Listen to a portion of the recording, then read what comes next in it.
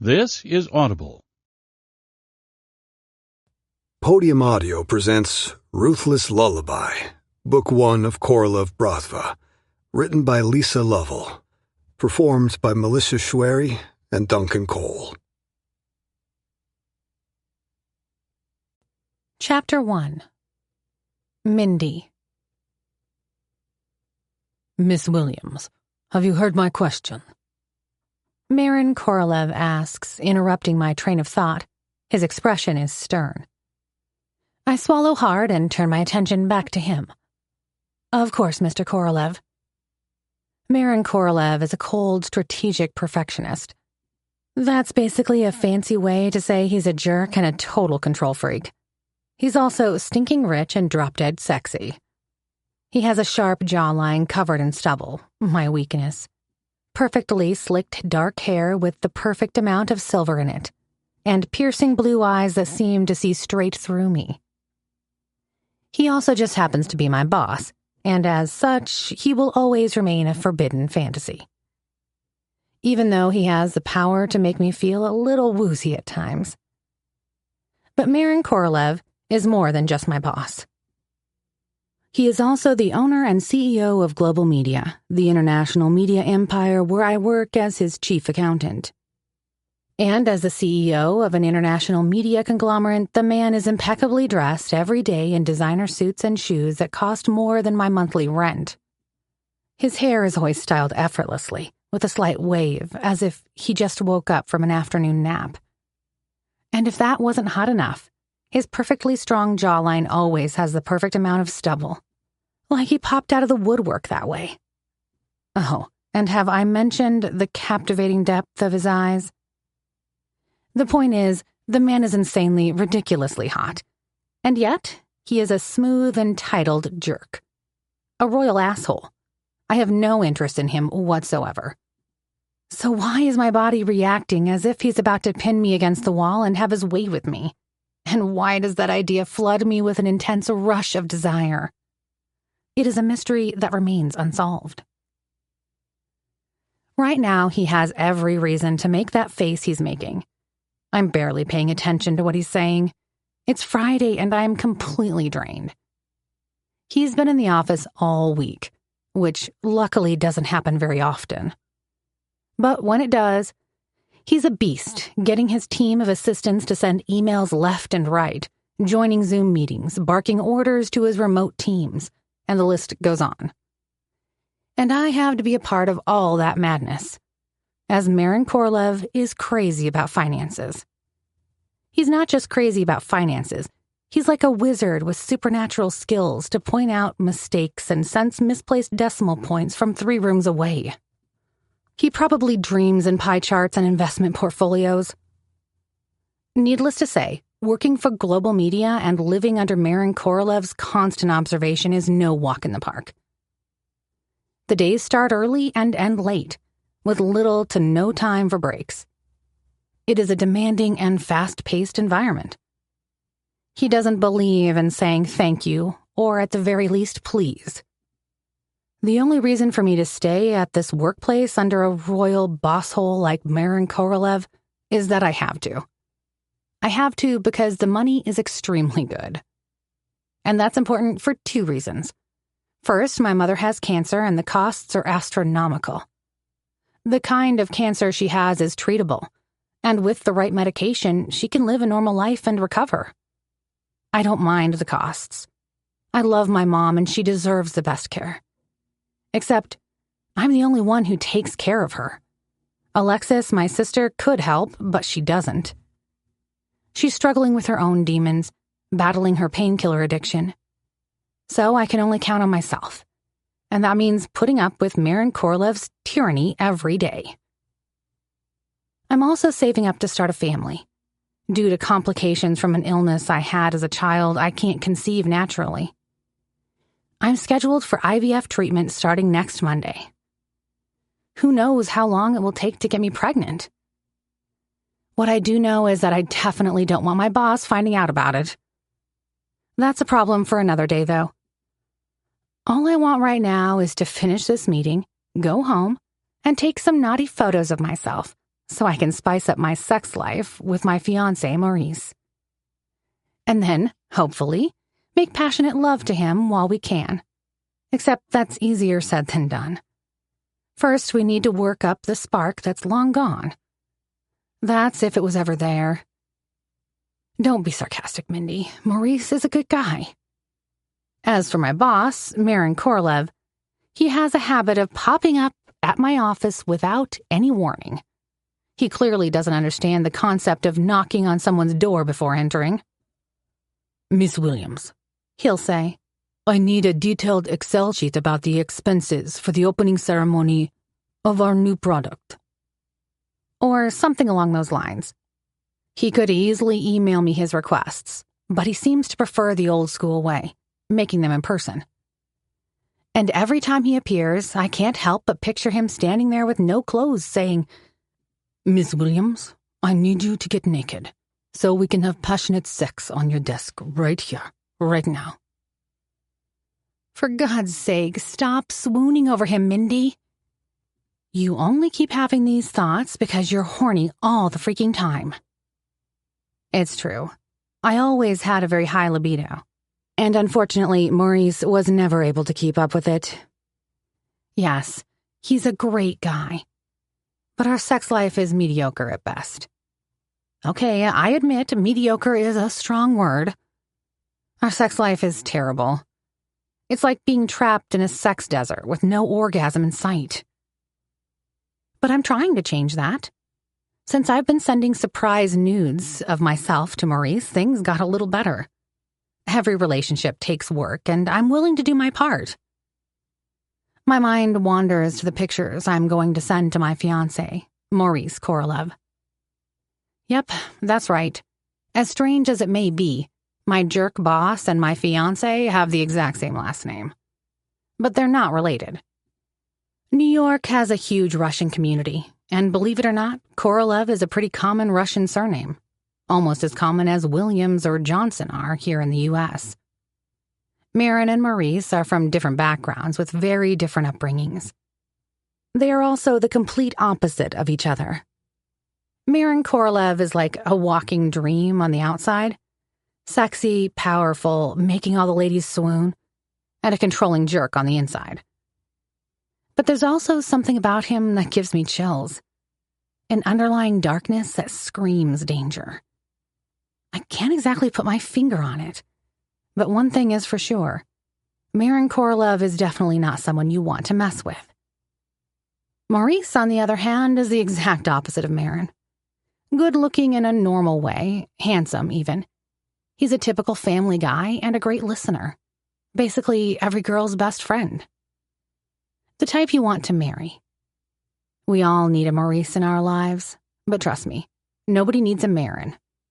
I most certainly don't. Miss Williams, I asked you a question. My boss repeats sternly. I nearly jump. I'm so sorry, Mr. Korolev. What was your question again? He gives me a disapproving look. The latest numbers from our social media campaigns. He reminds me, clearly irritated. Oh, yes, I stutter. I apologize. Mr. Korolev, I was just taking some notes. I quickly glance down at my notepad. There isn't a single note on it. I clear my throat and begin speaking, somehow finding the words without any notes to refer to. All those years of experience I have in digital marketing comes to my rescue. Yes, the latest numbers from our social media ads. Yes, we're on it. We'll be digging into the nuts and bolts of our campaigns on Monday, as soon as we get the latest data from the social media team. Then we'll start identifying gray areas and analyzing what could be done better. I'm sure we can juice up those numbers by the end of the month. I'll also dive into the latest numbers of our subscription plans and see if we can tweak our packages and bring in some extra money without annoying our users. We got this. How exactly do you plan to do that without annoying users? He asks, his words feeling more like an interrogation than a genuine question. My confidence falters for a moment, but I quickly push through it. I have a few strategies in mind that I believe will be effective, I reply coolly, meeting his gaze with determination. I am more than confident that my team and I can make a significant impact on our profits using these methods. I hope you find my answer satisfactory, Mr. Korolev." Maron Korolev nods, appearing slightly impressed. I'm impressed with my improvising skills as well. "All right," he says. "I'm interested to see how you execute these plans, Miss Williams. Make it happen." "Understood, Mr. Korolev," I say quickly. "Are there any other pressing matters you wish to discuss?" I ask, hoping the answer is no. The workload this week had been overwhelming. And all I want is to go home, take a hot shower, and finally start working on the nudes that are supposed to spice up my sex life with Maurice. The last thing I care about right now is another pressing financial matter Maron Korolev might wish to discuss. He closes his laptop and leans back on the chair. "Yes, there is," he says, his face serious. Really? I can't believe this man. "I'm listening, Mr. Korolev." No, I'm not. He shakes his head. "But there is no point in continuing this conversation, Miss Williams. You look too tired and disinterested, and obviously can't pay attention." He's scrutinizing my face. "In fact, you've been looking tired all the time recently, and I'm not happy about that. As the chief accountant of this company, you work with money. If you make a mistake, it will cost the company a lot." There he is. As I mentioned before, Maron Korolev is absolutely obsessed with money. If I happened to pass out in front of him, he wouldn't even bat an eye. His only concern would be the potential loss of profits. What I really want to tell him is, I'm not tired, Mr. Korolev. I'm practically a walking zombie with jello in my head where my brain should be. I arrived at the office early this morning and haven't had 2 consecutive moments to myself since. I only used the restroom once, and even during those brief moments, you called me about the data in the 3rd row of Excel spreadsheet 246. All I consumed today was 4 donuts and 2 buckets of coffee. Without my quad espressos, I would probably have collapsed by now. The only thing that keeps me alive is that it's almost 6 p.m., and I can finally see the end of this hellish workday approaching.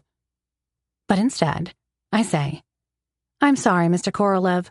I promise I'll do my best to recharge my batteries this weekend so I can focus on my tasks better next week. I could kick myself in the ass for saying that. Have we finished? He nods curtly. "Yes, but I need to make something clear before you go, Miss Williams. If your focus is on anything other than global media, you will leave me with no other option but to find a new chief accountant. I hope I don't have to remind you that this is a high-responsibility position. You mess up once, you're gone. Do you understand?" Are you freaking serious? I am not some insignificant worm beneath your feet, Mr. Korolev. Nor am I a mop to be used for cleaning your filthy floors. It may come as a surprise to you, but I'm actually a person, a human being. So pull your arrogant head out of your self-righteous ass and show me the respect I deserve for once. My throat tightens as I respond. Yes, I understand. He nods again. "Good. You are free to go now, Miss Williams." There is slight disdain on his face, saying, I can see you're not happy to work 85 hours a week, and I don't like that. Asshole. And the fact that every time I see Maron Korolev, my heart starts to race and a familiar sensation starts to tingle down below doesn't make things easier. Chapter 2. Mindy. I kick off my high heels and collapse onto the couch. My feet are throbbing with pain. Why did I even wear those heels to work? I could have easily completed all of my accounting tasks in sneakers, or even just socks. Or barefoot. Who the hell needs high heels anyways? I want to slap the person who invented the damn things. After drooling on the couch for about 30 minutes like the mess I am, I check the time. I have about an hour to take the nudes for Maurice before Betty, my roomie and my bestie, gets home with her latest company gossip. Besides my mother, Betty is the light of my life. She also works at Global Media, except she's with Human Resources. And lucky for her, Maron Korolev isn't her direct superior. Her job is way calmer than mine, and she always has the latest scoop about what's happening in her department and beyond. Did you hear about Mark having a boyfriend? Or have you met our new coworker Thomas, the stud with the black hair and the six-pack? I couldn't help but ask how she knew about the six-pack, to which she replied, "I saw it under his shirt while he was getting coffee from the canteen." Her stories make me believe that the most interesting department at Global Media is HR. The complete opposite of the financial department, which she often refers to as exciting as dry camel shit. "You need some buzz in your life, girl," Betty told me the other day. "At least once a week." I couldn't help but roll my eyes. With Maron Korolev around, my wildest idea of excitement is an Excel spreadsheet with the latest numbers from our social media campaigns, I'd said. "Ooh, 154 new subscribers. 67 new likes on our page. And wait for it, a brand new 5-star review. Oh, Debbie Collins, you are too kind." Cue the laugh track. "Not work excitement, babe," she'd said. "I mean real fun. Dancing, cocktails, beach, sex. You need to spice things up." Betty continued. I know exactly what she meant. She was referring to the lackluster sex life I had been complaining to her about. Maurice never initiates sex, I'd told her earlier. I think he's too much in love with his video games. "At least you have a man in your life," Betty remarked. "I can't even get myself a date. Everyone just swipes left on me on Tinder except a few drunkards and some creepy perverts." Maybe Betty's right. Maybe I shouldn't complain this much. But what am I supposed to do when my sex drive is constantly driving me up the wall? I'm worse than a teenage boy who just opened Playboy for the first time. Some would say I'm a crazy nympho. Maybe there's something wrong with my head. Or I have some sort of hormonal imbalance. Either way, I'm constantly horny, especially when Maron Korolev is at the office. It's driving me nuts, and I'm not sure what to do about it. Perhaps start by getting your mind off your boss, Mindy. It's dangerous territory. It's true. I should get that jerk tyrant out of my head once and for all. If anything, I should focus on sending those photos to my real boyfriend, Maurice. Sending him hot nudes of myself has worked well in the past. It was all the boost he needed. Our monthly blowjob count went from 1 to 3. Maybe this time I can jazz up that number to 4. You gotta appreciate improvement, right? So far, every time I sent Maurice naughty photos with a naughty message, he would light up like a Christmas tree, and we'd end up getting busy instead of him sitting in front of the computer, looking like a doofus with his headphones on. But if I'm brutally honest with myself, despite all my efforts, our sex life is still as exciting as watching paint dry. But then again, who wants to be a constant complainer? No relationship is perfect. Besides, there are many other important things in a relationship than just sex. Maurice is a decent guy. He really is. He may not be setting off fireworks in the bedroom, but he has the qualities of a great husband and a father. And he comes from money, which he inherited from his dad, and now he's using that money to make investments. Not that I've seen any of his investments.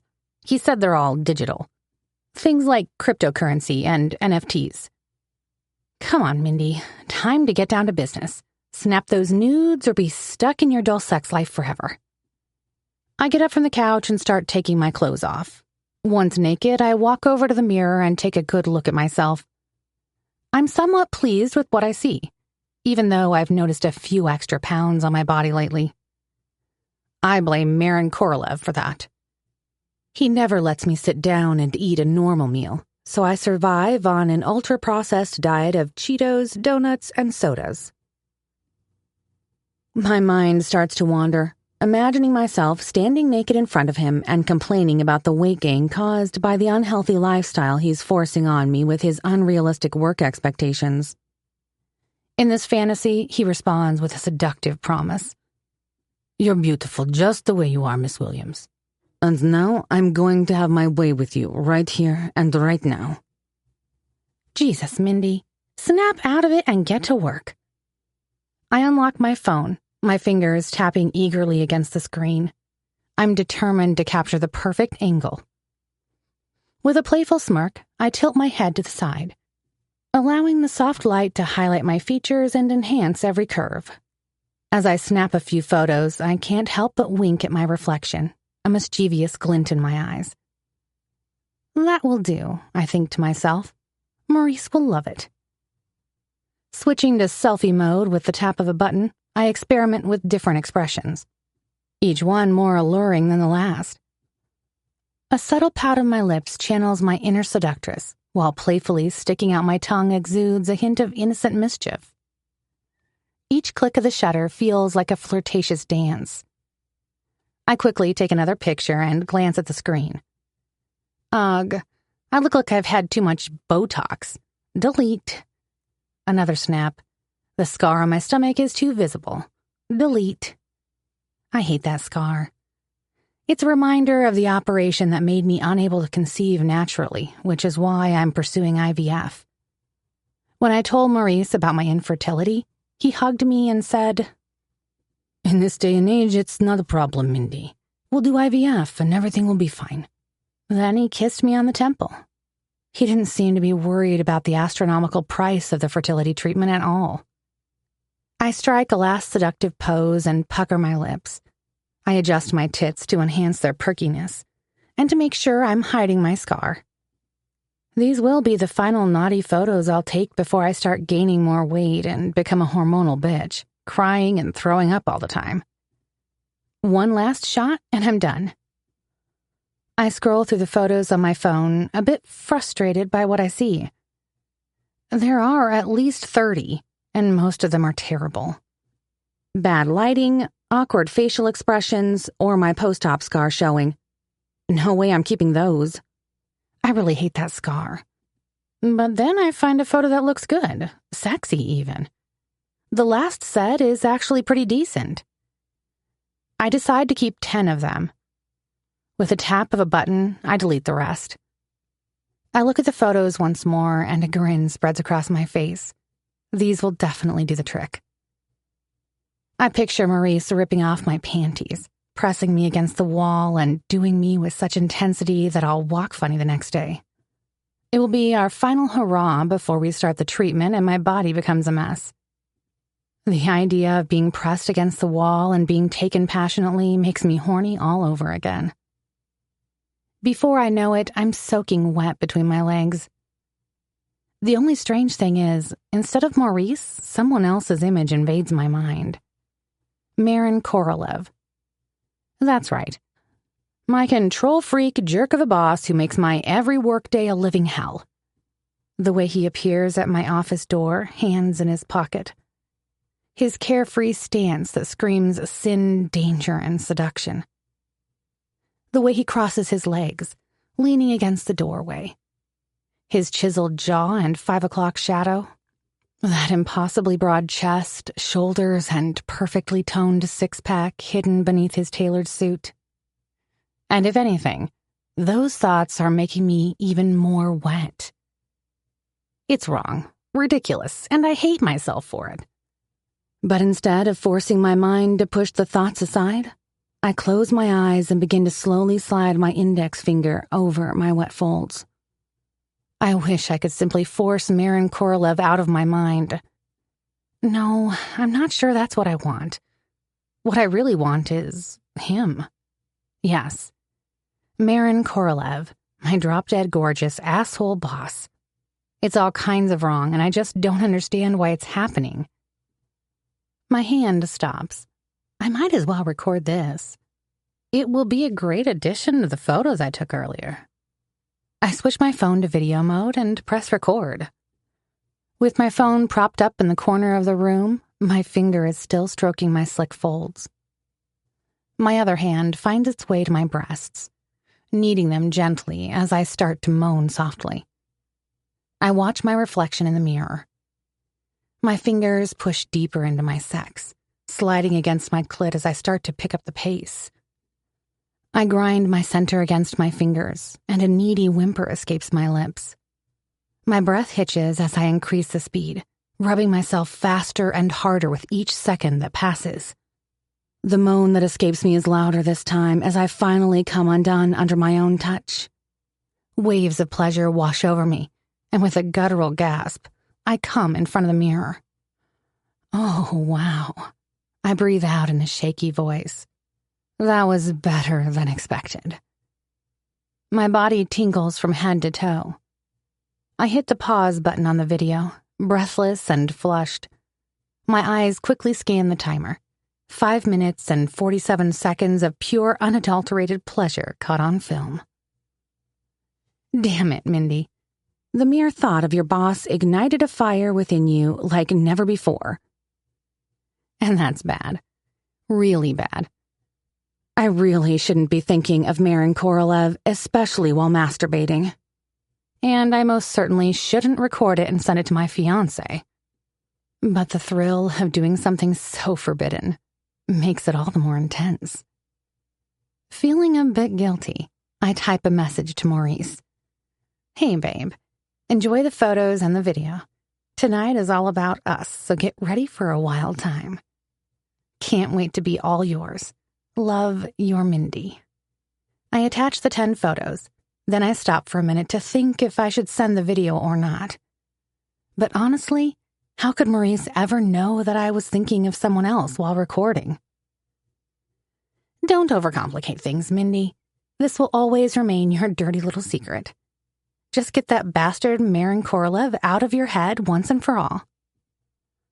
I attach the video and press send with a sly grin. And then the strangest thing happens.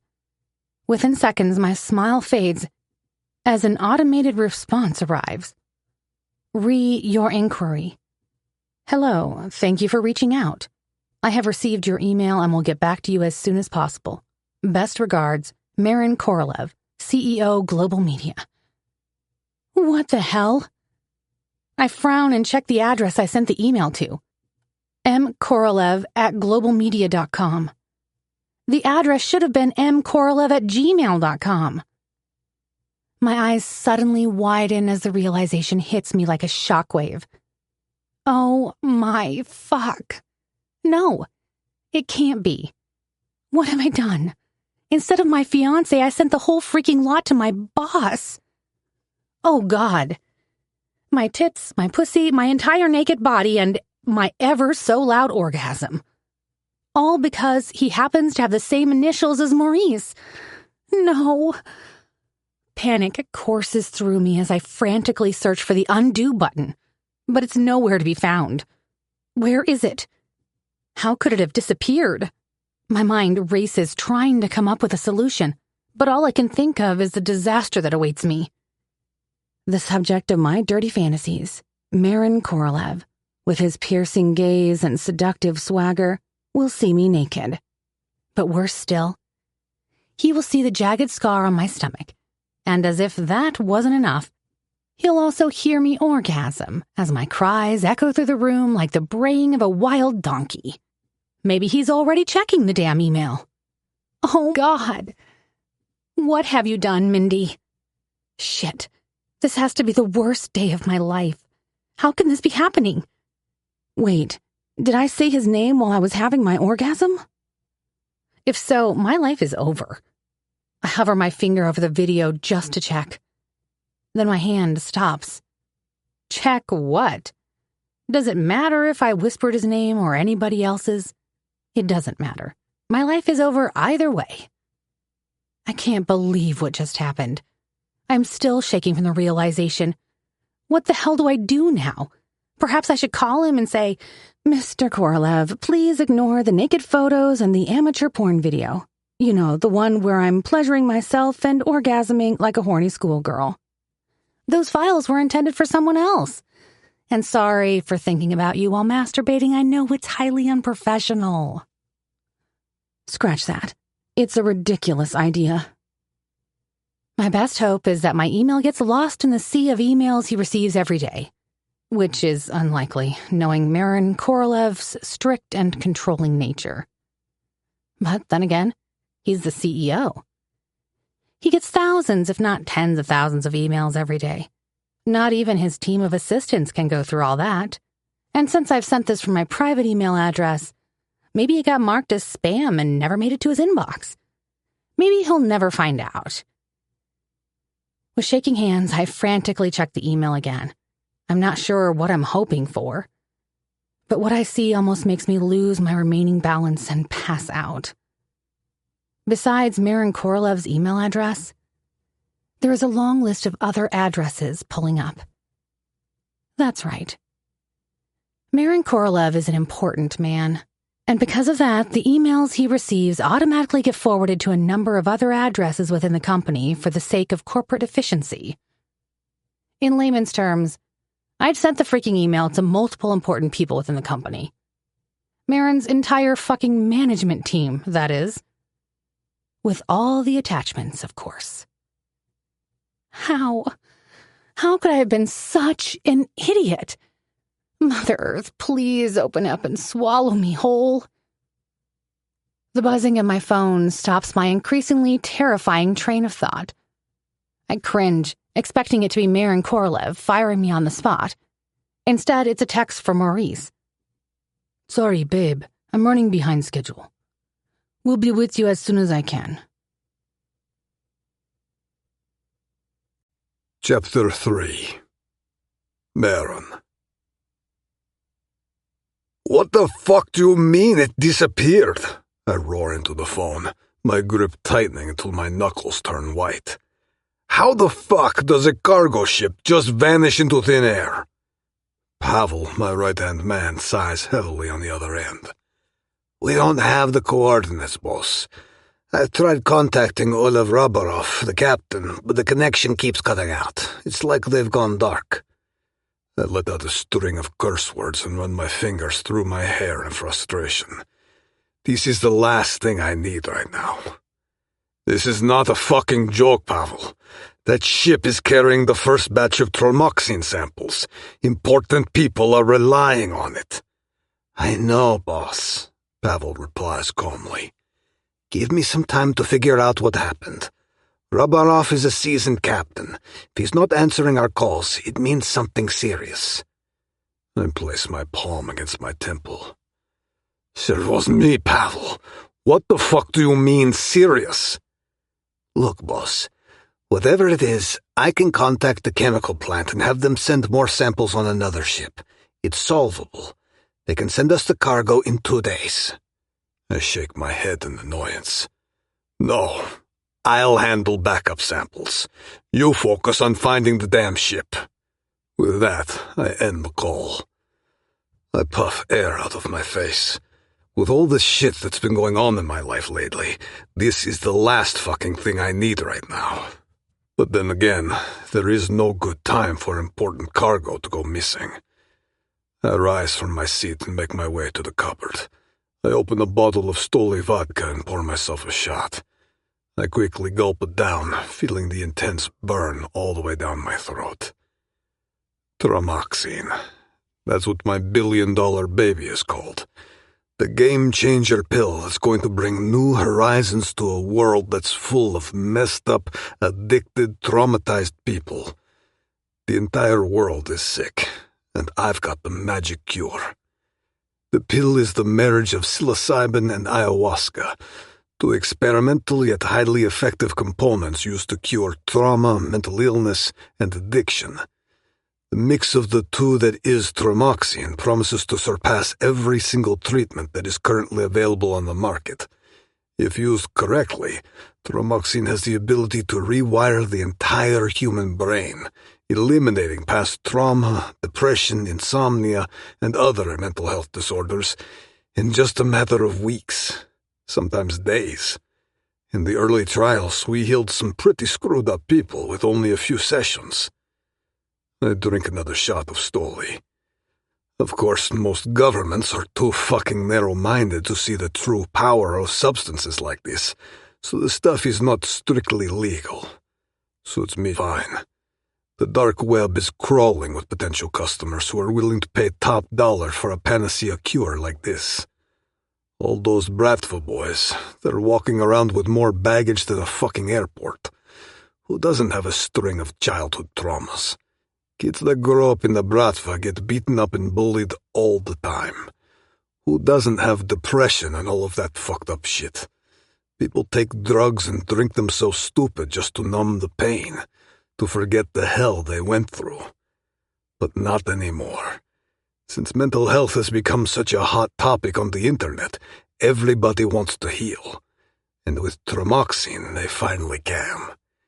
In just a matter of weeks, it will free them from the confines of their fucked up minds with no shitty side effects. I've poured billions of dollars into this little miracle drug, hired the best scientists money can buy. Research, development, trials, all of it happening under the radar at my state-of-the-art pharmaceutical plant outside of Moscow. Every worker handpicked and vetted, loyal to a fault. And now, after years of blood, sweat, and more money than most people see in a lifetime, we're finally ready to run our first public trials. My phone rings again. Pavel, that was quick. Tell me what you found. I can practically hear the hesitation through the phone. Boss, there's something else. That ship, it's not just carrying Tramoxine. My blood runs cold. What are you talking about? The kidney is on board. You know, the transplant kidney. The kidney? I echo, my mind racing. For Jennifer Sharkova? Ah, Pavel says. Blyad.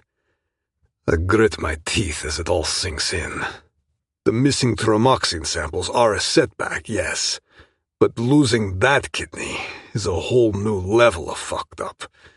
No, it's not just about an organ. It's an opportunity to end a long-standing feud between two powerful Bratva families, mine and the Shirkovs. Leonid Shirkov and my father had some serious territorial feud between the two of them. After some bloodshed and then a reluctant truce, the two turned into sworn enemies. Before they could fix their shit, my father died. Since then, the bad blood between our families has festered, just waiting for an excuse to explode all over again. But then, Shirkov's daughter Jennifer got sick and needed a new kidney to survive. That's when old Leonid Shirkov came to me with a deal. He said if I could get my hands on a kidney for his girl, he'd be willing to bury the hatchet. It is a chance to end this fucking multi-decade-long family feud once and for all. I jumped at the opportunity, pulled some strings, and got the perfect organ through my less-than-legal connections.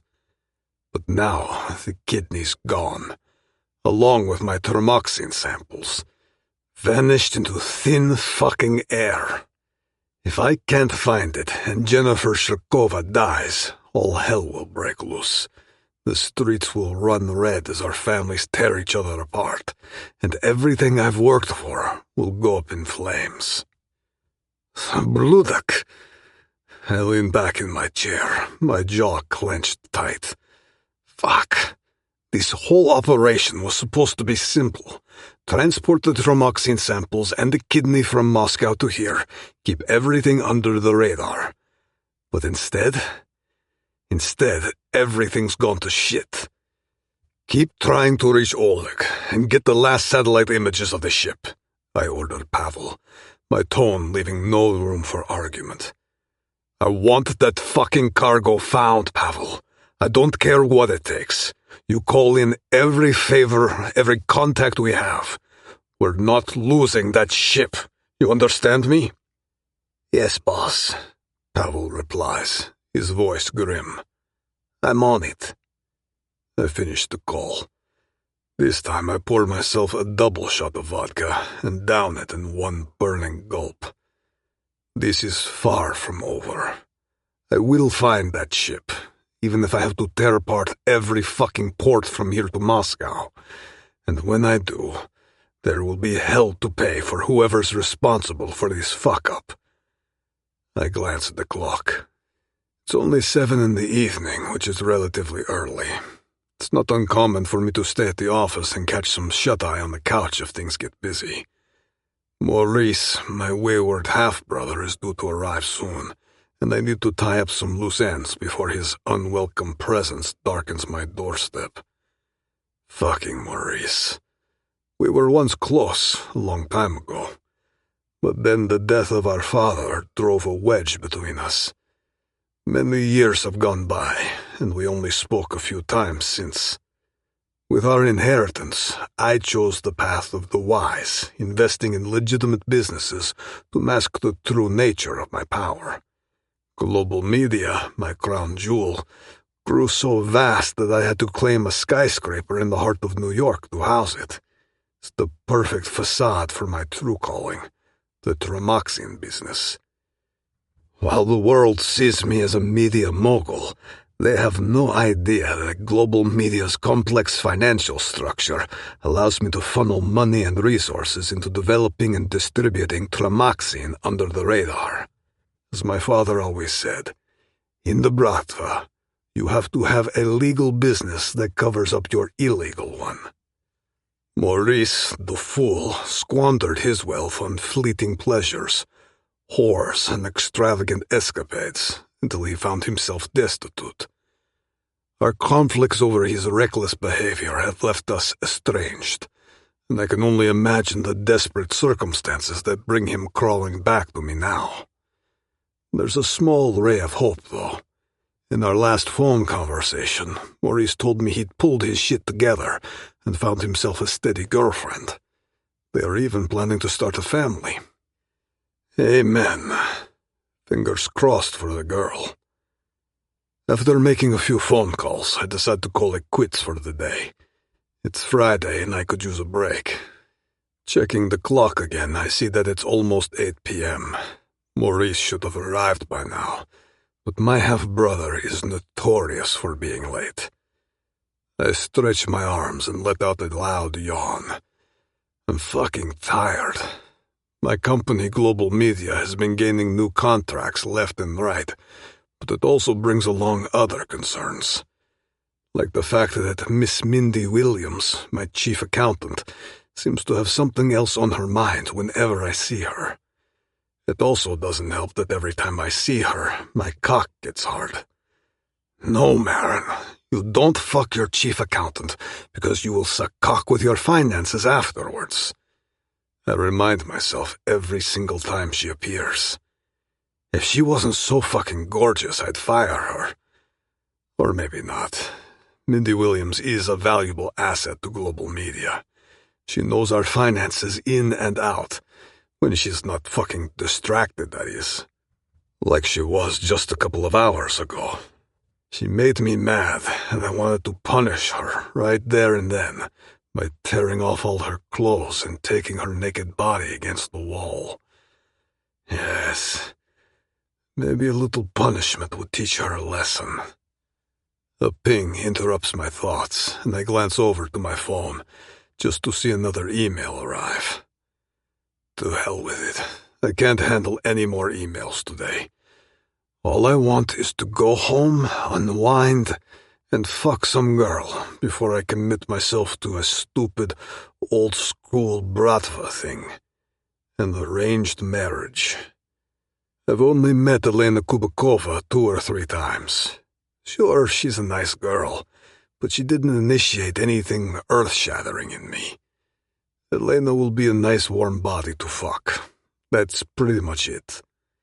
The main advantage is that Elena is the daughter of Grigory Kubakov, the head of the Kubakov Bratva.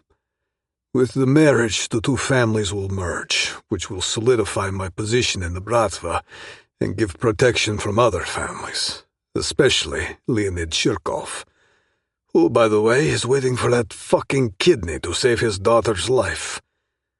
I puff air out of my face. How on earth am I going to fix the shit I'm in? Chapter 4. Maron. What a lousy fucking day. As I rise from my leather chair, the vodka hits me hard. My head is buzzing, but in a good way. My mind is cloudy and my body is relaxed. Except for one part. My cock is half hard. I'll either hit up a club and find some easy broad to fuck, or I'll call Elena, my fiancée, give her a good pounding and send her home. There's no way I'm letting her stay over. I'll have enough of that bullshit once we're married. Right now, all I need is a release from this shitstorm of a day. I glance at my phone. The email notification is still flashing on the screen. I really don't want to deal with one single email now, especially with my mind being one big motherfucking mass of confusion. But to my surprise, the subject line shows a heart emoji, and the sender is Mindy Williams. And again, It's way past working hours, but I decide to open the email. I tap on the email, and my jaw instantly drops. And then it drops even more. Not only that, my cock goes from half hard to rock hard in under a second. Holy fucking shit. Is this... I lean closer to the screen. This is definitely not something you get to see every day. My chief accountant, Miss Mindy Williams' gorgeous, naked body fills my phone screen. It's definitely her. And she looks fucking flawless. Even more so than I imagined.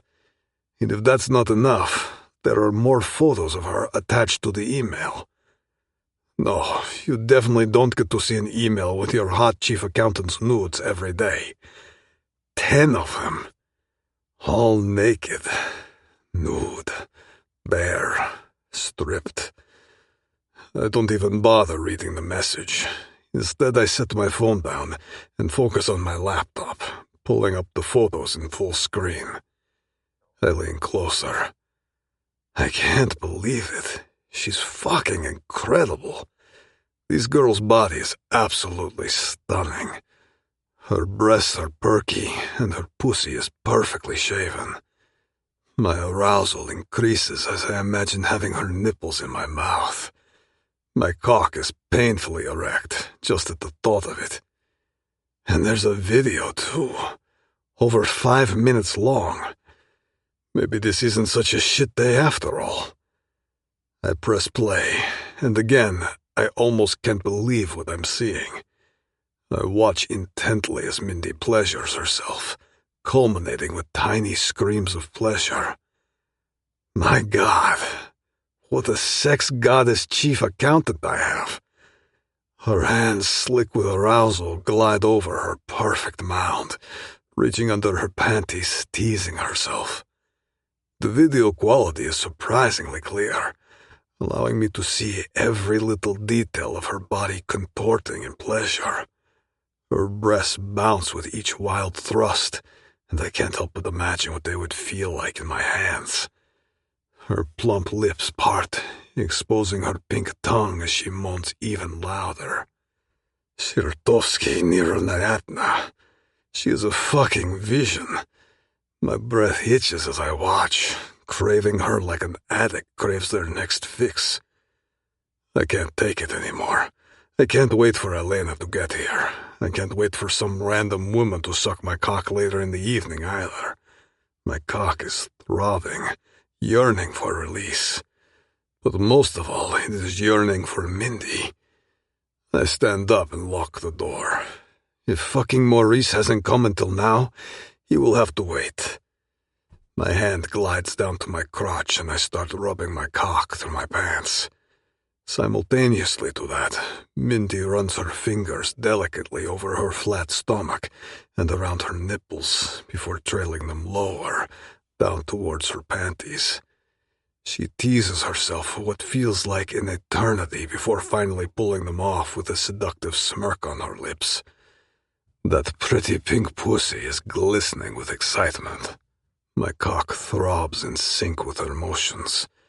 I grip it tighter, rubbing the pre-cum from the slit onto the head as I continue to stroke.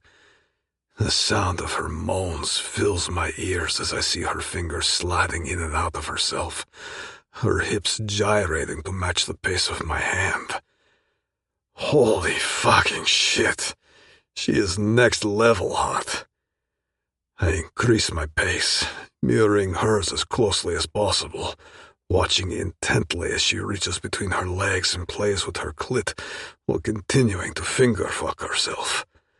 She arches back and lets out a long, drawn-out sigh that turns into a high-pitched moan as she orgasms, bucking her pussy against her fingers. Beads of sweat start forming on her forehead. My own breathing becomes ragged as I near my own climax. With one final thrust of my hand, I release onto the back of my hand. The warm seeds drip down as I gasp for air. Holy fuck! What a unique sexual experience I've just had. The woman has totally gotten under my skin. Wait, I haven't even read the message yet, and I have no idea why she sent it to me. I clean myself up and take a moment to read the email. Hey, babe. Enjoy the photos and the video. Tonight is all about us, so get ready for a wild time. Winky face. Can't wait to be all yours. Love you tons. Your Mindy. My face scrunches up in confusion as I wonder what this means. Then suddenly the penny drops. For fuck's sake. It's pretty damn obvious that the email was meant for someone else. Probably her boyfriend. She must have mixed up the email addresses and sent it to mine by accident. She may not even realize that she sent it to the wrong address. Or if she does, she must be freaking the fuck out right now.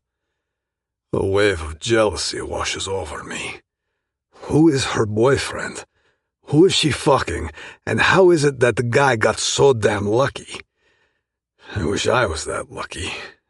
But with my arranged marriage to Elena Kubikova, the chances are low. Pizdets. But I can't think of that now. My mind is fully occupied with my chief accountant and her naked pictures. I glance at the time on the clock. It's clear that Maurice won't be showing up today. This is just another instance of him making empty promises and then not following through. My pants are still hanging halfway down, splattered with my own cum. That was one big fucking orgasm I just had. The chief accountant just blew my mind unlike any woman before. I wipe myself clean again and hastily pull up my trousers. It's strange how this intense pleasure has sobered me up, because now my thoughts are razor sharp and loud. I don't care if Mindy Williams has a boyfriend, and I don't care who the fuck he is. I have to make her mine. The realization hits me like a shot from a rival gang, and I just know it's the truth. Gradually, I force myself to return to the present moment and let out a heavy sigh. I allow myself a few moments before calling my other brother, Timothy. He answers right away. Timo, how is Mother today? I ask. She's having one of her good days, Bratok. She hasn't asked about Cordelia today. Cordelia. Hearing my daughter's name is always a spear in my heart. That's something, I say. Let's do our best to keep it that way. It's not like we have any influence over her condition, Maron. You know that. Yes, I fucking know that. Timothy is right. Mother has vascular dementia. It's a bitch of a disease. Her personality is disintegrating right before our eyes. She has good days and bad days. On her good days, she resembles her old self. But on the bad ones, boy, she struggles immensely. And we struggle with her. On those bad days, she keeps asking about Cordelia, my late daughter. Cordelia had Down syndrome, and she was the most beautiful soul ever born into this fucked up world. She passed away from heart disease when she was just 8 years old. My beautiful baby girl. Her system couldn't fight the heart disease that came with her Down syndrome. Cordelia was the light of my life, and I will never, ever get over that fucking pain I have over losing her. My mother and Cordelia were tight, like soulmates. They completed each other, like pieces of a broken puzzle. And even now she still clings to her precious granddaughter. In my mother's deteriorating mind, where time, space, and context often become jumbled together, Cordelia remains a fixed point, a constant presence she remembers without fail. Except she can't seem to process that Cordelia is no longer with us. Sometimes she wanders the house in the dead of night looking for her. There's nothing we can do about it. It breaks my fucking heart. Whenever Mother has a good day, I can't help but hold on to false hope that maybe she will get better. But deep down, I know the truth. She's never going to get better. If anything, she's just going to get worse. That's what the doctors keep telling us. Dementia is a gradual thing, they say. It can stay the same for a while, but then something happens in the brain. And the next thing you know is that your mother is no longer the person she used to be. Heaving a sigh, I place the phone back on its base and sink back into my office chair, feeling exhausted. The weight of everything on my shoulders is almost suffocating, but I don't want anyone to see it. Shutting my eyes, I let my mind drift to thoughts of Mindy, her body, her curves, the way she pleasures herself in that video. And for a few minutes, I allow myself to enjoy these thoughts. For now, everything else can wait. Chapter 5. Mindy. I'm so sorry, Mindy. Maurice is nearly crying on the phone. This isn't what I wanted. It just happened. I'm so very sorry. His speech is slurred. What the hell? I pull the phone away from my ear and frown. This is not like him at all. My usually composed fiancé is drunk. Something must be seriously wrong. What exactly did you not want to happen? I ask, but he doesn't respond. In the background, I hear noises. Electronic chirps, whirs of spinning slot machines, and the occasional burst of triumphant music signaling a winning jackpot. Where are you, Maurice? I ask. I'm at Marble Monkey. He admits. I furrow my brow. Marble Monkey is undoubtedly the most fancy casino in the entire city. It's a playground for the ultra-rich, where they can indulge in their vices and gamble away fortunes in a matter of hours without batting an eye. And may I ask what you're doing there? I ask, trying my best to sound calm. I'm just having a little fun. What kind of fun? I ask, feeling the tension rise in my stomach. I can practically visualize him at a poker table, holding a glass of top-shelf scotch, surrounded by rich men, all trying to one-up each other. That's how I picture Marble Monkey. Guys going nuts and girls with fake tits giggling at them as they lose hundreds of thousands of dollars. Maurice? Silence. Mindy, he whispers after some time. I lost the money. He lost the money? What money? I'm getting impatient. Maurice, can you please tell me what's going on? Why are you at a casino and what money are you talking about? I came here to... I hear him gulp. Well, I come here sometimes. I'm taken aback. No, I do not know, I say. You never told me.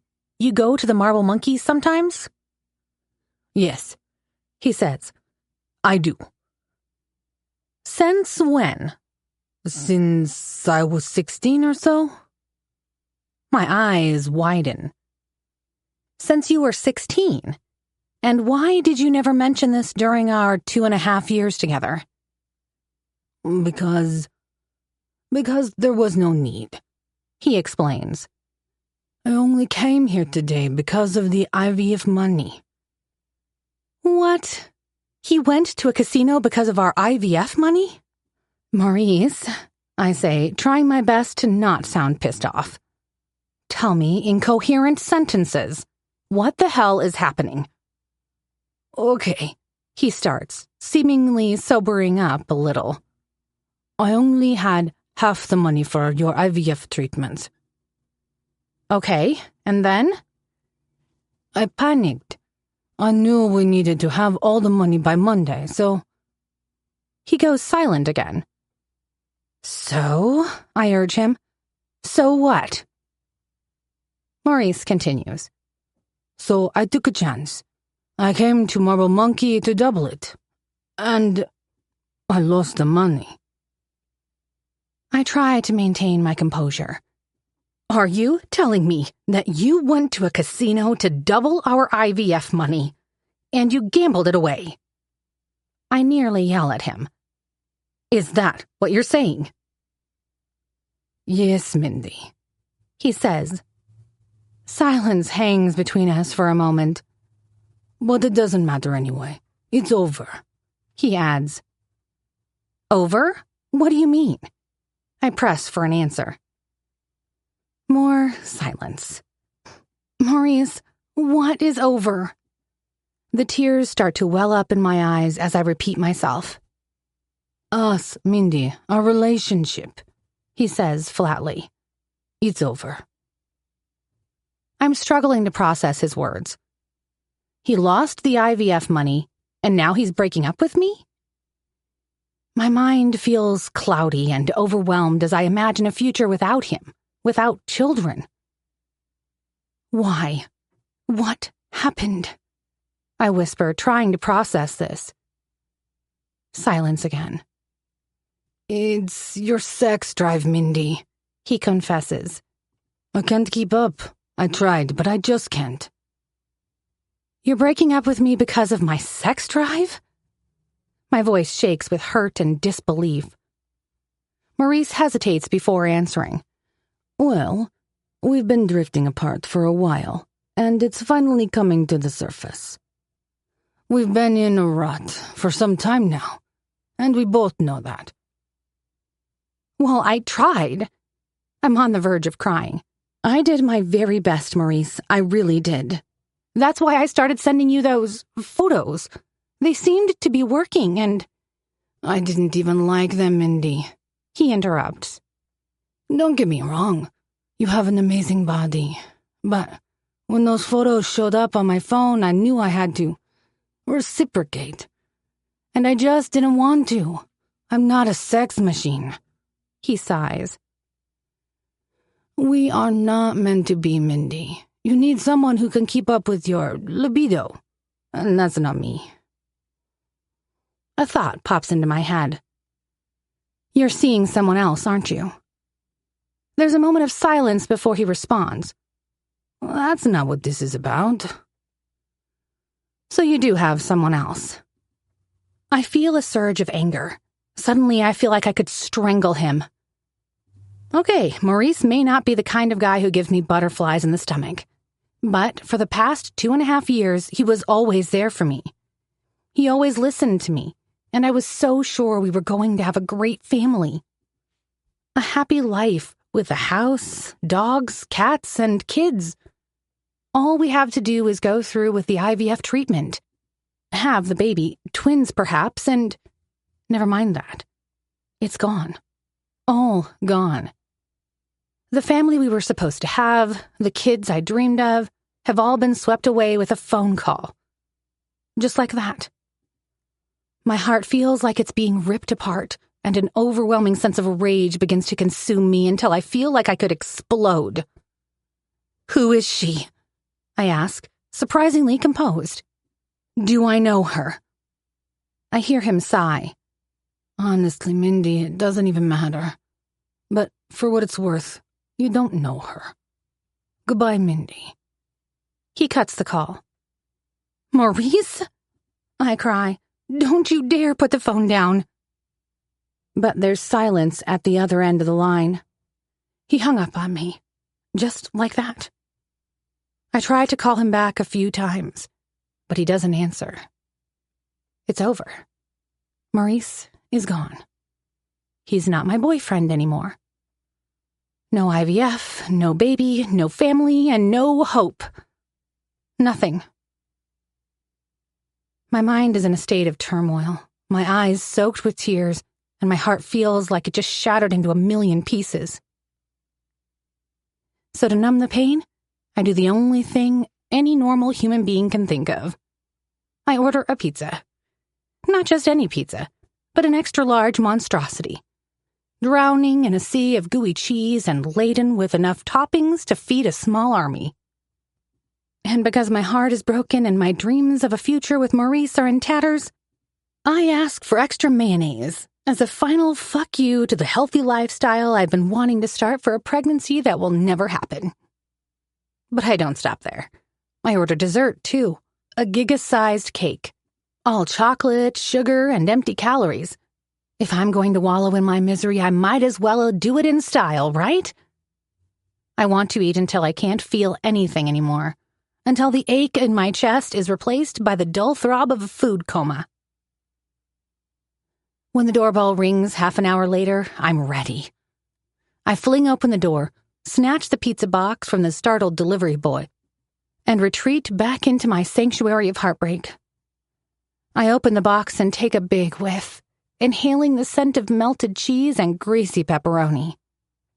It's like wrapping myself in a warm, cozy blanket of deliciousness that will make me forget my misery. Then I dive in. I shove slice after slice into my mouth, barely pausing to breathe. I add more mayo, slathering it on with reckless abandon, relishing the way it mingles with the cheese and the meat, creating a flavor explosion that almost makes me forget the pain. Once the entire pizza is gone, I turn my attention to the cake. It's a behemoth of chocolate chips and frosting that would make a lesser woman cringe. But I'm no lesser woman. Not tonight. Tonight I'm a woman on a mission, determined to eat my feelings away until there's nothing left but a dull, numb void where my heart used to be. I'm halfway through the cake when I realize I forgot to order a drink.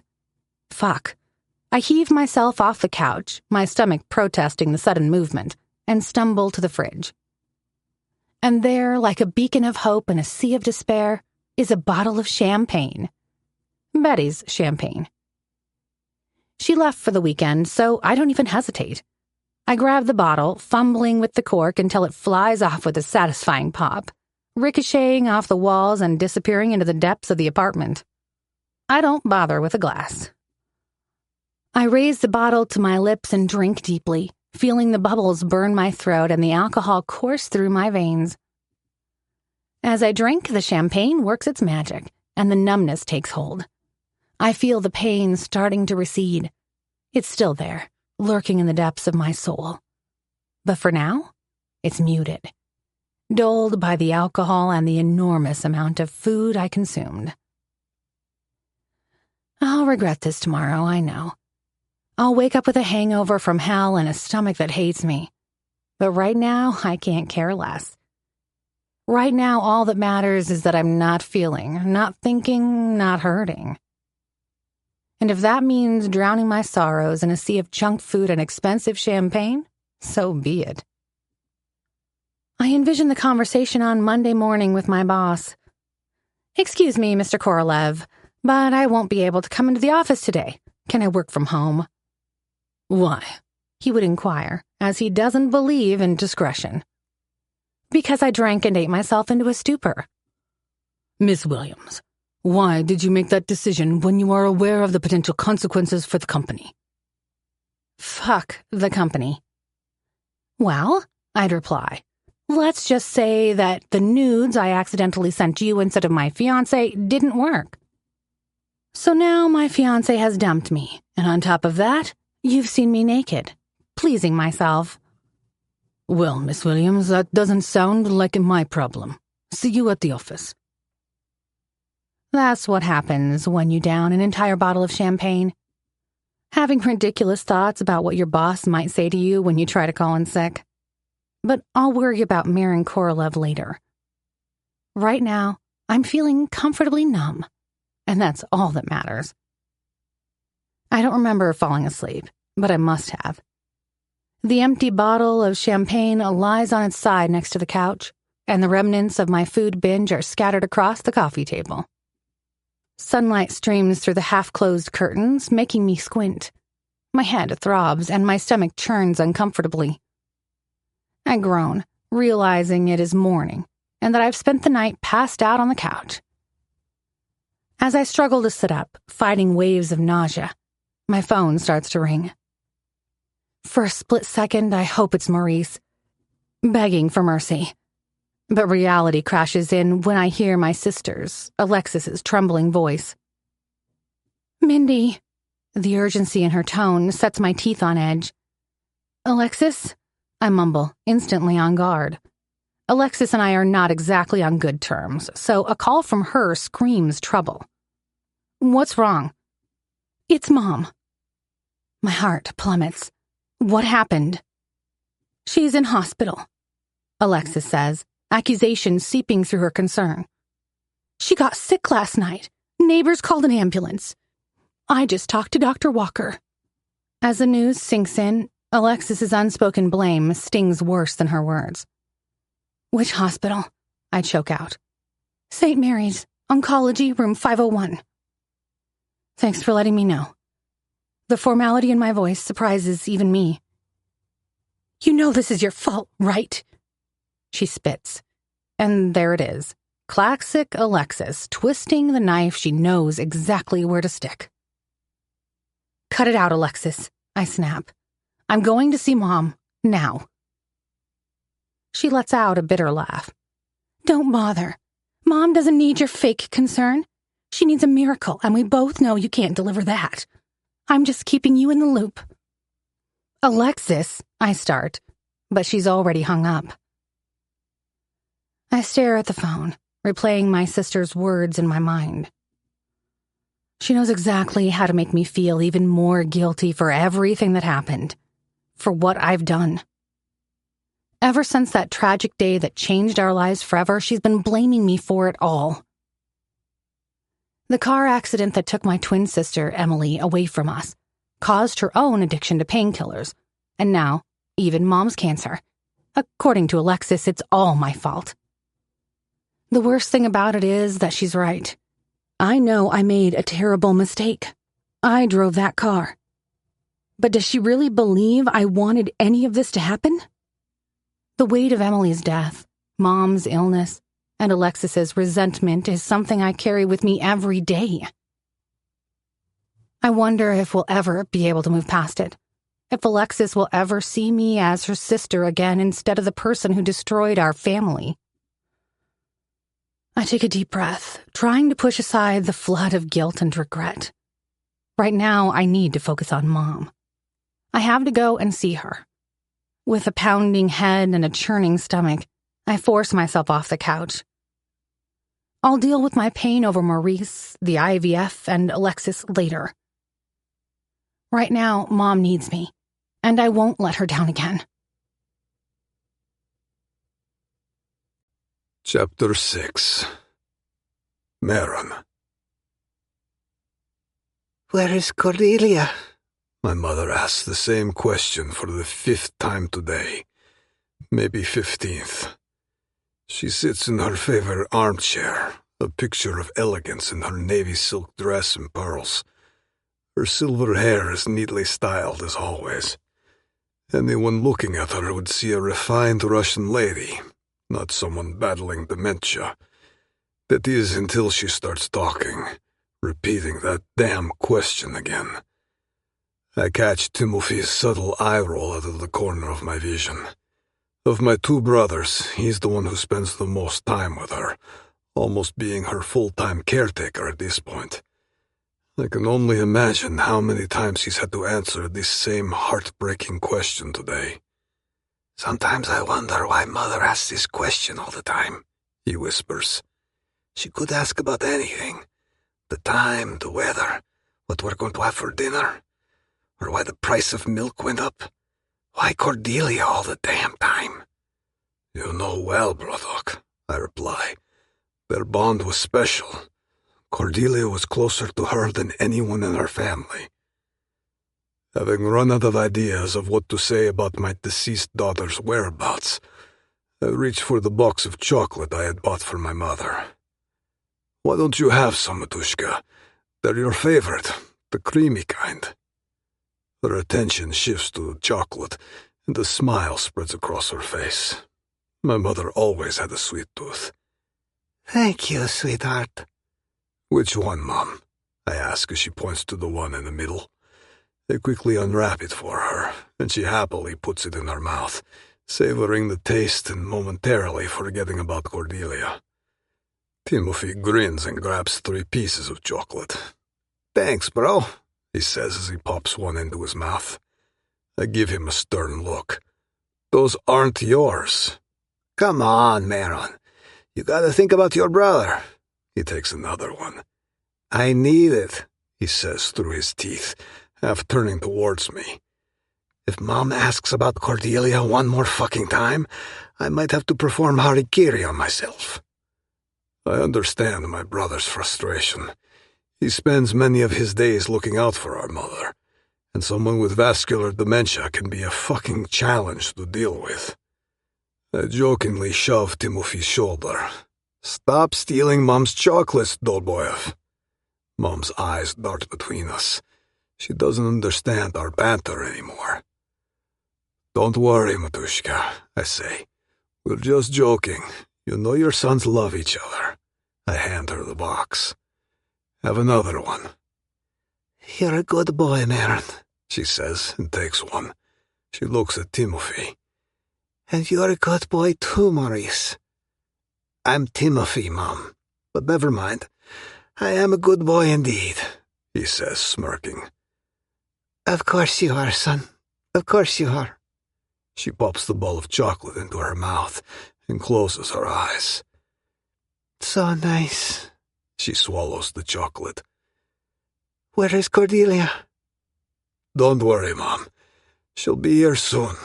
I lie. Feeding is the only way to calm her nerves for a little while. As long as she knows her grandmother is coming, she'll be all right, at least temporarily. I have to leave now. I give her a gentle kiss on the forehead. I'll see you soon, Mom, and I'll send Katrina to keep you company. You sent who, son? Katrina, Mom, the lovely lady you like so much. She's been here with you many times. You know, the one who makes you coffee and reads you stories. Oh, her. She pats my face. You're a good boy, Maurice. I lean in to kiss her temple. Maron, Mom. And that's because you are the best mother. My phone buzzes in my pocket. I glance at it briefly, seeing Pavel's name on the screen. Excuse me for a moment, I say to Timothy and my mother. I need to take this. I step out into the hallway, quietly closing the door behind me. Only then do I open Pavel's message. Confirmed. Ship hit iceberg. Delivery went into ocean. Oleg and a few of the crew survived. Most dead. Shit. Fuck. Shit. My hand clenches around the phone until the metal creaks in protest. I read the message again, feeling a surge of cold fury rising in my chest. Fucking incompetent fools! The delivery of the pill I'd spent billions of dollars on is lost to the icy depths of the ocean, along with Jennifer Sharkova's kidney. The fucking kidney that was going to fix a long unresolved war between the 2 Bratva families. Chortov dermo! I take a deep breath, forcing my rage back down into the icy pit of my stomach where it belongs. There will be time for retribution later. I will find a way to fix this and make those idiots pay for their incompetence with blood and agony. Composing myself, I return to the room. Goodbye, Matushka, I whisper as I lean in to give my mother another gentle kiss on the forehead. She is drifting off to sleep in her armchair. I love you, Mom, I say. She weakly squeezes my hand in response.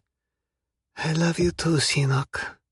I know she probably can't remember which one of her boys I am, but it doesn't matter to me. I love her no matter what.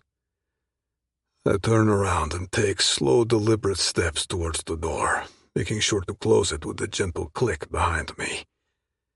As I walk down the hallway, the gravity of the situation weighs heavily on my shoulders. The lost shipment, the deceased crew members, the potential repercussions with the Shirkov family. It's all a fucking mess. But as I glance back at my mother's room, I am reminded of my motivation for everything I do. This empire I've built, as dangerous and complicated as it is, it's all for them, my family. To keep them safe, comfortable, cared for. As I reach for my phone to call Pavel, I brace myself mentally. There is no space for distractions now. I have a shipwreck to handle, an organ to replace, and consequences to deal with. Chapter 7. Maron. I end the call with Pavel and open the door to my office. To my surprise, Maurice is sitting on my couch. Despite not having seen my half-brother for a long time, he's the last person I want to be around on a fucked-up day like today. Wow, I say. You're only a day late, brother. That's an improvement. Knowing you and your excellent timekeeping, I expected your visit next week. There's no need for your sarcasm, Maron, he says, his face sour. Hi, by the way. I see you still don't believe in greeting. Some things just don't change. I ignore his shitty comment. Sarcasm? I'd call it realism, Maurice. You promised to pitch up yesterday, and you didn't. Again. I had a good reason not to come yesterday, he says, his voice hoarse. Anyway, good to see you too, brother. I frown as I look at him. He looks like he hasn't slept a minute. For a brief moment, I almost feel bad for him. But then again, he's an idiot. Sure, he's technically my half-brother, but let's be honest. Maurice is a complete fuck-up. He always had a habit of drinking and gambling, and he was always terrible with money. He says one thing and then does another.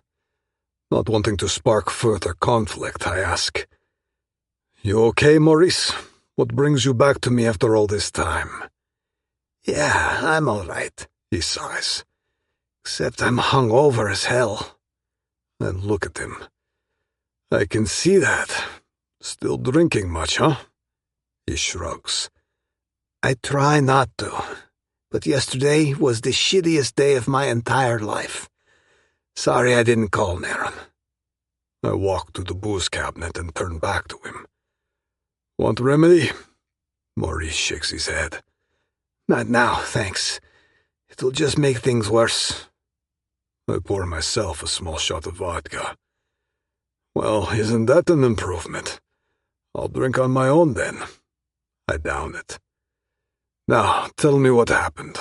Nothing good, judging from your looks. You look like utter shit, Bradok." He nods. "And I feel like it, too." I down another vodka. "And the reason is?" "I'm single again." I raise an eyebrow, surprised by his openness. Maurice has never been one to share his personal life with me. But then again, I've never been one to share mine with him. This time, however, I can see desperation in his eyes, and the way his shoulders slump tell a story. A fucked up one. The dickhead hit rock bottom, I'm sure of it. It's not the first time he does that. And as usual, he has no one else but me to turn to. "Single, huh?" I say, pouring him another shot. Must be serious if you're telling me about it. Maurice nods, grabbing the glass. Yeah, well, when you fucked up as badly as I have, your pride goes out the window. I need help, Maron, and you're the only one I've got left. Right. Just what I expected. So much for sorting out his life and finally finding a stable girlfriend. Looks like he fucked that up, too. I almost feel sorry for the girl, whoever she is. But then again, she's probably better off without my fuck-up of a brother. Sorry to hear, I tell him. Lie of the fucking century. I'm not sorry. I'm sure he brought this on himself. And now get to the point, Maurice. What do you need my help with? He heaves a big sigh. I think I changed my mind about the vodka. Give me a shot. I pour him one, and he downs it. He sits in silence for a moment, his eyes distant as he gathers his thoughts. When he finally speaks, his voice is tinged with a melancholy that catches me off guard. His eyes are fixed on a distant point as he begins to speak. I haven't told you about my girlfriend before, have I? You haven't. You just said you had a stable relationship and everything was going well. He lets out a heavy sigh. She was my first real love, you know? The kind of love that shakes your whole being and doesn't let you go. You're getting poetic, Maurice, I tease. A wistful smile plays in the corner of his mouth as he takes a deep breath. I've had other girlfriends in the past, but Mindy, she's different. She made me feel truly alive. Mindy? So his ex-girlfriend's name is Mindy. That's odd. I'm also taken aback by the depth of emotion in his words. I never knew this side of Maurice. We were together for 2.5 years, he continues. But then, I don't know what happened. I got scared, I guess. Scared of what? I ask. He nervously ruffles his hair. I don't know, bro. Maybe I'm not good enough for her. She's smart, outgoing, and gorgeous. How can I even compare? And what if other guys try to get with her? And they will, no doubt. Do I really want to spend my whole life feeling like I'm not good enough? That's new. It's the first time I hear Maurice being reasonable. So? I ask. So I dumped her yesterday. Thought I was doing the right thing. But now I'm not so sure anymore. I watch as he struggles with his emotions, the weight of his decision hanging heavy on his shoulders. I can't stop thinking about her, Maron. About the life we could have had together. I know I fucked up, but I don't know if I can live without her. My brow furrows in suspicion. Despite the fact that we've been distant for years, I know Maurice relatively well, and right now he is not being truthful with me, or with himself. Cut the crap, Maurice. Why did you really dump her? We were going to start a family. I think I got scared of the responsibility, he says after a short silence. He hesitates. And because... Because...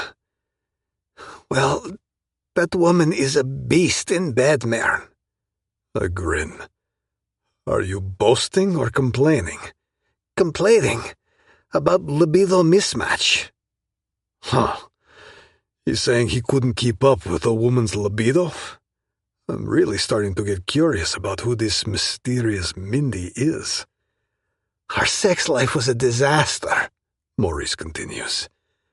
I couldn't satisfy her. Just couldn't. No amount of sex was ever enough for her. After a while, I had no dick left. Mindy was left unsatisfied and sex became stale. So she came up with an idea. She started sending me nudes to spice up our sex life, she'd say. But those pics scared the shit out of me.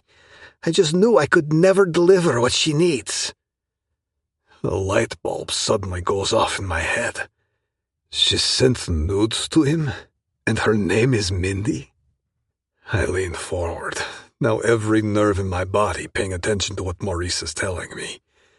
This is getting more interesting by the minute. Go on, brother. The real shit came when she insisted on starting a family together. It turned out she can't conceive naturally, so she will need IVF. Okay. Whoever this nude-sending Mindy person is, she can't conceive naturally. Maurice continues. I had some cash left from the money Dad left me, but not enough for the treatment.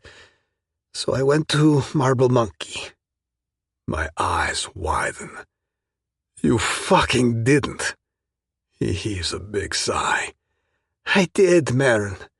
And I know what you're thinking. It was a stupid idea, I know. But that was my only option to double the money so we can pay for Mindy's IVF. We were going to start the process on Monday. That's in less than a day, and I only had half the money, you understand?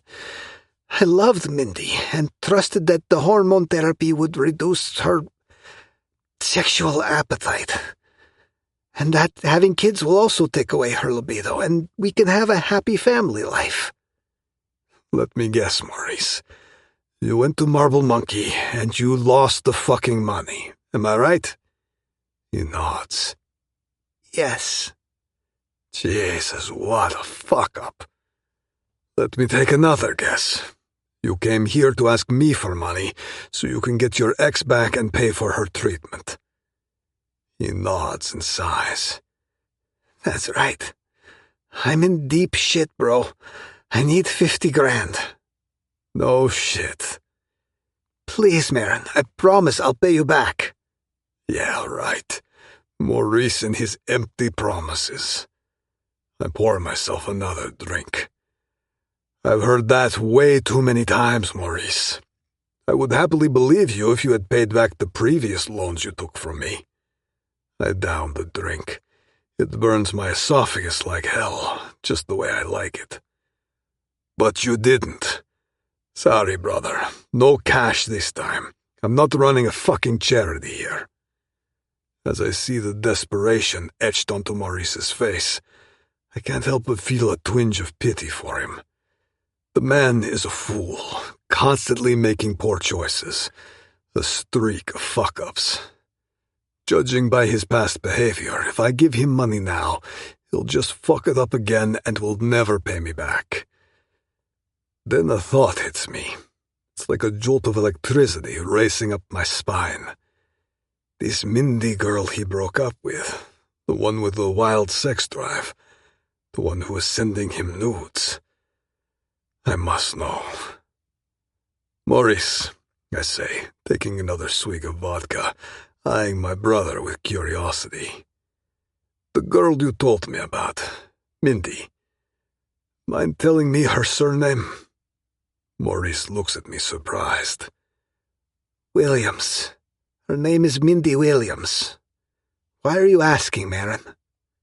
My grip falters, and I almost drop my vodka glass on the carpet. My mind races, connecting the dots at lightning speed. Holy fucking shit! Mindy Williams, my gorgeous chief accountant, is Maurice's ex-girlfriend, and the nudes she sent me by mistake were meant for Maurice. Just curious, I tell Maurice, shooting him a glance. But my mind has already wandered off, thinking about that video with Mindy finger-fucking herself, grinding her hips and shaking from her orgasm. My dick is rock hard in my pants in an instant. Fuck, what are the chances? Jesus, I need another shot of vodka. I just don't get it. Why would a woman like Mindy choose to be with a fuck-up like Maurice? For 2.5 years? Did she not see Maurice for the loser he is? Not that it matters now. What matters is that Maurice broke up with her. It's over, which suits me just fine. More than fine. Chapter 8. Mindy. So much for recharging my batteries over the weekend. I accidentally sent nudes to my boss, my relationship ended, and my mom is in hospital. Not exactly the relaxing weekend I'd planned. Every inch of my body feels heavy and worn out. I'd applied some makeup to hide the dark circles under my eyes, but it didn't change how I felt. I still feel like crap. What would help is a hit of caffeine, injected straight into my brain. As soon as I arrive at work, I'll head straight to the kitchen and make the strongest coffee possible to help me survive the day. And maybe another one before I meet Maron Korolev first time after sending him the damn nudes. Relax, Mindy. He gets thousands of emails every day. It probably went to a spam folder anyway. I force the image of Maron Korolev out of my mind and take a sharp turn, navigating the morning traffic. But as soon as I stop at the next traffic light, another thought invades. My mother. I'm worried sick about her. After I visited her at the hospital, I spoke to Dr. Walker, and he sounded optimistic. There are viable treatments for Mom's cancer. That's the good news. The bad news is that these treatments are only partially covered by her insurance, and they're not cheap. This would be a great time for my sister to chip in, but unfortunately, she's too busy hating me and battling her addiction. I did my mental calculations over the weekend, and I came to the conclusion that with careful budgeting and some sacrifices, I can just about squeeze the money out of my savings and my paychecks at Global Media. If Mom responds well to the first treatment, the entire therapy will be around $55,000, which is a lot of money for me. Right now, it seems like a pretty daunting task, but I have to do it. It's the least my mom deserves. But right now, my main problem is still the accidental email I sent to my boss on Friday. Scratch that. My main problem is the photos and the video attached to that email. I still haven't heard anything back, and I'm dreading the moment when I have to face the music. Who knows? I may not even be an employee at Global Media anymore. If I know Maron Korolev well, he just told HR about the incident and had my access card deactivated without communicating anything to me. But if that's the case, at least HR would have told me something. Not to mention that Betty works at HR. She would be the first to tell me if I was fired. Maybe Maron Korolev never saw that email after all. I try to soothe myself once again. Maybe it did get lost in the thousands of emails he receives every day. I just hope I'm right, and the email got lost in the ether or was marked as spam. I cannot be fired. Not right now. With my mom being in hospital, I need Global Media like a flower needs water. There's no way I can pay for her treatment without a stable job. What the hell are you doing, you fool? I mutter to myself in disbelief as a reckless driver cuts me off at the traffic lights, briefly pulling my attention away from my treacherous thoughts. Then there's Alexis. I could ask her to help me pay for our mom's treatment. She is my sister, after all. But I know it would only lead to even more conflict, and I don't want to risk that. Her own struggles make relying on her very risky. I can't afford to add any more instability to an already chaotic situation. Alexis, my once bright and beautiful sister, has been battling addiction to painkillers for 3 years, 9 months, and 5 days. That's how long it has been. That's when that fatal car accident happened. There were 3 of us in that car. Alexis, my twin sister Emily, and me. I was driving. The events that followed have faded into a blur now. My mind has either erased or buried them deep in the recesses of my consciousness, most likely because they are too painful to remember. I can only recall fragments. The sound of screeching tires, the flashing of red lights, the feeling of rain hitting my face as I stumbled out of the car and called for help. My memory has erased most of the details. But one thing that will forever remain etched in my mind: the moment my twin sister Emily died. I was there. I was there as she heaved her final breaths, watching her as her soul left her body, leaving behind nothing but a lifeless shell. The memory of her death will haunt me until my last breath. No amount of therapy could erase the image from my mind. Her cries of pain still ring in my ears as she calls my name for my help. Mindy was the last word she uttered before she died. My beautiful twin sister. Through our close bond, I could feel her suffering and agony tearing at my heart and breaking me apart. We were all taken to hospital. Emily died. Miraculously, I got away with a few scratches. Our mother was so traumatized by the loss of Emily that I'm pretty sure it's one of the reasons why she has cancer. If not the only reason. As for Alexis, she was prescribed too many painkillers to cope with her injuries, and now she can't function without them. It's all your fault, Alexis would say. Maybe she's right. Maybe it is all my fault. Either way, I have my own punishment. I carry the weight of Emily's death, Alexis's addiction, and my mother's illness for the rest of my life.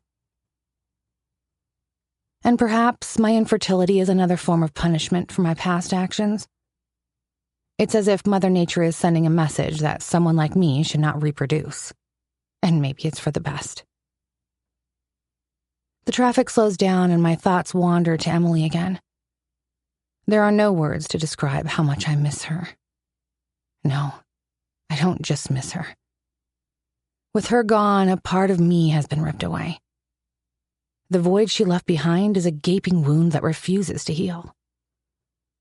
People often say that twins share an unbreakable bond, that they're two halves of a single soul.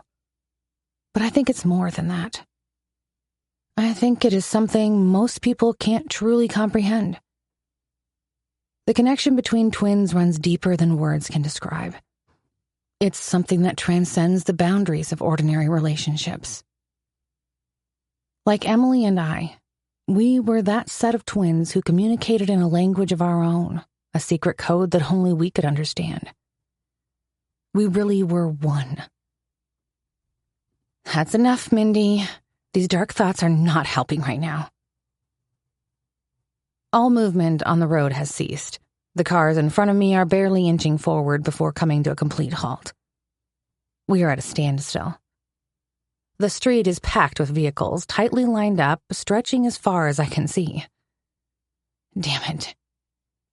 At least my mind is no longer consumed by thoughts of Emily, but rather by a frustration at this unexpected delay. I grab my work phone and dial reception to let someone in the office know that I'll be late for the meeting and that they can start without me. The number you have dialed is not recognized. I frown. I try a few other numbers, but the answer is the same. The number you have dialed is not recognized. What the hell? Maintenance of the company phone system? On a Monday morning? The cars in front of me finally start moving again, and I can't make any more phone calls. After having spent more than an hour in rush hour traffic, I finally arrive at the building of Global Media. I step out of my car and quickly stride towards the entrance of the office building, my heels clicking against the pavement. I take out my access card and swipe it against the sensor.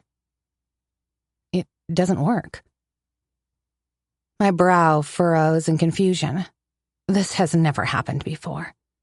Maybe it's just a glitch. So I try again. Still no luck. I scrutinize the card. Maybe the chip is damaged? I give it one more swipe, hoping for a beep or any sign of life, but the card remains unresponsive. It can't be dead, can it? I try once more, hoping for a different result. No luck. I scan the expansive lounge, expecting to find some people, but all I see is an eerie stillness. Not a single soul. Chairs sit vacant, and the silence is only punctuated by the faint hum of the air conditioning. What the hell? I'm just about to fish out my phone again and try another number when I hear a noise coming from the direction of the elevators. I turn to see the doors opening, and I see the receptionist lady stepping out. Finally, a real human being who works at Global Media. "Clara," I tell her, "good morning. Could you please check my card? It doesn't seem to be working. Looks like there's a glitch in the system." "Oh, sure," she says, smiling. She fiddles with it under the counter, her face somewhat cloudy. "Let me try again," she mumbles. Then she looks up. "Miss Williams?" she says. "I'm afraid your card has been blocked." I stare at her dumbly. "Blocked? Are you sure?" "I'm afraid so," she repeats. "Have you checked your emails?"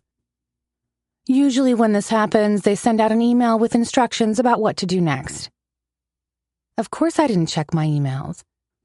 Mom's cancer and the breakup with Maurice consumed my thoughts all weekend. Not to mention that I was too afraid to see if someone responded to my photos. I stop and freeze. The photos. The damn nudes I accidentally sent to my jerk boss instead of my boyfriend who broke up with me since. Probably my stupidest mistake ever. Maybe that has something to do with this. Oh, dear God.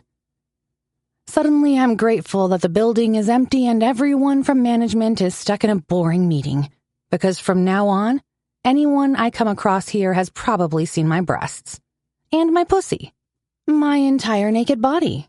And heard me cry as I shake from my own orgasm. Oh, Mother Earth. Why won't you open up and swallow me?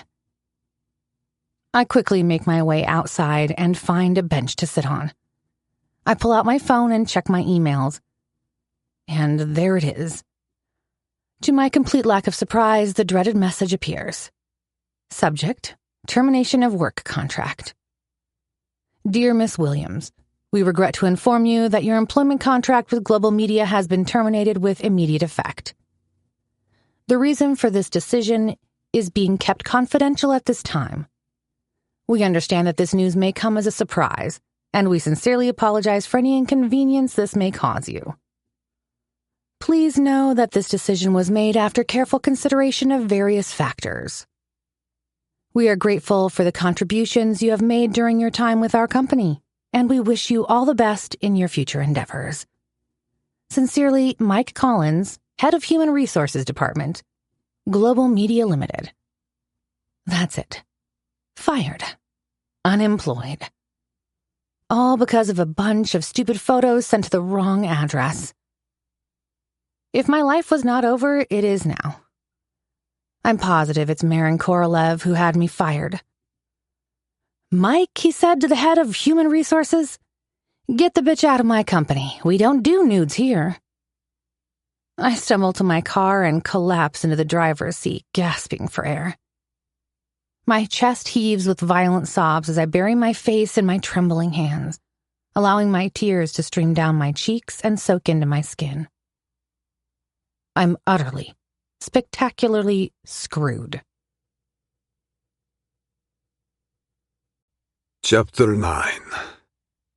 Maron.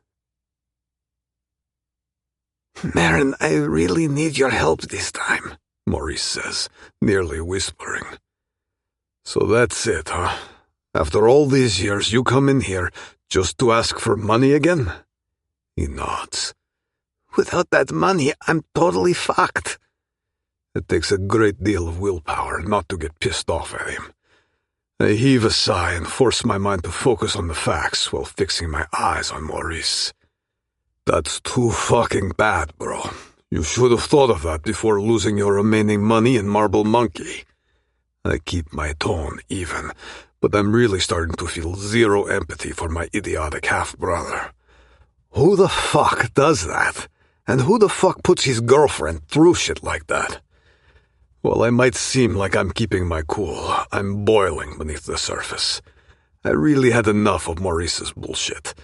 For the last few years, it seemed like he was getting his life together. I almost thought he could pull it off. Yet here he is, crawling back to my office just to try to use me as his personal bank, pissing me off all over again. I know one thing for sure. If I give him cash, it means I'm never seeing that money again. But then again, he is my brother. Well, half-brother. Maurice and I are from the same father, but different mothers. And despite the fact that he's from a different mother, my own mother loved him and treated him like her own. She even used to call him son when she was still healthy. As much as I want to punch the idiot in the face and throw him out of my office, I can't deny that he's a part of my family. And that means I can't just let him down. Blad. I take a swig of vodka and lean back, keeping my eyes locked on Maurice. It's obvious that he's desperate. He's not even trying to hide it. I could just kick him out and let him be homeless, but for some reason I can't bring myself to do it. Then a light bulb goes off. What if I could get Maurice to take over the organ business? It's a risky move, yes, but it could be the answer to a lot of my problems. Nearly all of them. And also to his problems. The thing about organ trade is that it's unpredictable. One minute you're on top of the world, the next you're dodging bullets and watching your back every second of the day. It's a constant fucking headache, and honestly, I'm getting tired of the stress that comes with it. But global media, now that's a different story. It's the perfect cover for my less-than-legal activities, like the Tremoxine project. It's a legitimate business, a way to keep the money flowing without drawing too much attention from the wrong people. If Maurice took over the organ side of things, it would free me up to focus on global media and Tremoxine. He could deal with the shit surrounding Jennifer Sarkova's kidney and the mess with her father. And I could pour all my energy into making Tremoxine the success it's meant to be. No more distractions, no more worrying about the next kidney going missing or some rival family trying to fuck me over. Just pure focus on the project. So yes, this could be an all-in-one solution. You're one lucky asshole, Maurice, I drawl, fixing him with a pointed stare. I won't give you cash. He looks up. How does that make me lucky? I've got a better offer for you. Maurice furrows his brow. Better? What's the offer? I spread my hands, a smirk playing on my lips. Only the opportunity of your miserable life, brother. The way out of the steaming pile of shit you've buried yourself in. The light at the end of your fucking tunnel. Maurice leans forward, his interest piqued. I let the silence stretch for a moment, savoring the power shift. I'm willing to hand over my organ trade business to you. The entire operation as it is yours to run.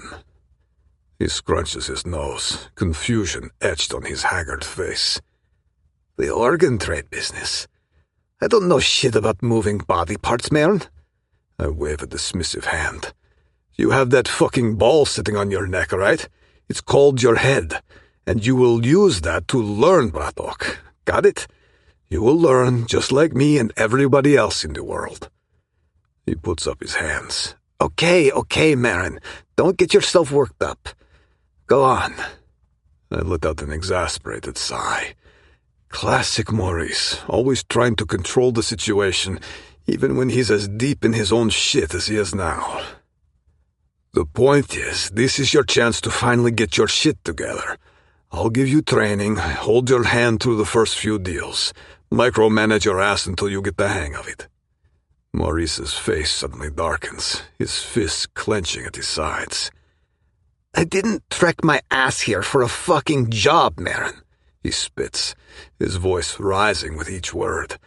I came here asking for temporary help, because the last time I checked we were family, or something like that. Does that mean nothing to you? Your definition of family is quite fascinating, Maurice, I remark, trying to hide the frustration in my voice. Whenever you find yourself in need of money, you suddenly remember you have a brother. Then you will reach out to me, take what you need, and vanish into thin air without repaying a single fucking penny." Maurice's face flushes with a mix of shame and indignation. "It's different this time, Maron," he insists. I lean forward, my eyes boring into his. "How the fuck is it different?" I spit out. "And what assurance do I have that I'm going to get my money back this time? Your word?" The last two words come out as a mocking sneer.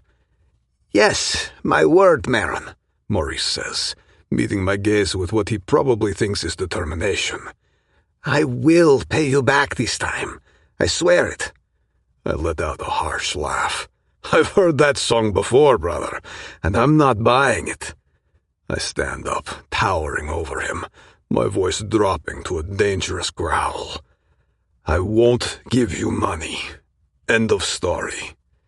I give him a look that's designed to freeze blood, my words sharp as steel.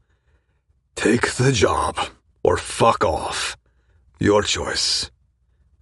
The tension in the room is palpable as we stare each other down, years of resentment and broken promises hanging between us like a toxic cloud. All right, he finally backs off. "Tell me the rest of the offer." I continue to eye him for a few moments before I start talking again. "You will handle operations after you receive the necessary training, and you'll get 30% of the profits." "Only 30? He scoffs. "Why not at least 50? "Because I'm still the business owner and the one taking the risk," I snap. "Face it, Bratok, you're not in the position to negotiate. You lost all your money gambling and your girlfriend of 2.5 years. I don't even understand why she would put up with you for that long. Right now, you're a fucking loser, and here I am, giving you a chance to turn your miserable life around.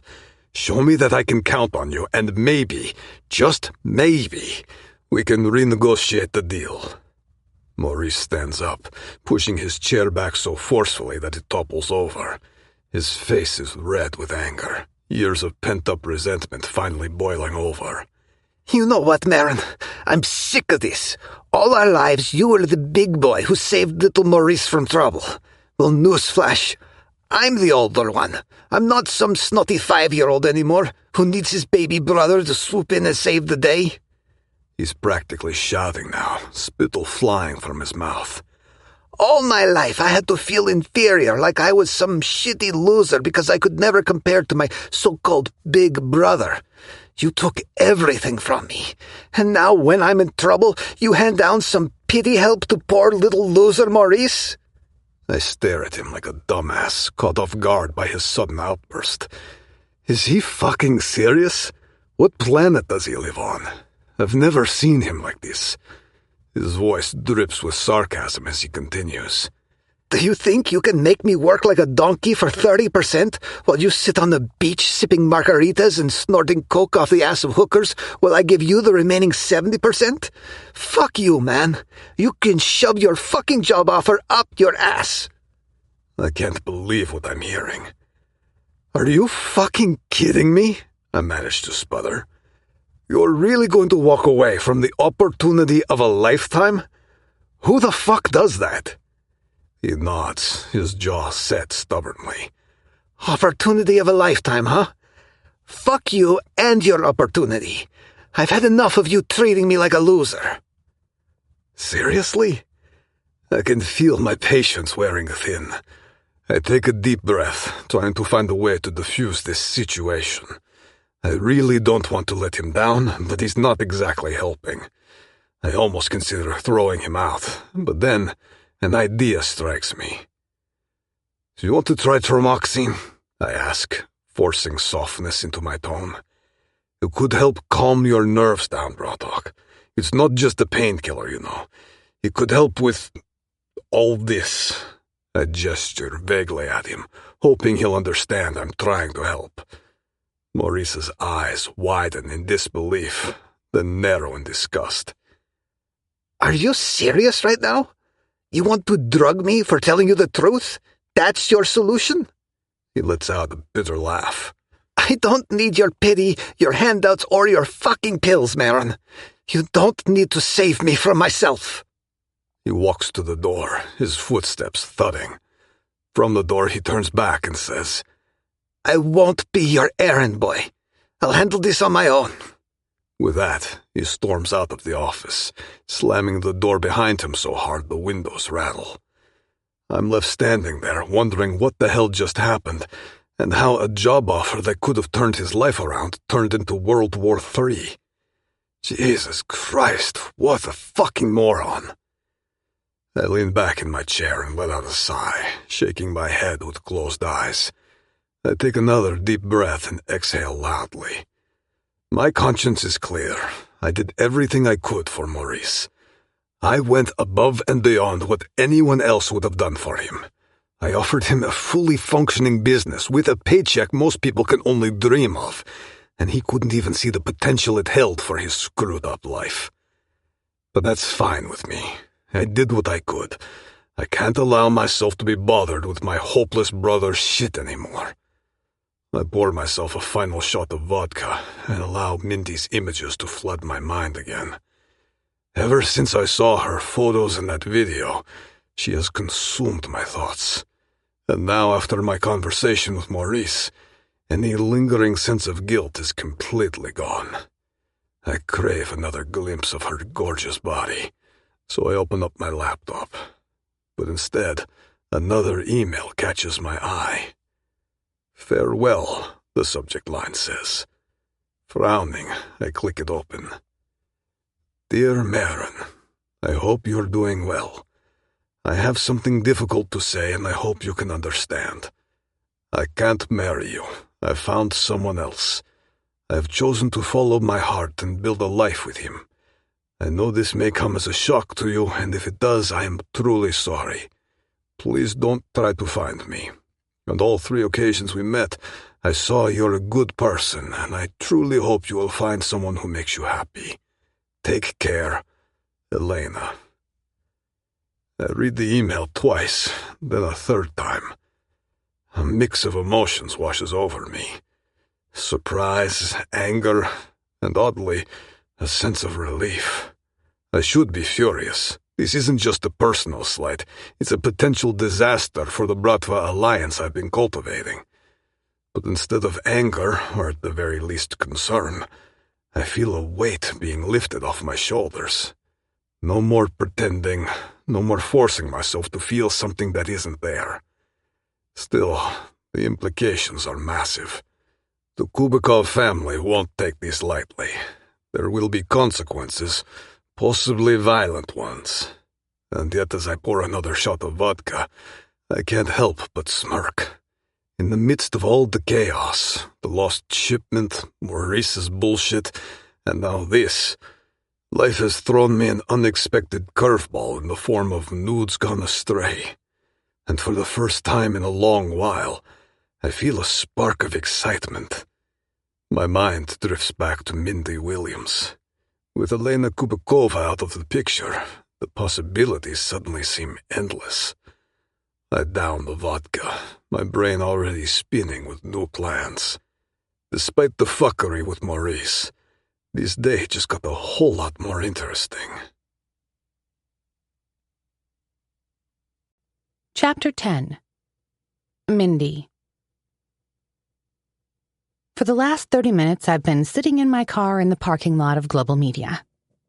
I struggle to find the motivation to put the key in the ignition and start my car. Instead, I lean back and allow the tears to flow, letting out the emotions that have been weighing down on me. Breathe in, breathe out, and again. Inhale, exhale. But despite my best efforts to calm my nerves, I can feel the stress building in me like a ticking time bomb ready to explode. You can't lose it now, Mindy. You can fix this. I heave yet another sigh. The tears that have been streaming down my face for the last 30 minutes begin to slow, and the tightness in my chest starts to ease, just a little. It's a small victory, but I'll take it. That's it, Mindy. When one door closes, another one opens. Maybe there's an opportunity on the other side of this. Just focus on that. With a newfound sense of clarity, I push aside the shit that's been haunting me these last few days. The nudes, Maurice's betrayal, Mom's cancer, my sister's accusations, and now being fired from my job. And I turn my attention to the one thing that matters most: finding a way to make money and fast. Because right now, with my mom's treatment hanging in the balance, I don't have the luxury of wallowing in my misery. I turn on the ignition, pull out of the parking lot, and start driving. The city streets become a blur of lights as I drive past them, with faceless strangers filling the busy sidewalks. My mind is racing, desperately searching for a solution, a way out of the mess I've found myself in. And then, like a bolt of lightning, it hits me. New York High. I can always go back to New York High, right?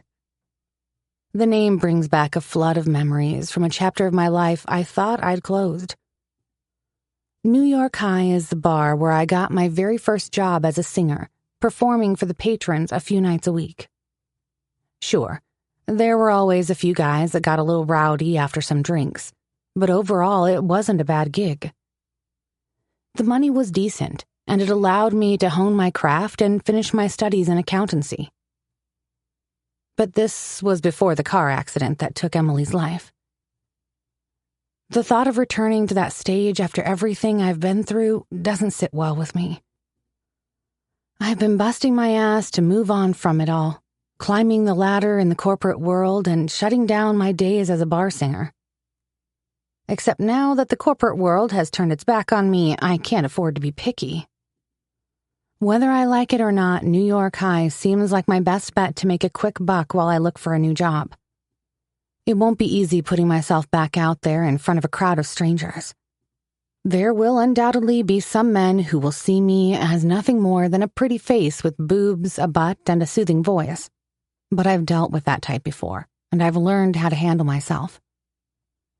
If a few leering looks and drunken catcalls are the price I have to pay to keep a roof over my head and pay for Mom's treatment, so be it. Not to mention that the process of applying for corporate jobs can take an eternity.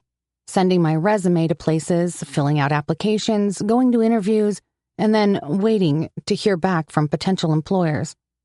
It all takes time. Plus, I'm pretty sure Maron Korolev won't provide a positive letter of recommendation for me. He would likely write something along the lines of, "Miss Williams has exceptional skills in accounting. However, she does have the odd tendency to send nude photos and amateur porn videos of herself to her CEO and other prominent figures within the company." New York High may not be my dream job, but it could be a way to make ends meet while I figure out my next move. And right now, that's all that matters. As I drive towards the familiar neon sign, I try to focus on the positives. Kevin, the owner, is a decent guy, and we always got along well. I'm hoping he'll be happy to have me return. 15 minutes later, I park my car in the parking lot of the building. As I step inside the familiar, dimly lit bar, a wave of nostalgia washes over me. The smell of stale beer and cigarette smoke fills my senses, bringing back memories of late nights spent crooning into the microphone. It's way too early now, so the bar is practically empty. But I'm lucky enough to see Kevin behind the counter. When he notices me, his face brightens up. "Well, well, look who it is. Mindy." He comes out from behind the counter and gives me a bear hug. "Good to see you, girl. You still belting out those killer tunes? Or have you gone all corporate on us now?" I chuckle at his teasing tone. "Looks like I couldn't stay away any longer, Kevin." He nods, knowingly, pouring me a drink. "That's a delight to hear. You know, we never really found a voice like yours since." "Oh, really?" I ask. I say, trying to contain my elation. "Yes, ma'am. The audience always loved you. Even after you left, they kept asking about you." "Thank you, Kevin. That's the confidence boost I need this morning." I smile and clear my throat.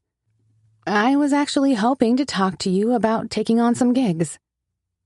He raises an eyebrow, his curiosity piqued. Oh, yeah. You thinking about making a big comeback? I take a deep breath, realizing this is my chance. I don't know about big comeback, but I'd love to do some gigs again. It's out. Kevin's eyes open wide.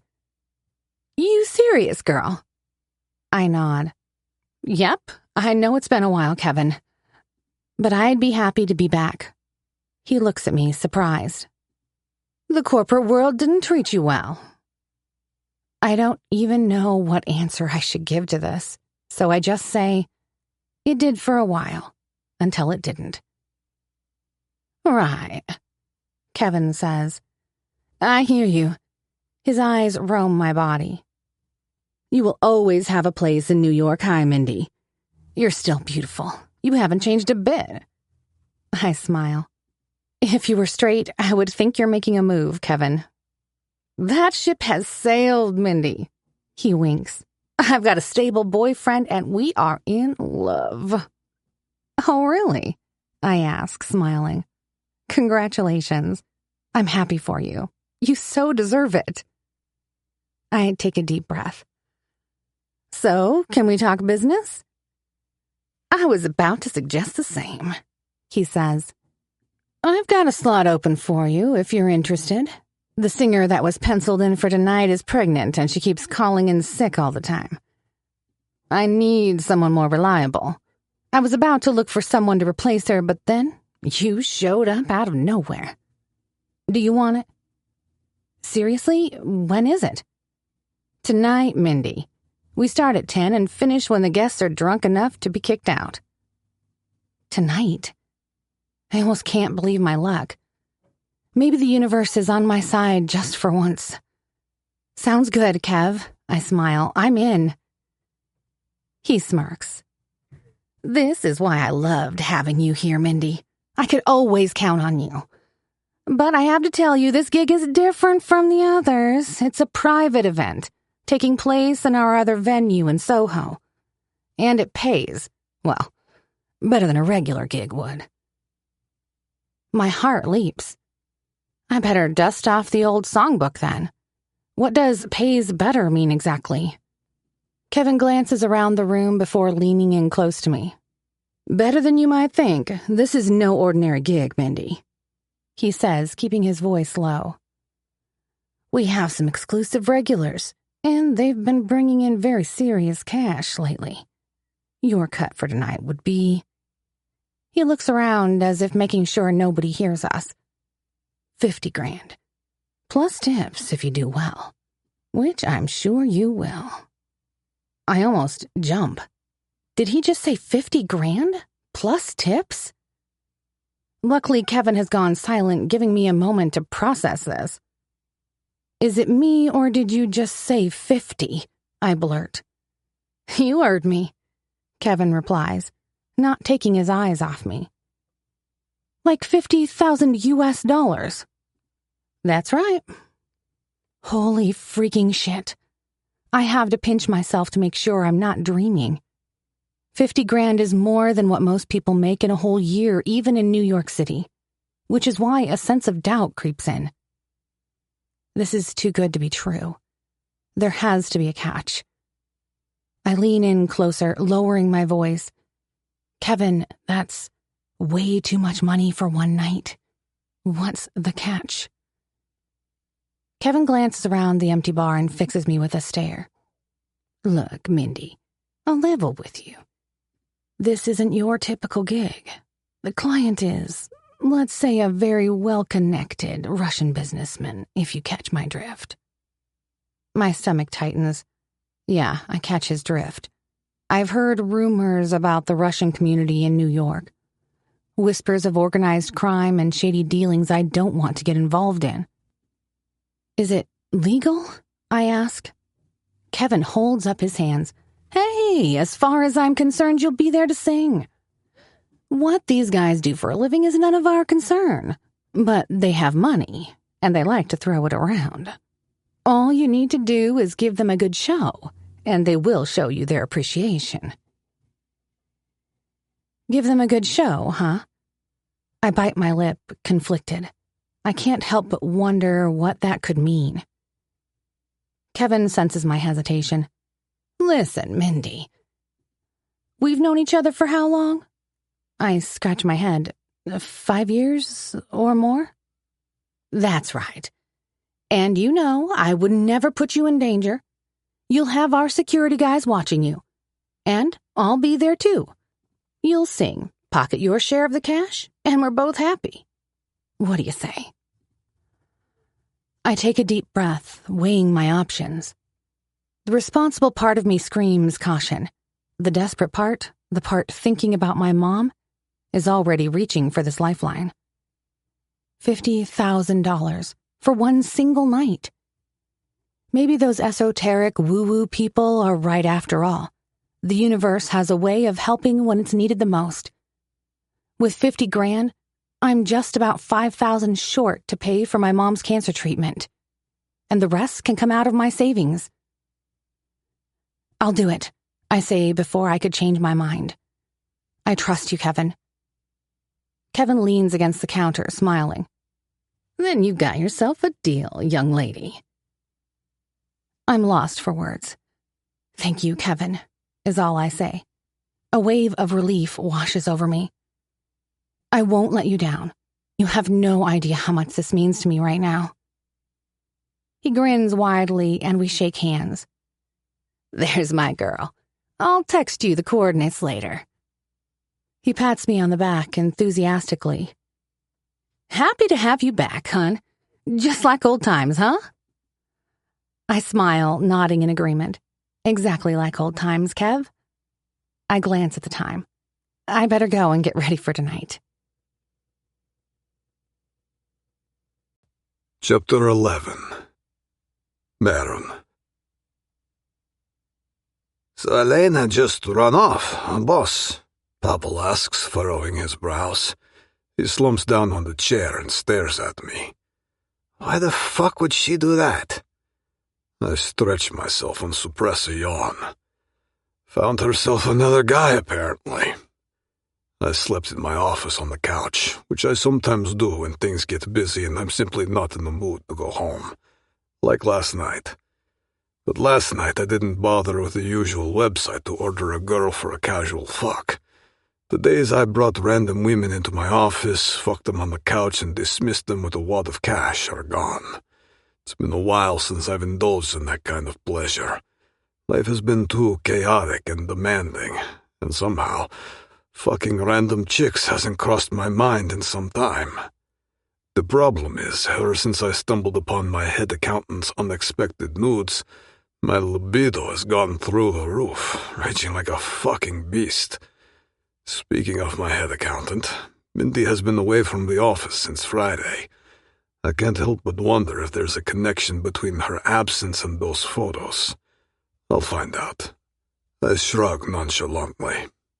I'm done with Elena anyway, I tell Pavel. If she wants to be with her new boyfriend, so be it. Suits me fine. Pavel shakes his head in disapproval. Still, this is highly disrespectful to you and the entire Bratva. For an arranged bride to simply run off with some side piece. Her loss, I interject coolly. Elena was nothing more than a means to an end, solidifying ties with the Kubakovs through marriage. I barely knew the woman. Only met her a few times, and none of those times did she move anything in me. And it was pretty clear that she felt the same about me. Pavel lets out a scoff and looks away. You and I both know that a leader without a spouse or children is seen as vulnerable. It makes people question your ability to lead us. You know well why I don't want children, Pavel, I growl. I've lost a kid once, never again. He nods, his eyes flickering with understanding. I know, boss, but you can't keep living in the past, grieving over Cordelia. She was a special kid, sure, but we both know that the Bratva doesn't give a fuck about your losses. A childless leader? To them that means you're weak and the perfect target. Fucking wolves like Leonid Shirkov are constantly sniffing for opportunities to make moves against our territory. I clench my jaw. I know that, Pavel. You don't need to give me a fucking lecture. Listen to me, boss, he persists. Cordelia will always hold a place in your heart, and I get that. But you gotta move on. Find yourself a good woman, fuck her senseless, and put some babies in her. They'll love you, and you'll love them. They'll help you forget about your loss, and it'll only strengthen your position in the Bratva. I lean back, steepled fingers pressed against my lips as I consider his words. As much as Elena's abrupt departure means little to me personally, Pavel isn't wrong about the optics. I'm not as stupid as you think I am, Pavel. I know I'll need an heir sooner or later, but right now, this is the last thing on my mind. I have a lot going on. Like what? He asks. I shoot him a look. Like my mother's illness. Then there's global media with all the new contracts coming in. And we need to get new tramoxine samples to replace the ones that sank to the bottom of the fucking ocean. Not to mention the Shirkov kidney. Yeah, the fucking kidney, Pavel scoffs. Shirkov is getting impatient. His daughter is running out of time. But once this kidney shit is sorted, we need to get you a wife. Top priority, boss. Sort out the cargo first, then worry about finding me a wife, I say, slightly annoyed. Fine, Pavel says. I will get that new cargo shipped. In the meantime, maybe take a look around the wife market. He gives me a sidelong look. Maybe you already have some prospects in mind, boss? I don't miss his carefully weighted tone. I don't answer right away. Instead, my mind races, conjuring up images of Mindy's seductive photos and her video. I just can't seem to get her out of my fucking mind. That slick pussy is begging to be licked. I want to devour her, to make her scream my name while she comes on my cock. I want to make her mine. Fucking mine. Speaking of which, I must find out why the fuck she didn't turn up in the office today. Maybe she believes she got fired because of those photos, but that's not the case. Her role within the company changed. I just need to have a conversation with her in person. Nope, not yet, I quickly lied to Pavel, shutting down any further thoughts. But this time I will take matters into my own hands and find someone myself, instead of relying on an arranged match. Pavel nods, understanding that I don't want to be pushed about my plans any further. All right, boss. I'll drop it for now, he says, but then adds with a knowing smirk. But don't think I haven't noticed you've been distracted these last few days. Whoever she is, she must be something special. His words hit closer to home than he realizes. The fucker knows me too well. That's what happens when you work together every day. I maintain my poker face, but my mind immediately drifts back to the video of Mindy pleasuring herself. Focus on replacing our cargo, not my fucking private life, Bratan, I reply, trying not to sound too irritated. Pavel doesn't need to know the truth, at least not yet. The truth that I've already made up my mind about Mindy Williams. I will make her my wife, and the mother of my future heir. She doesn't know it yet, but her life is about to take a major turn. I'll personally make sure of that. Sure, the decision might seem sudden, but it's been brewing in my mind ever since I saw those goddamn nudes.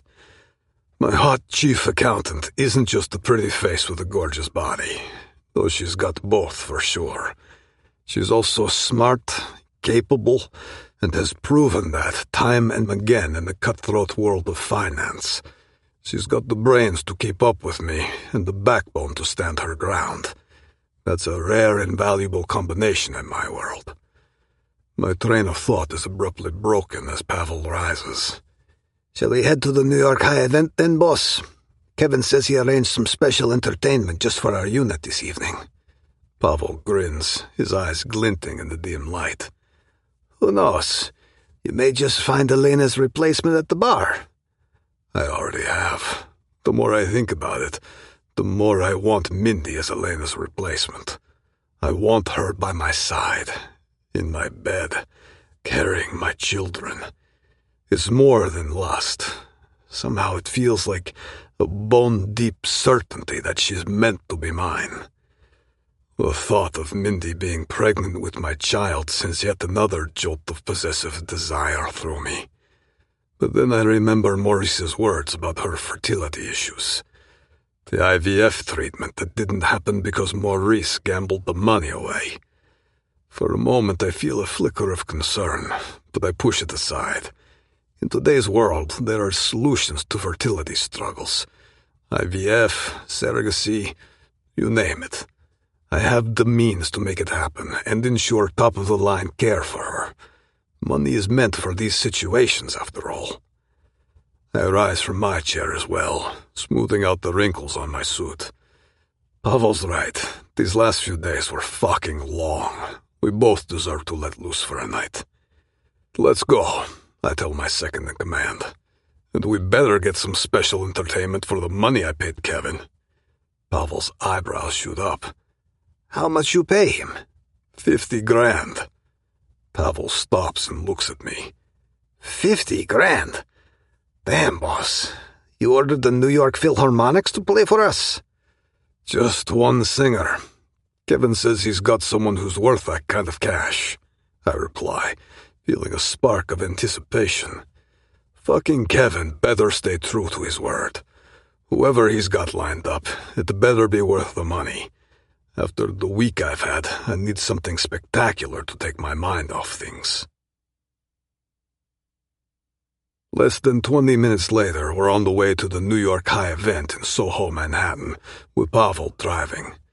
Like a sailboat, my Bentley glides smoothly across the busy streets of New York City.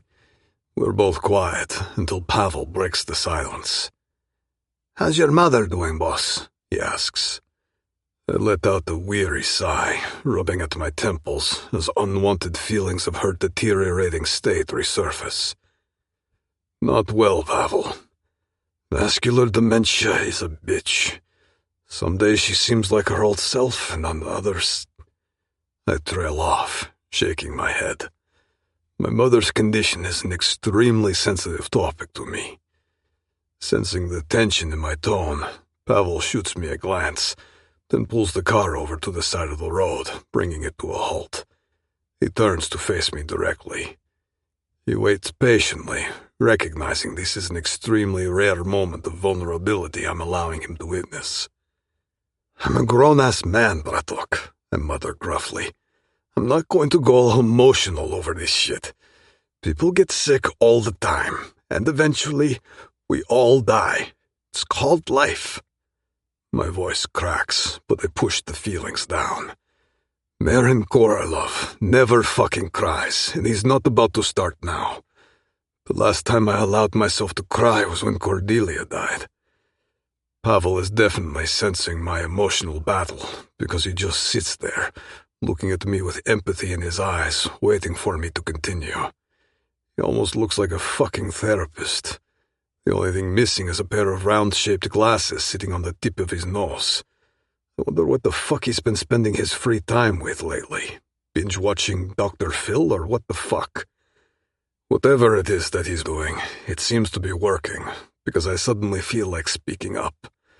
I clear my throat and start talking, without allowing my surfacing emotions to control me. My mother isn't getting better, Pavel. Every day she keeps losing her grip on reality.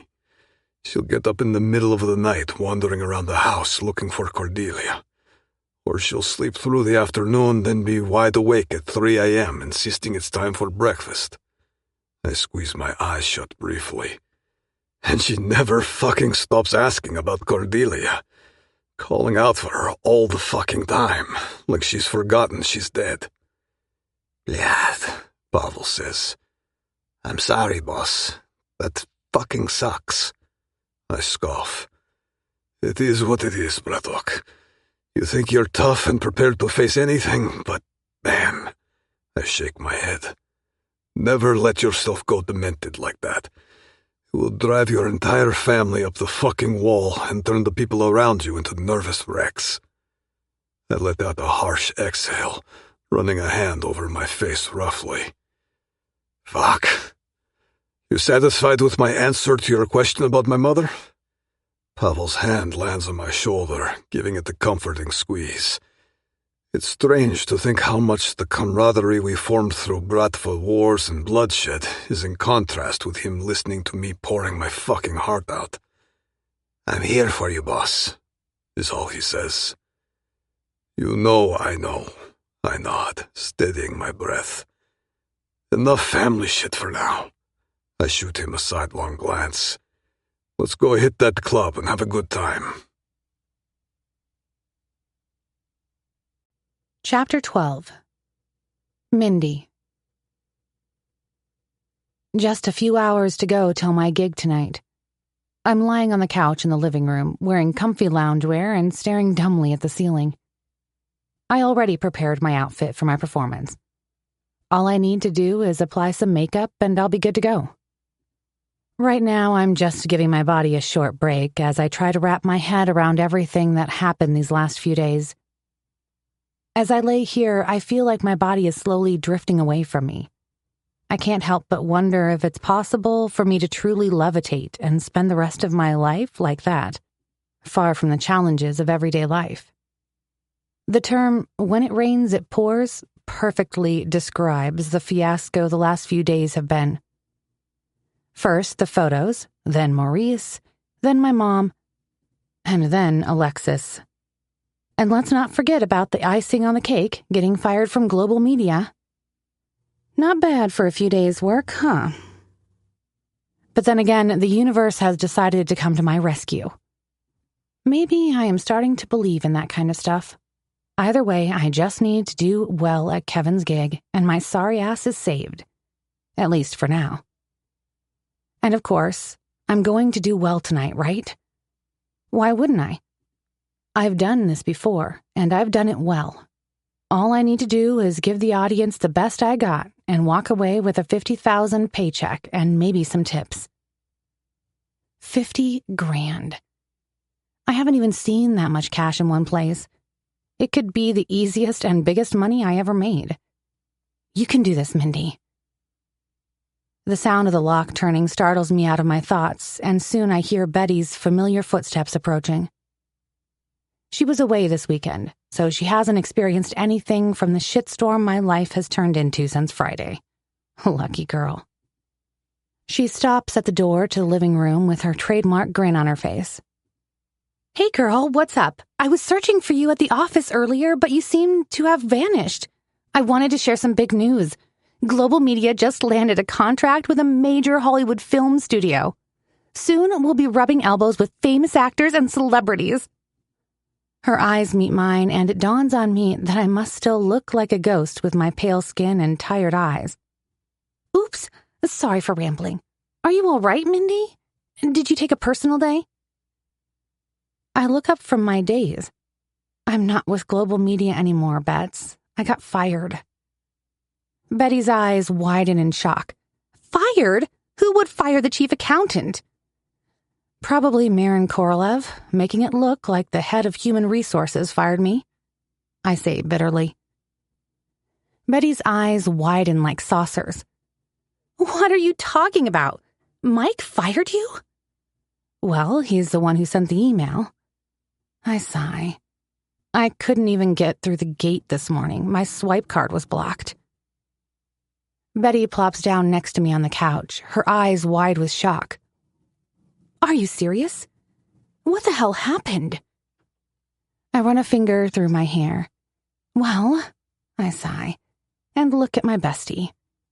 I accidentally sent some nudes to Maron Korolev and a few more important people in the company. Betty covers her mouth with her hands. What? I nod. That's the explanation. Betty looks at me in disbelief. You really need to bring me up to speed here, girl. You sent nudes of yourself to your boss? What nudes? Like photos? Tits, pussy, the whole package? I nod. That and a video. Are you kidding me? Betty says with a wince, shaking her head in disbelief. A video with you on it. I laughed bitterly. Yeah? And let's just say it wasn't exactly PG-13. Meaning? Well, I scream on it. Betty covers her mouth with her hands. Oh my God, Mindy. Please tell me you're joking. I let out a dramatic sigh and run my fingers through my hair. I wish I was, Bets. But unfortunately, this is not a shitty movie plot. It's real life.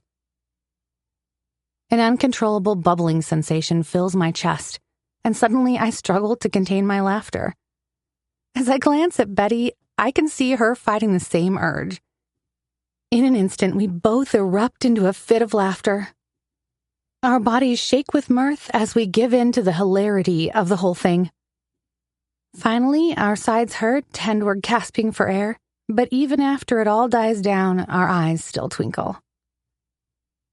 I'm so sorry. I'm not laughing at you, babe, Betty says through her giggling.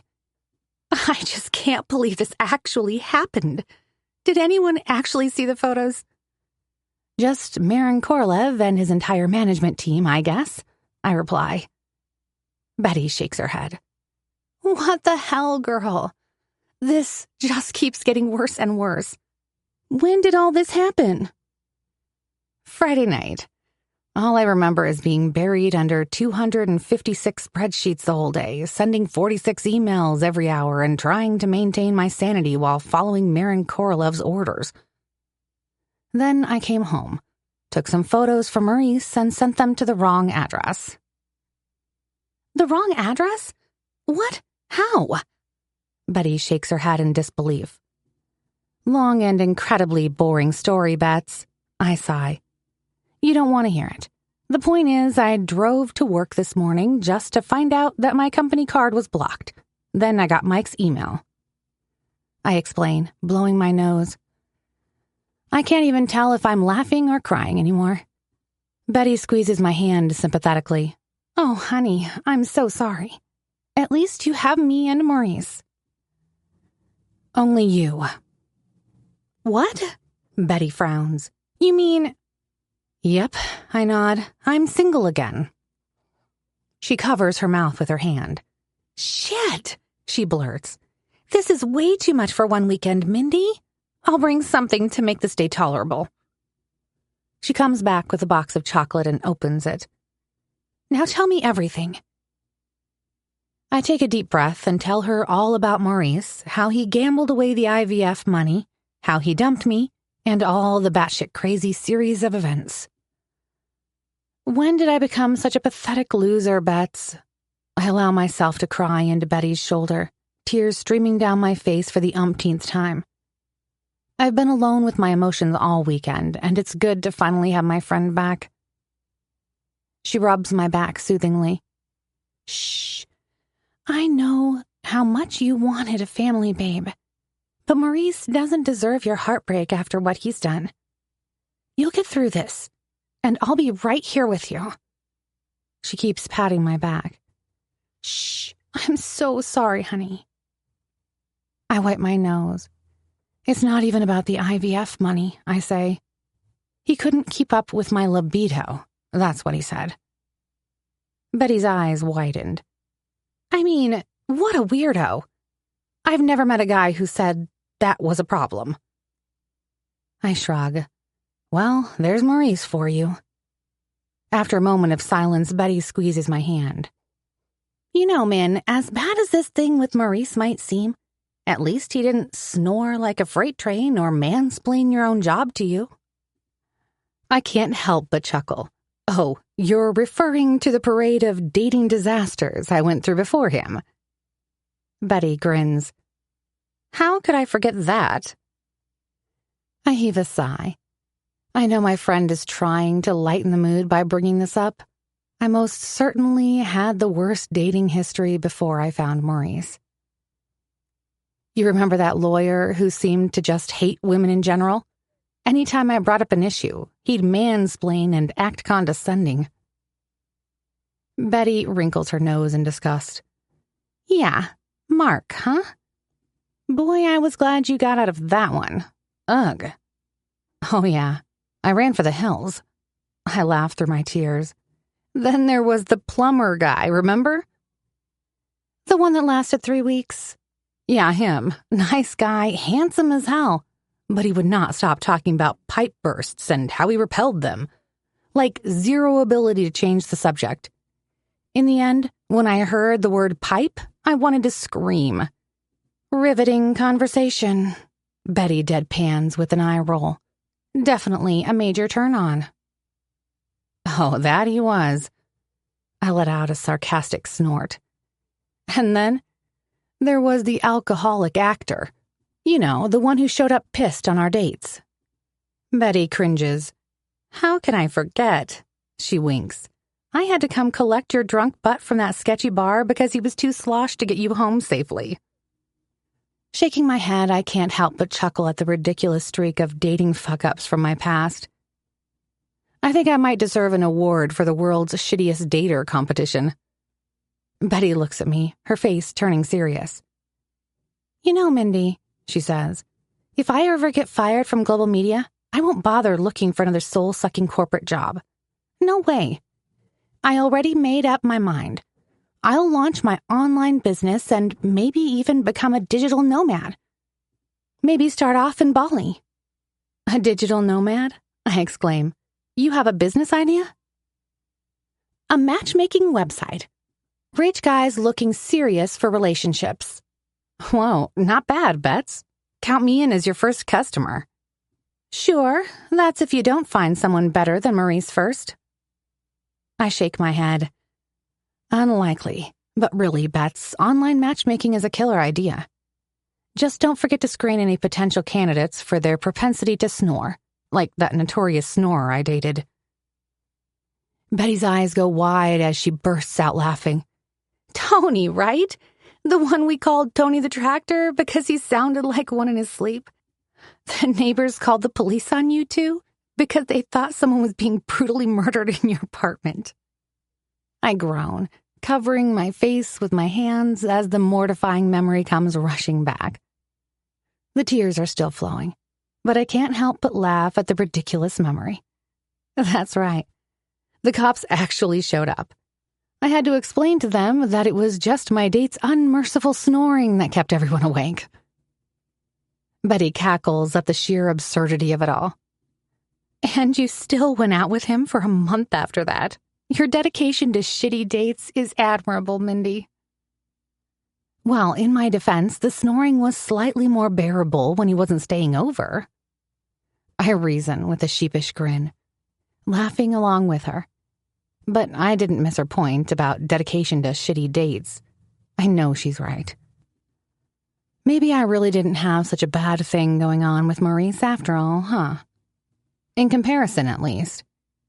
He looked so much like a normal family guy. My smile falters as I remember how much it still hurts to think about him leaving me. Betty squeezes my hand sympathetically. If that's any comfort, she says hesitantly. I never liked Maurice. I know I never told you, but I always thought he was selfish and commitment-phobic. You deserve so much better. I pull back, my brow furrowing as I process her words. What do you mean, commitment-phobic? We were together for over 2 years and were literally about to have a baby via IVF. How is that a commitment phobia? Betty sighs, brushing my tear-streaked hair from my face. Look, man, I know it seemed like he was fully committed on the surface, but I saw little signs over the years. He got antsy every time the relationship got too serious or took big steps forward. Like he wanted to be a couple. But as soon as it became forever serious, he started pulling away. Fresh tears well in my eyes as her words ring true deep down. I guess you're right, Bets. I think I knew that about him too. I just didn't want to face it. I was so desperate for the relationship to work so that I could finally have a family, especially after the accident. Tears are now streaming down my cheeks all over again. Betty pulls me into another hug. Shh, it's okay, girl. I know how much you miss Emily. But I'm here for you, and I'm not going anywhere. Her words only make me cry even more tears. Betty hugs me tighter. I wish I could take away your pain, Mindy, but all I can do is be here for you whenever you need me. You're not alone in this, I promise you that. I cling to her, my anchor in the storm of grief that threatens to sweep me away almost every day. Thank you, Bets. I don't know what I'd do without you. When she finally pulls away from the hug, she looks at me with determination in her eyes. Listen, Min, you deserve someone who loves you and values you wholeheartedly. Maurice doesn't deserve your tears. There's someone out there for you who will jump in with both feet. I just know it. Well, maybe, I sigh. But I don't have time for self-pity now, Betty. I need money. Because if all that shit wasn't enough, Mom needs more treatment for her cancer, and I'm the only one who can pay for it. Shit, Betty says. I know it really sucks, but I'm here for you. I heave a big sigh. At least it's treatable. But the insurance only covers half of the expenses. I need to scrape the other half. Alexis is useless. So I'm going back to New York High to sing again. It's the only way I can make enough cash quickly. New York High? You sure? Betty protests, shaking her head vehemently. You are so much more than a singer in some seedy club, Mindy. You've got your accounting degree and years of experience. Every big company would be happy to hire someone like you. Except Maron Korolev is unlikely to give me a good reference. I pull a face. And even if he does, it'll probably be something like, besides sending me and the company executives her nude photos and her amateur porn video, Miss Williams was an asset to our team. I let out a bitter laugh. My career in accounting just got flushed down the toilet, Bets. Right now, singing is all I have, so, I continue, I took action. What action? Betty asks. I went to New York High earlier today. Kevin, the owner, offered me a gig straight away. Betty's eyebrows raise. That quickly? I hope he'll pay you well. I nod. Better than you might think. Betty raises her eyebrows. Okay, and when is this lucrative gig? Tonight. Tonight? Betty's eyes widen in surprise. Talk about short notice. I know, right? It's some kind of private event taking place at another venue in Soho. Kevin didn't give me much detail, but I start at 10. I glance at the time. Speaking of which, I need to start getting ready. Betty whistles low. Private gig, great money, cloak of secrecy around the details. Sounds pretty sketchy if you ask me. I shrug. Maybe, but I can't afford to be picky now, Bets. Betty studies me for a moment, then nods in resignation. You're right, babe. When desperation hits, you gotta do what you gotta do. Just be careful, okay? Text me when you get there and when you leave. Thanks, Bets. I will. And hey, aren't you proud of me? The hell I am, Betty returns my smile. That's my quick thinking, hustling bestie. If anyone can knock 'em dead, it's you. She pulls me into another fierce hug. Hey, I'm here for you, whatever comes next, all right? Just promise me you'll start applying for some well-paid corporate jobs instead of getting stuck in a shady bar singing for drunk millionaires who want to fuck you just because you have a nice voice. Don't forget my killer tits, I tease, and Betty immediately bursts out laughing. I love you, girl. She comes in for another bear hug. I love you too, Bets. I return the hug. And thank you for everything. Honestly, I don't know what I'd do without you. I glance at the time. Jesus, I need to start getting ready or Kevin will have my head. Betty nods, standing up. All right, Miss Popstar, let's get you dolled up for this mysterious gig of yours, then. Where's that knock-'em-dead outfit you mentioned earlier? As we walk to my room, giggling, I just can't help but feel thankful for having Bets as my best friend. You can't put a price on friendship like this. It's worth more than the fattest paycheck in the world. Chapter 13. Mindy. The next 2 hours just fly by. I carefully curl my hair and put on my makeup, lost in my own thoughts. Betty has gone out, leaving me alone with my preparations. Once my makeup is done, I take a moment to look in the mirror. I'm quite pleased with the results. I expected a lot worse, given the mess I'd become lately. Sassy, I mumbled to myself. Just one final step. Slipping into the shimmering skirt and top suit, and I'll be ready for tonight's mystery job that will hopefully solve my financial problems. Well, some of them. I quickly scanned the address that Kevin had sent over. Of course, the event is in Soho, Manhattan. Where else would it be? A gig that pays $50,000 for just a few hours of work can only happen in the city's most expensive neighborhood. I still have a little less than an hour before my Uber arrives to whisk me away to the venue. A loud knock at the door stops my train of thought. It can only be Betty. The girl has the habit of forgetting her keys. Without bothering to put on any clothes, I head to the door wearing just my bra and panties. Seriously, Bet, you need to remember to take your keys, I grumble as I swing open the door. But to my surprise, it is not Betty standing in the doorway. Alexis, are you okay? I ask, furrowing my brow at my sister's unexpected presence. She seems to have this nearly uncanny ability of showing up at the most inconvenient times. My sister looks like she's just been through hell. Her hair is tousled, her pupils are dilated, and she has the appearance of someone who hasn't slept for days. Are you going to invite me in, sis? She asks, her speech a bit slurred. Her eyes travel down on my body. Looks like you've put on some weight, Mindy. She drops herself on the couch. Are you going on a date with someone who fancies curvy girls? Typical Alexis. I know she's provoking me, and I choose to ignore her comment. Instead, I return to the beauty table, pretending to continue my makeup as if I hadn't already finished. I don't have a lot of time, sis, so tell me in a few short sentences why you're visiting me out of the blue. She clears her throat. Okay, I'll be quick. I need to borrow some more cash.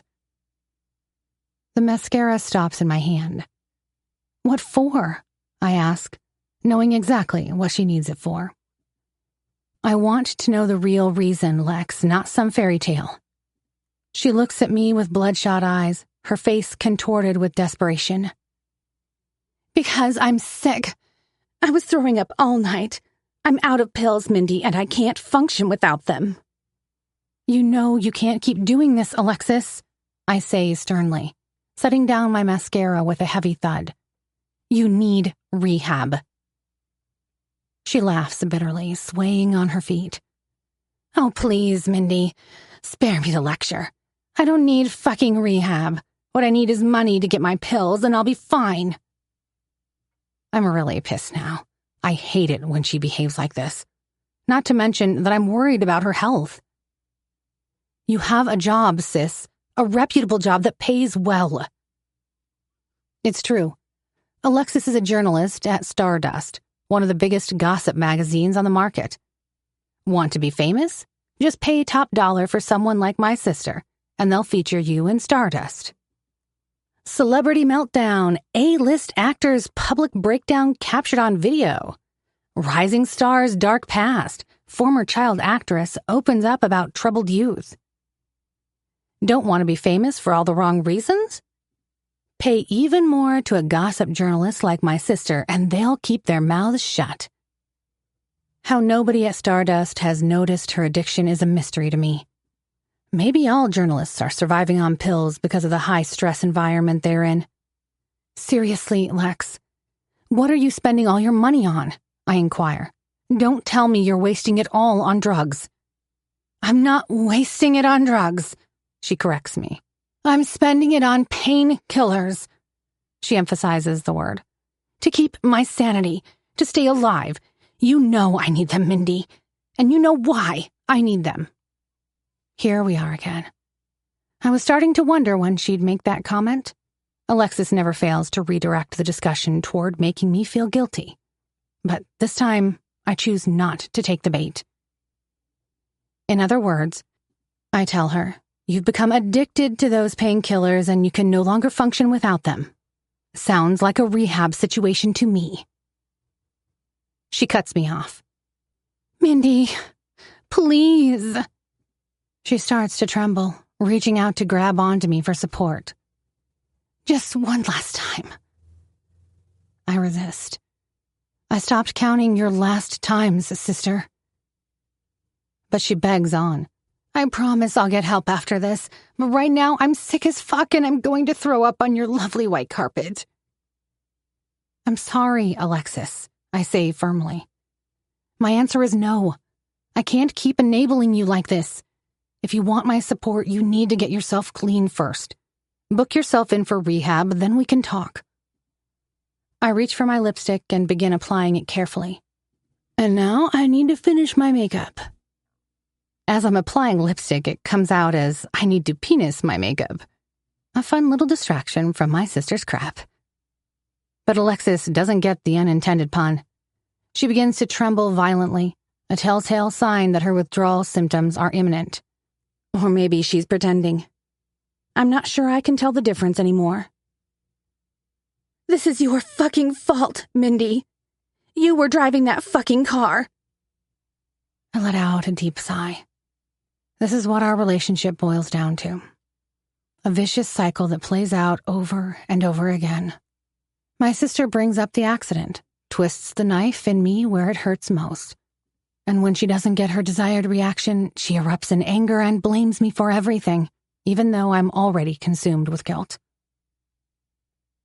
You and Emily, Mom's favorite twin girls, little Mindy and sweet little Emily. And me? The ugly duckling.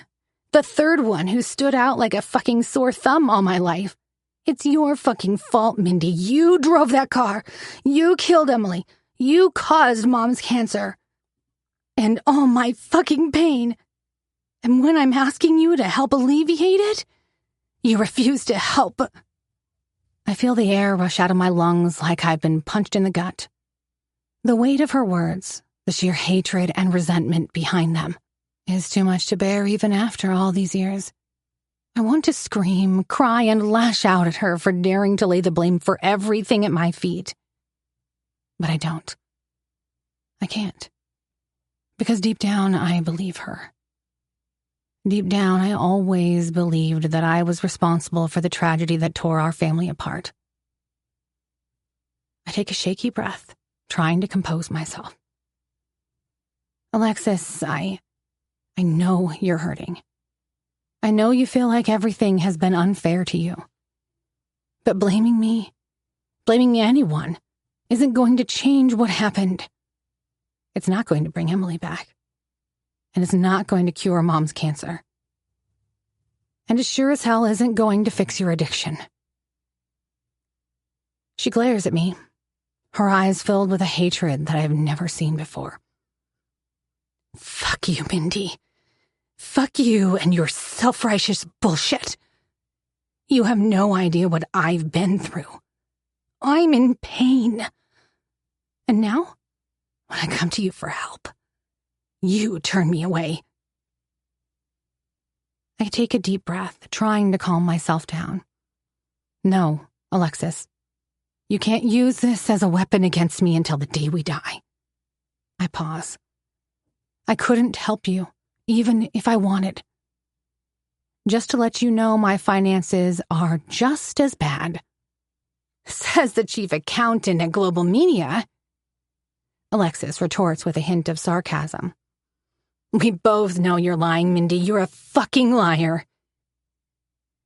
I swivel around in my chair to face her, my patience dwindling with each passing moment.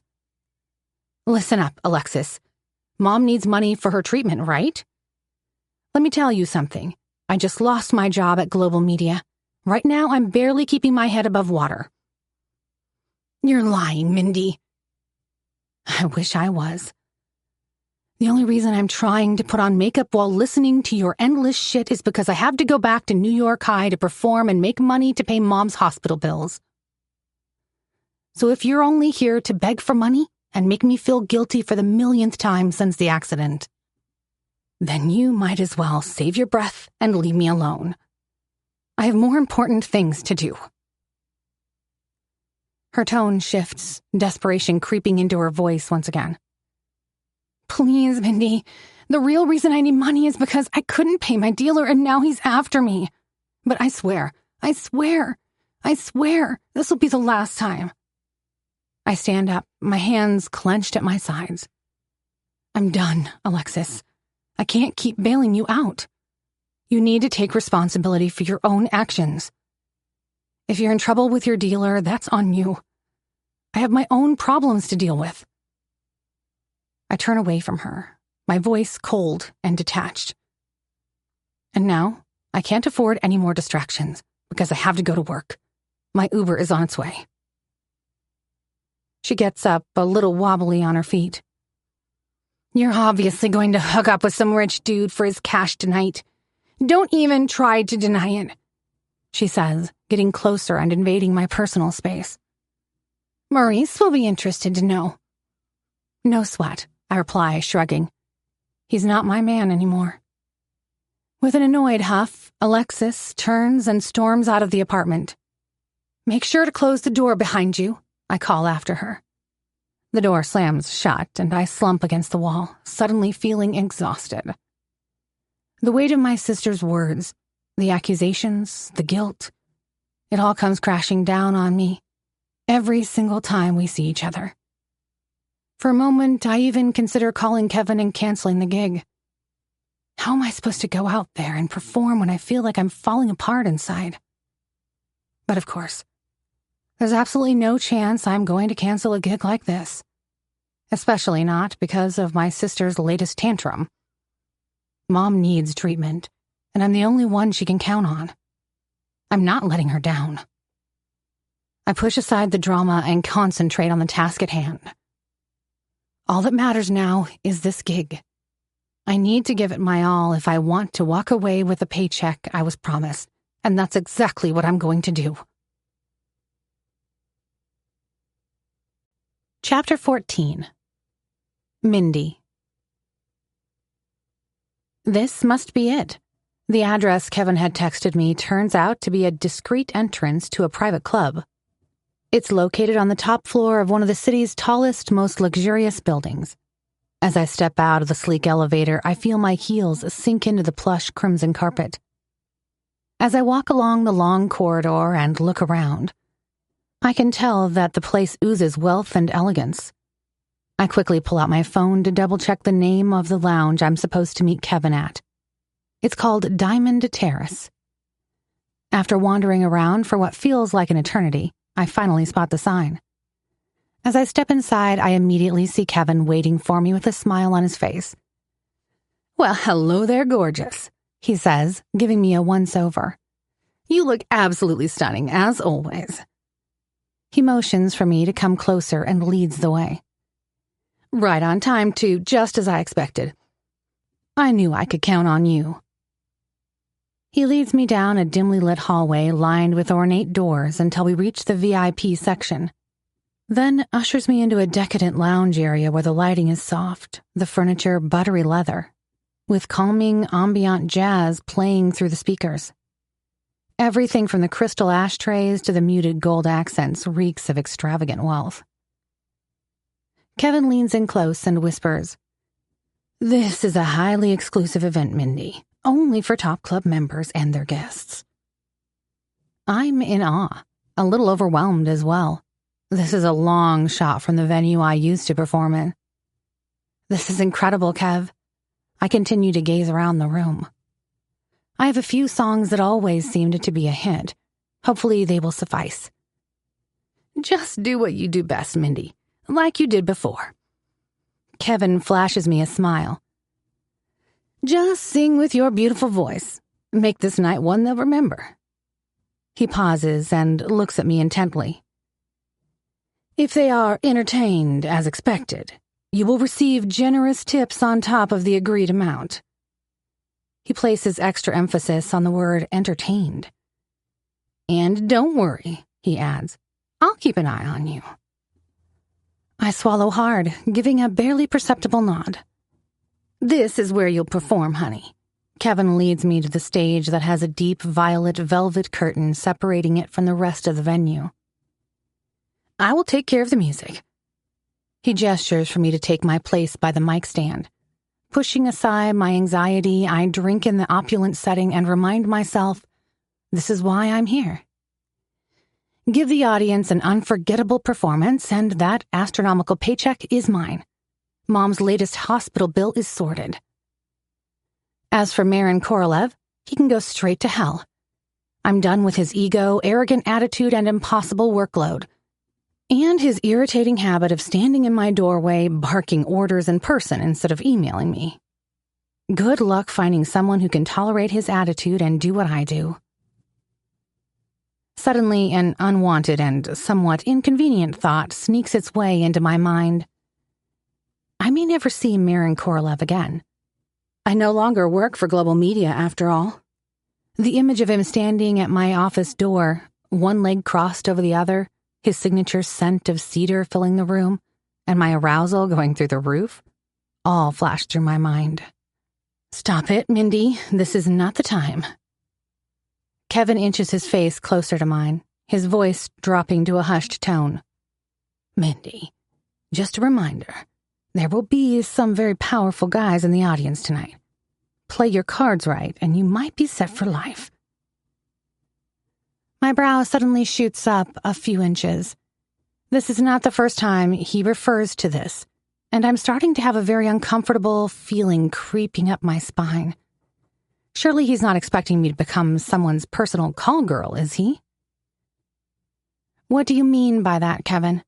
I echo my concern. How can one gig set me up for life? He smirks knowingly. Just trust me on this, honey.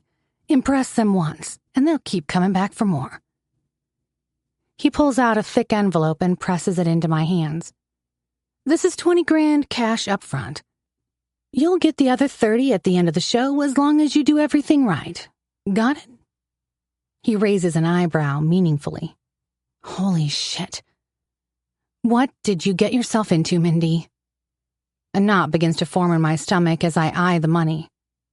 All of a sudden, everything about this feels wrong. The envelope in my hand looks too thick. As for Kevin's odd comments, I don't quite know where to place them.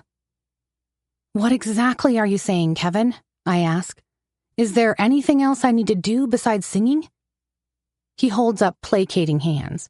Nothing too crazy, Mindy, I promise. Just maybe work a little extra charm if someone catches your eye, if you catch my drift. What the hell? My frown deepens. I should have thought about this. Who would pay $50,000 just to listen to me sing? Maybe my initial instinct was right. Maybe I was so focused on sorting out Mom's treatment that I missed the whole point and refused to listen to my gut. Kevin looks at the time on his phone. Let's get on with it, girl. We're on a schedule. He smiles at me. I'm so happy to have you with me tonight, Mindy. Remember, just work your magic and we'll both be fine. He winks and gestures toward the small stage before disappearing, leaving me gripping the cash with sweaty palms. I shove the money into my handbag. Don't panic, Mindy. Like he said, you don't need to do anything you're uncomfortable with. My feelings have never been more conflicted. A part of me is bouncing happy by the astronomical paycheck. Another part feels deeply uneasy. But there's no time to dwell on that. The slow rhythm of the music begins to pulsate through the speakers, signaling that it's showtime, whether I'm ready or not. Squaring my shoulders, I plaster on my most dazzling smile and stride towards the microphone. I came here for one reason and one reason only.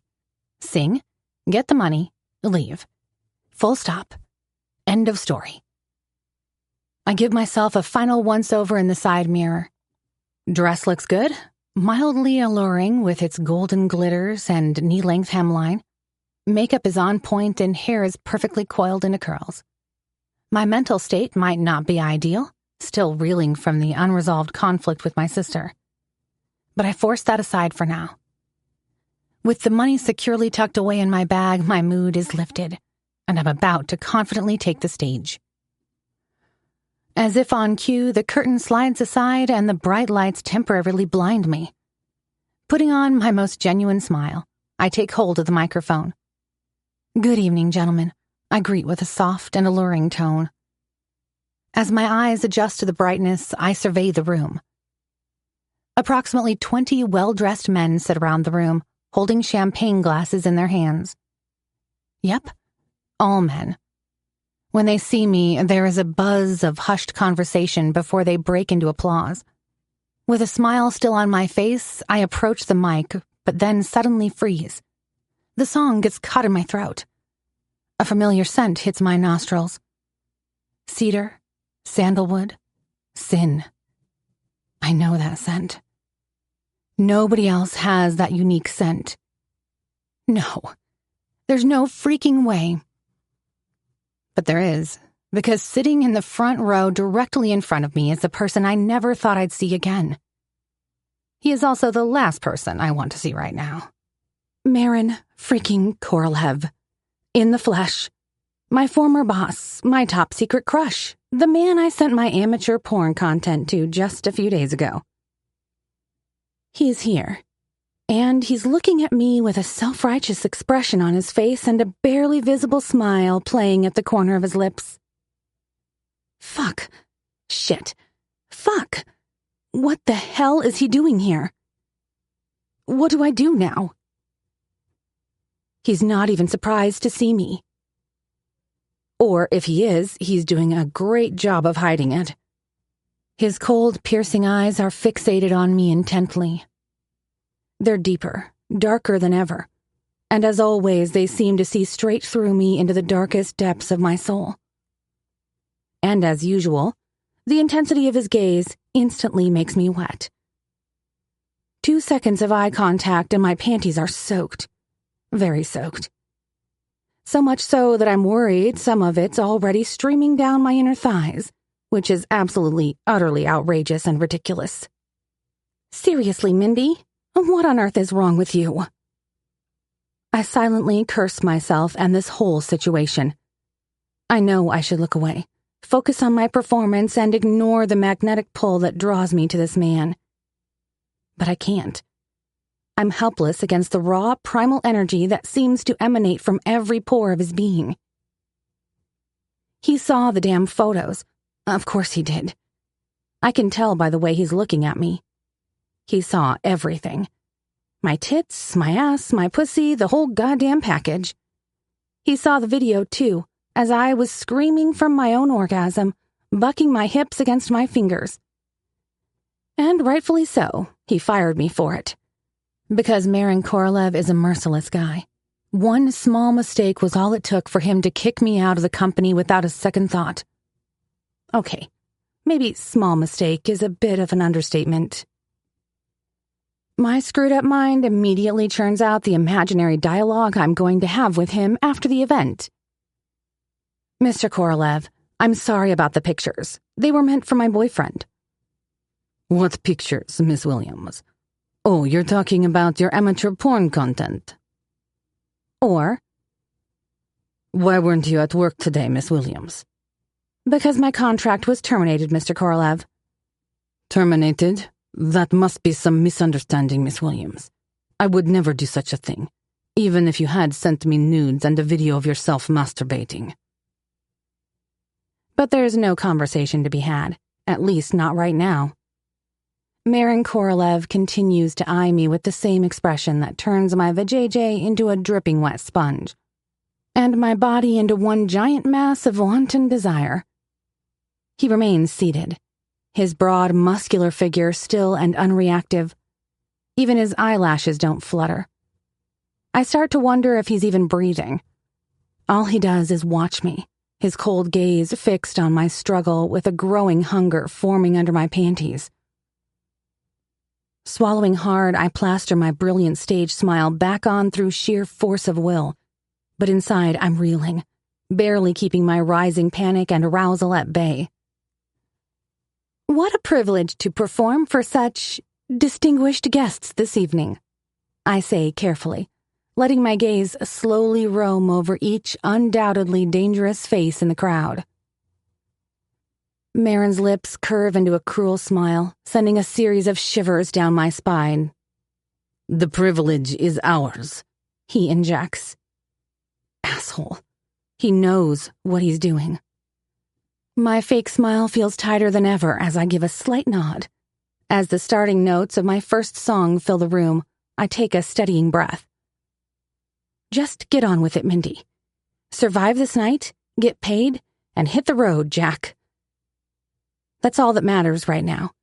Finish the gig, get paid, go home. Nothing else. Maron Korolev can go screw himself. Pushing aside my fear for the umpteenth time, I open my mouth and begin, allowing the sultry lyrics to flow. I take center stage as I gradually ease into my first number. The men sitting around the plush lounge area seem a little taken aback at first. Their attention is on me as they sip their drinks, eyes roaming over me appraisingly. That's it, Mindy. Keep going. As I sing, I find my gaze constantly drifting back to Maron, like he's the only person in the room. At least the only person I know. Each time our eyes meet, I feel a jolt of electricity course through me, a spark of something primal and forbidden that I know I should resist. Maron Korolev is a mystery, an enigma that I find myself desperate to unravel, even as my instincts are screaming at me to run as far away from him as possible. As I transition into the second and then the third song, allowing the music to flow through me, a voice suddenly rings out. "Hey, doll, why don't you lose some of those clothes?" One of the men leers, emboldened by alcohol or just his own arrogance. I freeze briefly, but quickly recover my poise. He's probably joking. Not that it's funny, but hey, who am I to judge? Shortly after I recover my stance and continue with the performance, more crude shouts and whistles follow from others in the crowd. "Yeah, put on a real show for us. Come on, gorgeous, don't be a tease. Start losing those clothes. What do you think we're paying for?" It hits me like a ton of bricks. These are anything but jokes. Kevin's previous warning about these men not worth messing with suddenly has a much more sinister implication. I'm not just here as a form of entertainment. I am the entertainment. How could I be so naive? Tightening my grip on the microphone, I hold my breath, trying to steady myself as the realization sinks in. Shit. This isn't your average exclusive party. It's a congregation of some of the most powerful men in New York, and they are used to having their way. They are not afraid to use and abuse their power whenever they want, on whomever they want. And right now, they have all their attention on me. Calm it, Mindy. Maybe you're overreacting. You have no idea who these men are. I force a bright smile, hoping to deflect and appease them. Oh, gentlemen, let's not get carried away, I say with my brightest smile. I'm only here to provide some lovely music for your evening. But the crude shouts only grow more insistent, more menacing. Come on, baby. Show us that you're more than just a pretty face with a nice voice. If you want your money, do as we say. Lose the fucking dress. Barely containing my rising panic, my eyes land on Maron Korolev once more. His cold eyes bore into me. His head tilts slightly like he's waiting to see how I'm going to handle the situation. He doesn't say a single thing. He just continues to stare at me in a way that gives me shivers and chills at the same time. I can't believe this is happening. By now, it's obvious to me that these sick assholes don't care about my boundaries or consent. To them, I'm simply the entertainment they're paying for by any means necessary. I turn to face Kevin, silently pleading for help. "Do it," he mouths. Oh my God. He's in on this too? I should have known it was a setup all along. How could I have been this naive? Who the hell pays this much for singing alone? It's clear there's no way out of this. I don't even want to think about what could happen if I object, so I do the unthinkable. With shaking hands, I slowly start to undo the buttons of my blouse one by one. My hands roam lower and lower, and once the last button is undone, I let the garment slowly slide off my shoulders and drop to the floor. The men continue shouting words of encouragement, making my humiliation even worse. My cheeks burn, my legs are shaking, but I have no choice. I keep undressing myself under the intense scrutiny of dozens of powerful men who will not take no for an answer. One by one, the rest of my clothes join the growing pile on the stage until I have nothing left except my bra and panties. I force myself to keep singing in the meantime, to keep performing through the shame and vulnerability. Tears prick my eyes, but I blink them back fiercely. I can't show weakness. Not here. As I stand vulnerable in front of eager stares, a sickening applause ripples through the crowd. The only person who doesn't clap, of course, is Maron Korolev. He just continues to survey me, his eyes scanning my body possessively. Maybe you can follow instructions after all. He injects with a smirk, keeping his voice low. Jesus Christ, what a royal asshole. I'm pretty sure I'm the only one in the room who understands his meaning. It is clear that he's referring to our last meeting at Global Media, where my exhaustion led to a bunch of unintended mistakes. Yet even here, he refuses to show any sympathy. Here I am doing everything I can to survive and pay my mother's hospital bills, despite all the odds being stacked against me.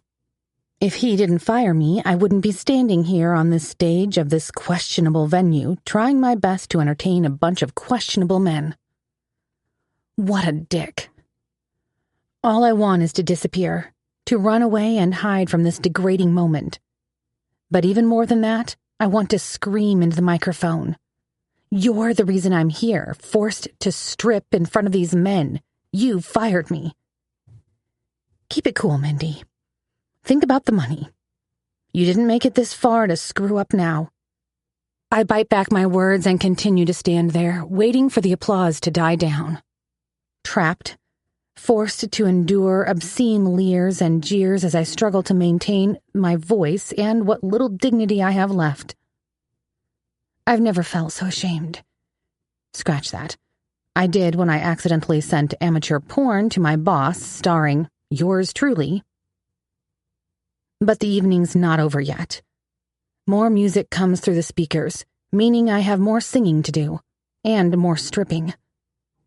By the time I get to the end of my set, my bra and panties lie dormant on top of the pile of clothes next to me. My body is completely exposed, on a tawdry display for the entertainment of a bunch of drunken, misogynistic pigs. And the worst of them all is my boss. Ex-boss. He's the reason I ended up in this humiliating situation. The reason I'm standing naked in front of dozens of drooling men. And worst of all, he's also the reason why I'm drenched down there. Really, Mindy? How is this even possible? How does he have this effect on you even now? How?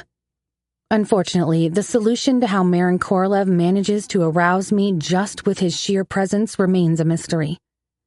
I don't get time to dwell on it, even though my set for the night is almost finished. The degrading hoots and hollers continue. A few of the guests begin crudely propositioning me right from their seats. Hey, Suka, how about you come keep me company later? One leers, flashing a wad of cash. Make it worthwhile. Pashel na koi, Mudak. She needs a real man like me, says another. Name your price, gorgeous. Don't be so shy, we'll show you a good time. I try to ignore the drunken noise. Gentlemen, it's time for the final song. I say softly into the microphone as I begin to wrap things up. Even with the song's relatively short length, it feels like an eternity standing exposed in front of them. Thank you, gentlemen. I whisper into the mic when the song comes to an end. I hope you all had a good time. With a bow, I watch as the curtain slowly closes, whisking me away from their prying eyes. Scooping up my clothes as quickly as I can, I storm off stage without a word or a backward glance. Let them holler and grab at the air. I'm done. Kevin appears with a pink robe in his hands. Well done, Mindy. You nailed it. I know this wasn't easy, he says as he hands me the robe. Here, he says, put this on. Tears of humiliation begin to stream down my face as I quickly slide into the pink robe. I've never been so happy to have a piece of clothing covering me up. Any piece of clothing. Yet the image of Maron Korolev's cruel smirk is burning in my mind. How could I have been so naive to this vulgar underbelly? And how is it that the last person I wanted to see tonight was one of the VIP guests sitting in the front row? And the million-dollar question? Why the hell does my body crave him even now? I mumble a quick thanks to Kevin, though I'm feeling annoyed with him. It's not worth bringing up how he should have communicated the expectations from the start. What's done is done. I should have seen it coming anyway. Right now, what I really want is to be left alone, or perhaps disappear completely without a trace. Mindy, Kevin says, there's a gentleman who wants to meet you privately. Tell them I'm not interested, I responded irritably, still trembling from the shock. I've had enough of this bullshit. Thank you for your work, Kevin. A deep, rumbling voice interjects. I'll take it from here. Shit. I know that voice.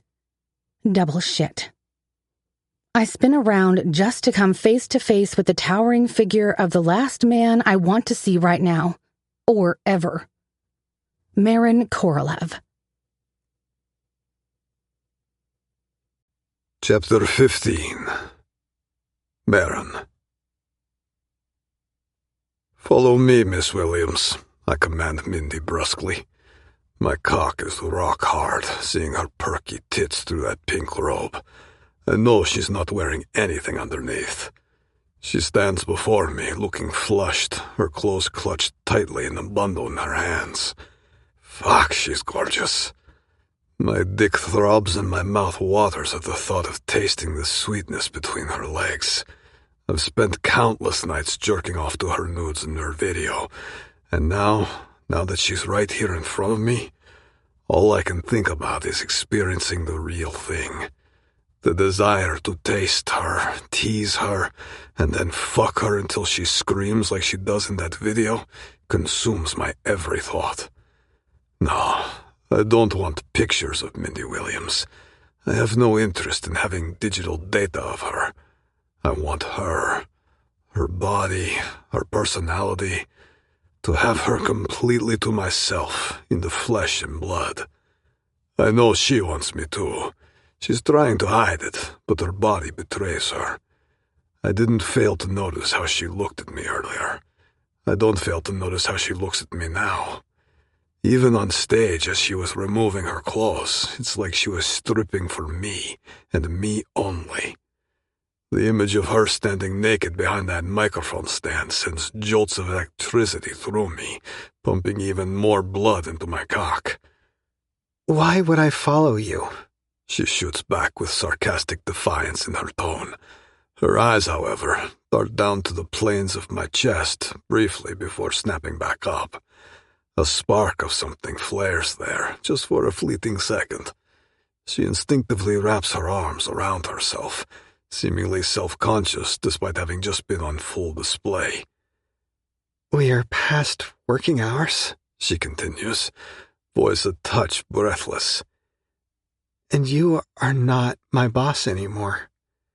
I'd like to talk with you in private, I tell her flatly, keeping my expression impassive. Then I turn on my heels and lead the way down the dimly lit corridor towards the back hallway.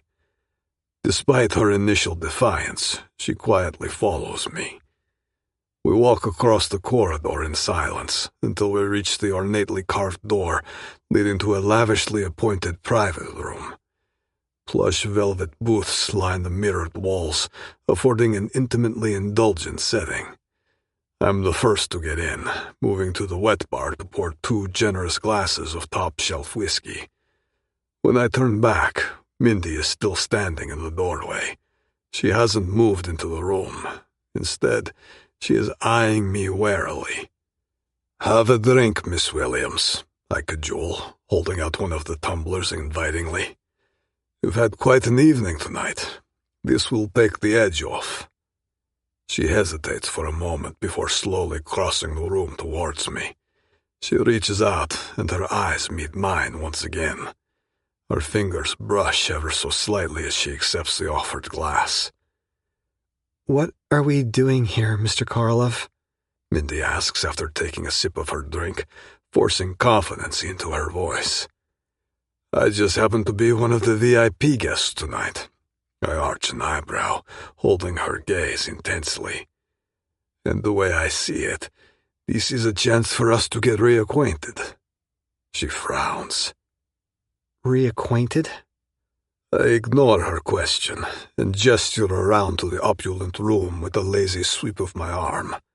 "Please, take a seat." As she does, I also settle onto one of the semicircular benches, splaying my legs in a posture of casual dominance. I take a moment of silence and allow it to stretch between us before I speak again. "Look, Miss Williams," I begin. "I think it would be quite rude for an employer not to check in on his employee after such an eventful evening." "Ex-employer, you mean?" she retorts, a hint of her earlier defiance returning as she frowns at me over the rim of her glass. I furrow my brow in confusion. "What are you talking about?" "We both know what I'm talking about, Mr. Korolev. You fired me from your company just this morning." I stare at her, keeping my expression impassive. "I can assure you, I did no such thing, Miss Williams." It's her turn to furrow her brows. If anything, her expression is making my cock even harder. Blad.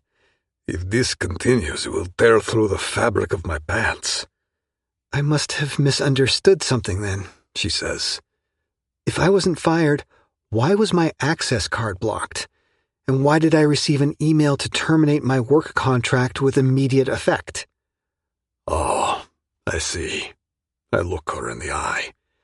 "If that happened, it means human resources are doing their job as they should. We can't have our chief accountant's nudes roaming around on our company servers." She blushes and stares at the floor in embarrassment.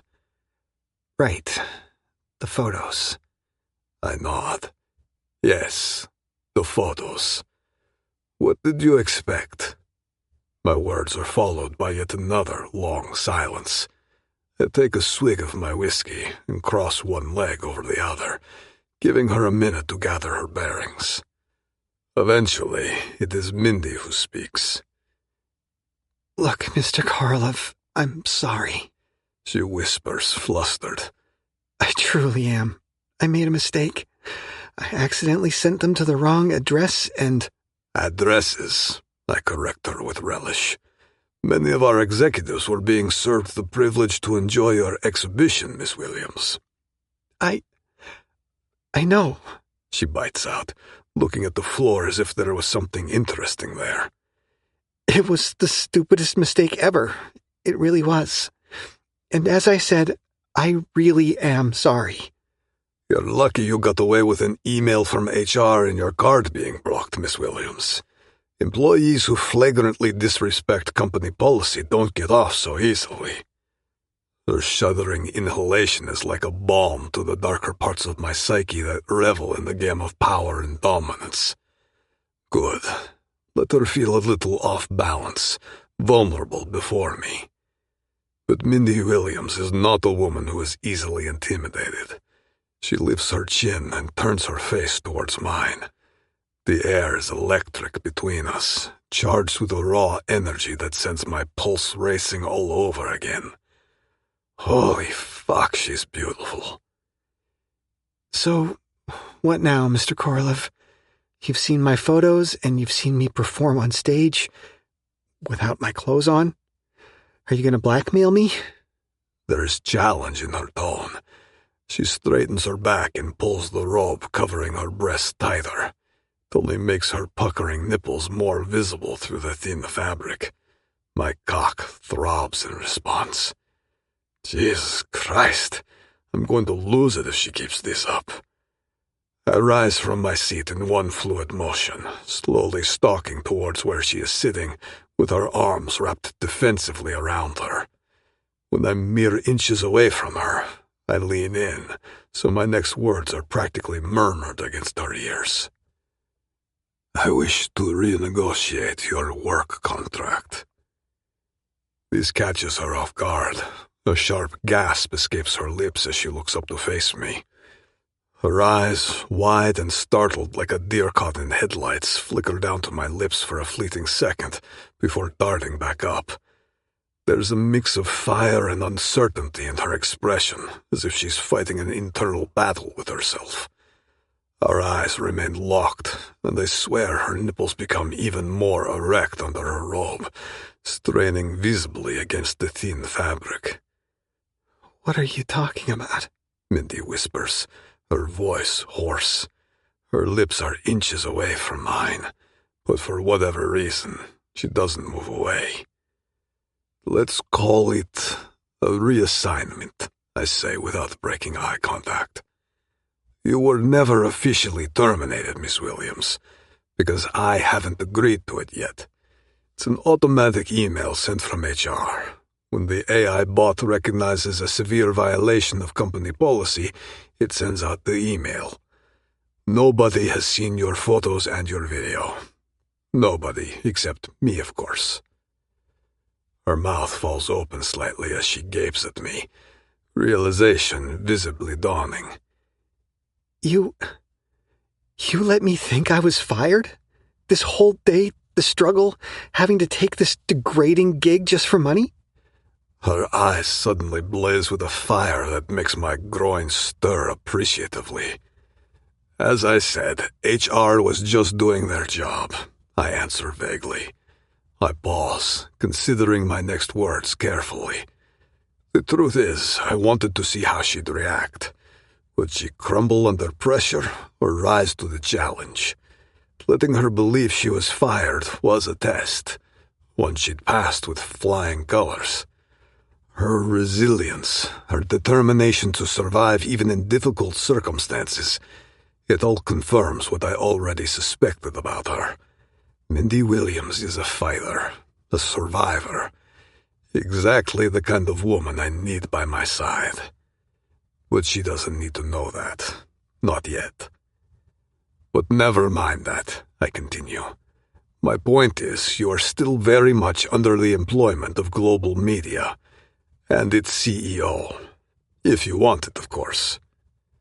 I allow a meaningful pause to stretch between us, letting her mind whir as she processes what I just said. I have to think about it, she says, the challenge back in her tone. And even if I continue working for you, I'm going to take more singing gigs on the side. I need the money right now, and I can't afford to rely on global media alone, especially after what happened this morning. I lean close to her and whisper into her mouth. There's just one problem, Miss Williams. I'm not happy for other men to see you naked. Who says I'll be naked? She whispers, in a voice that almost makes my dick erupt in my pants. She is fucking intoxicating, even more so than I remembered. A fucking sex goddess with lips that taste like ripe fruits, ready to be savored and devoured. She keeps her eyes locked with mine without moving back an inch, and I can't fucking take it anymore. I do, I murmur. Just not the way you think. Chapter 16. Mindy. His lips crash onto mine, urgent and demanding. His tongue ravages my mouth with an intensity that sets me ablaze, leaving no room for thought or resistance. Not that I want to resist. Not anymore. Despite my common sense screaming at me to run, my body decided that I want him. The way his lips mold against mine, claiming yet tender, fierce and fully present, makes me feel like the only woman worth kissing in this entire world. I kiss him back with equal fire, consumed by the moment and unconcerned with any of the possible consequences. Our tongues entwine in a perfect dance until he grabs my hips and pulls me closer, his grip strong and possessive. What the fuck are you doing, Mindy? Maybe I'm making a terrible mistake. Maybe this is all wrong. Either way, I can't force myself to push him away. I want him. I've been wanting him too much for too long. As our kiss intensifies, the tension between us builds like waves colliding into each other with raw power. Our tongues explore every inch of each other's mouths, our breaths becoming ragged and desperate. Maron's hand roams greedily over my body, squeezing and caressing before tangling in my hair, pulling me even closer to him. His other hand slides down my hips, sending electric jolts through me as his fingers brush against my inner thigh. With a single deft motion, he tugs at the delicate fabric of my robe, revealing my bare breasts. His eyes devour the sight of me like I'm some masterpiece crafted only for his pleasure. Fuck, you're gorgeous. His hands find my soft flesh, cupping and kneading my breasts with an urgency that sets my body on fire even more. I want to respond, but I can't find my voice. All I can do is moan. I lean forward, allowing him to capture my hardened nipple between his lips, his tongue swirling and flicking over the sensitive bud.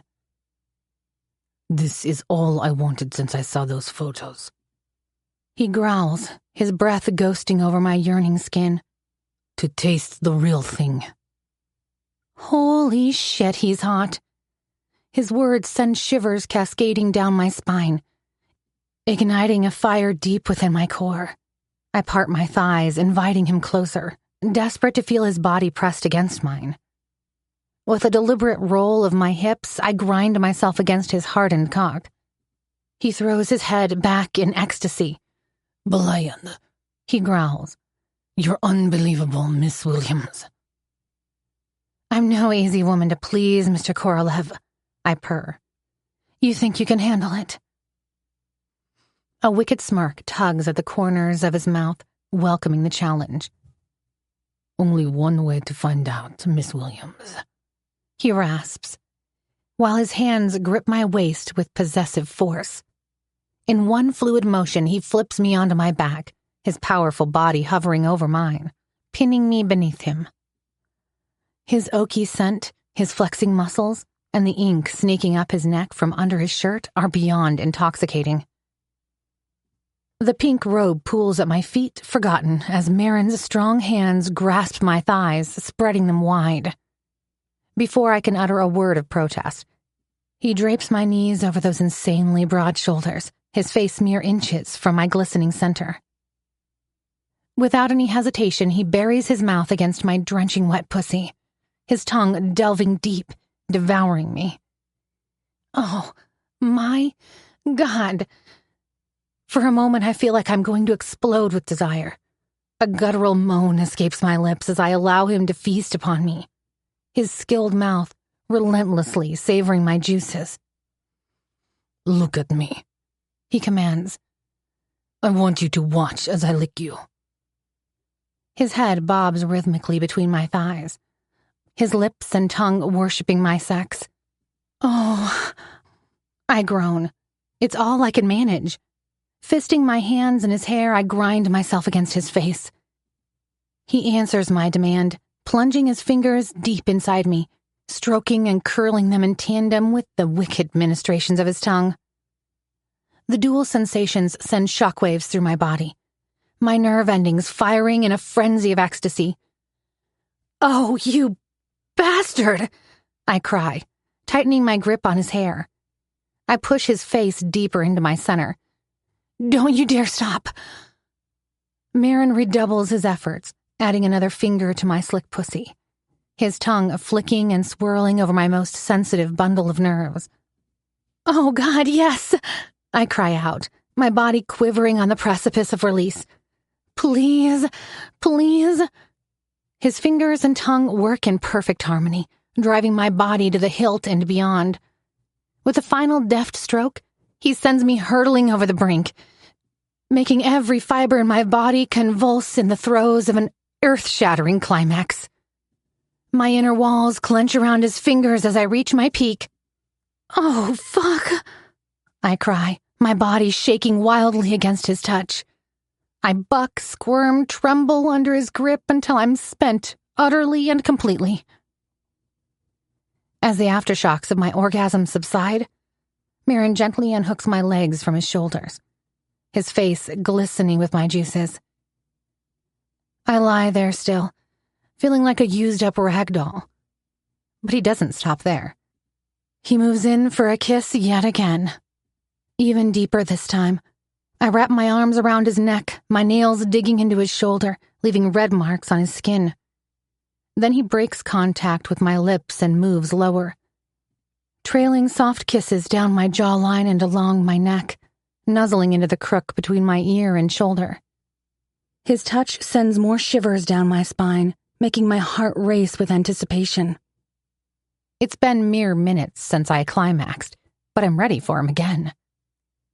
His oaky scent intoxicates me, making me even more aware of how much I want him. Every part of me, every fiber in my body aches for his touch as he continues his trail lower. I let out a soft moan. "Fuck me, Maron." "You want your boss to fuck you?" he teases. "Yes, I want my boss to fuck me," I whimper, no longer caring about what the consequences may be. "Beg for it," he commands. My sex is on fire. I'm a drenched, moaning hot mess. I don't care anymore. "Please, boss. Please fuck me." "Is that so? You want your boss's dick in your pussy, huh?" The dirty talk is too much. I can't contain my desire any longer. "Fuck, yes," I demand.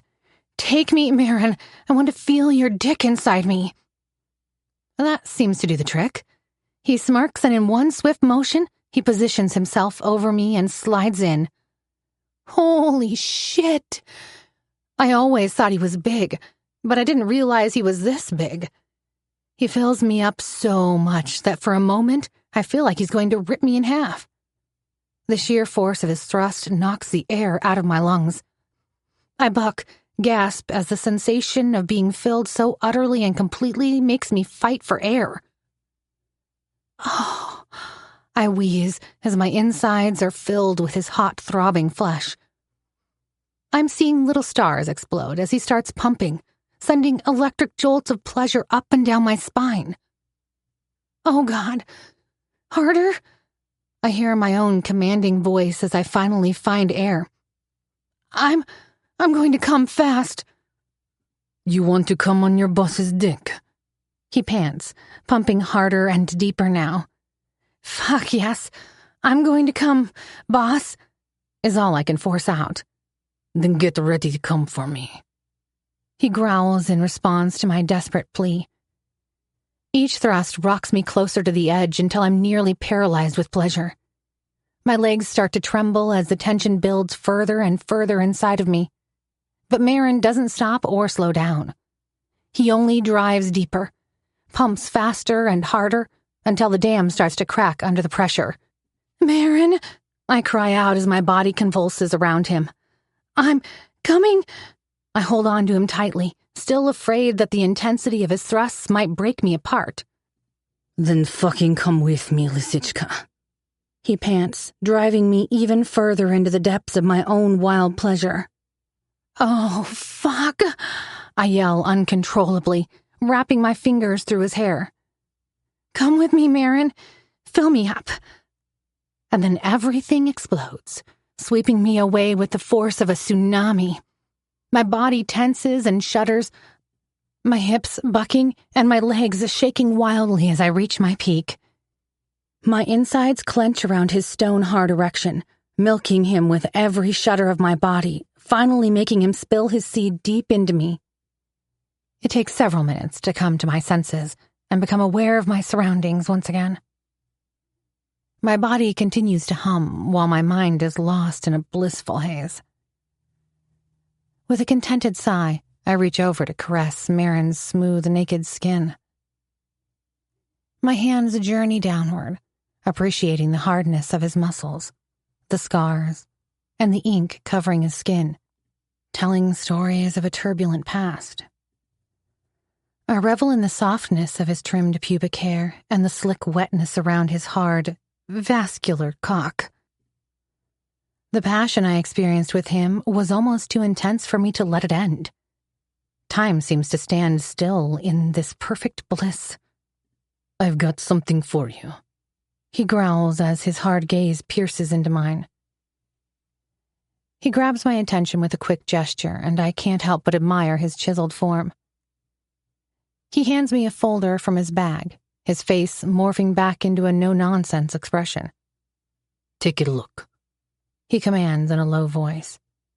And just like that, our intense connection is replaced with business once again. I stare at him before sitting up and opening the folder. "What's this?"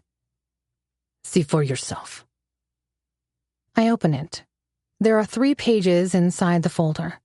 I quickly scan the first page and I feel the blood drain from my face.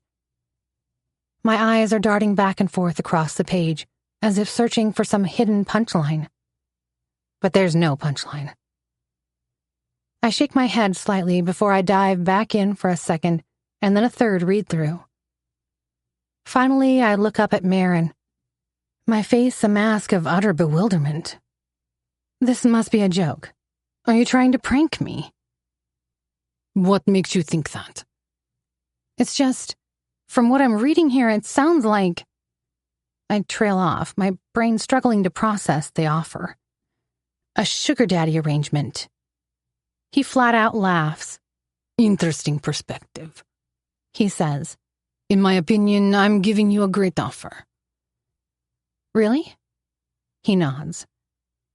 I can see you don't get it, Mindy. You'll have money, security, the whole 9 yards. The kind of life most people only dream of. And in return, I ask for clarification, increasingly confident that the information I just read did not fully register in my mind.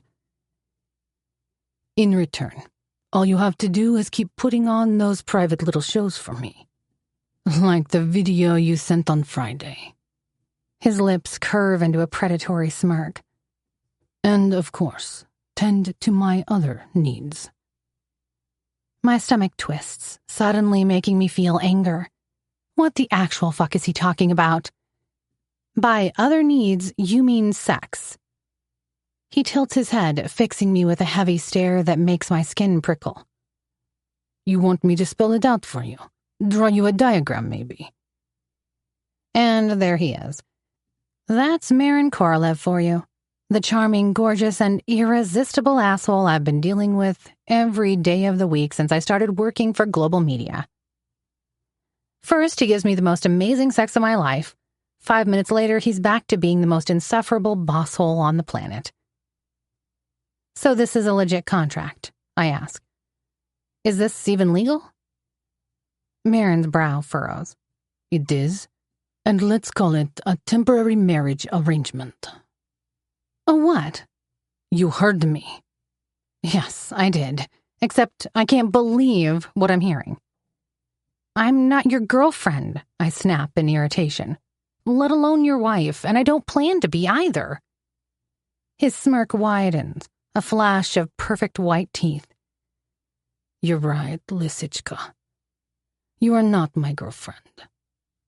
He relaxes into his chair, the leather making a small creaking noise.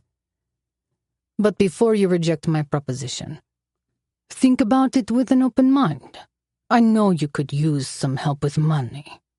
That's why you took the singing gig, right? So, here's the deal. You need money and I need someone to pose as my wife. And eventually, I'll need an heir. Deal? My head is spinning. I still can't believe what he's suggesting. And I can't believe that he's serious about it. It's as ridiculous and surreal as it gets. Pretending to be his wife?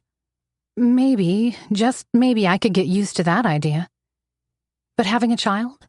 With Maron Korolev? There's no way. Not to mention my fertility issues. He clearly has no idea that I lost the ability to reproduce. But I'm not going to go into that. Are you serious about all this, including the heir part? He pauses, a hint of frustration crossing his face. Yes. I continue to stare at him in disbelief. He's clearly out of his goddamn mind. He must be. What kind of man suggests that I sell myself to him for some money and a false sense of security? Maron Korolev, apparently. This must be the most bizarre thing that's ever happened to me. Even more bizarre than those nudes. And performing naked on stage a little over an hour ago. Maybe even more bizarre than the way my body reacts to him even now. Who the hell is this man anyway? It strikes me again how little I know of him.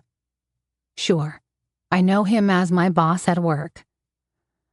I know his ridiculous demands, the tension his presence stirs in the office.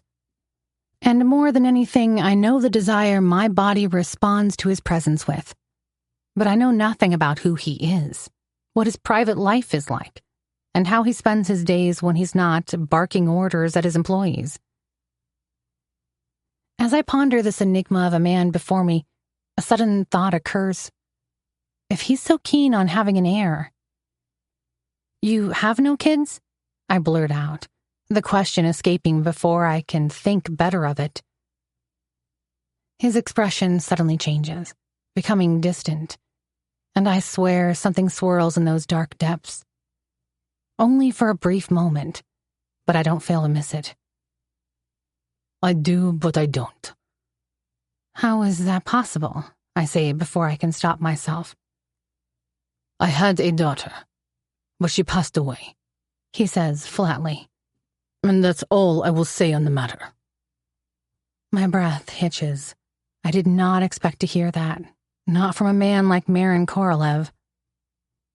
Looks like I'm not the only one who was deeply scarred in the past. I nod my head in understanding. No, let's focus on the document in your hand, he says. Look, the offer is tempting. I hesitate. But before I could continue to protest and tell him how ridiculous this is, my thoughts inevitably drift to my mother. With tonight's gig, I should be able to pay her latest treatment. But what about the future? What if more treatments are needed, which is likely? I can't bear the thought of losing my mother, especially because of financial costs. The guilt of what has happened to my family already weighs too heavily on me, consuming me every single day of my life. I lost Emily, and now I'm also starting to fear losing Alexis to addiction if I don't intervene. Am I losing my mother too? No, I refuse to accept that. Maron must see the hesitation on my face. He sighs, running a hand over his slicked back hair. Listen, Mindy, I'm not going to pressure you into anything. This is a take-it-or-leave-it type of offer. We do background checks on all our employees, and while I don't know all the details, I know you're dealing with some serious hardship. If you want a way out of it, this is your shot. But if by some chance you decide to refuse, I will respect your decision. Didn't you offer me a chance to stay at Global Media? I ask. Didn't you say I could... He moves closer, his face only stopping inches away from my lips.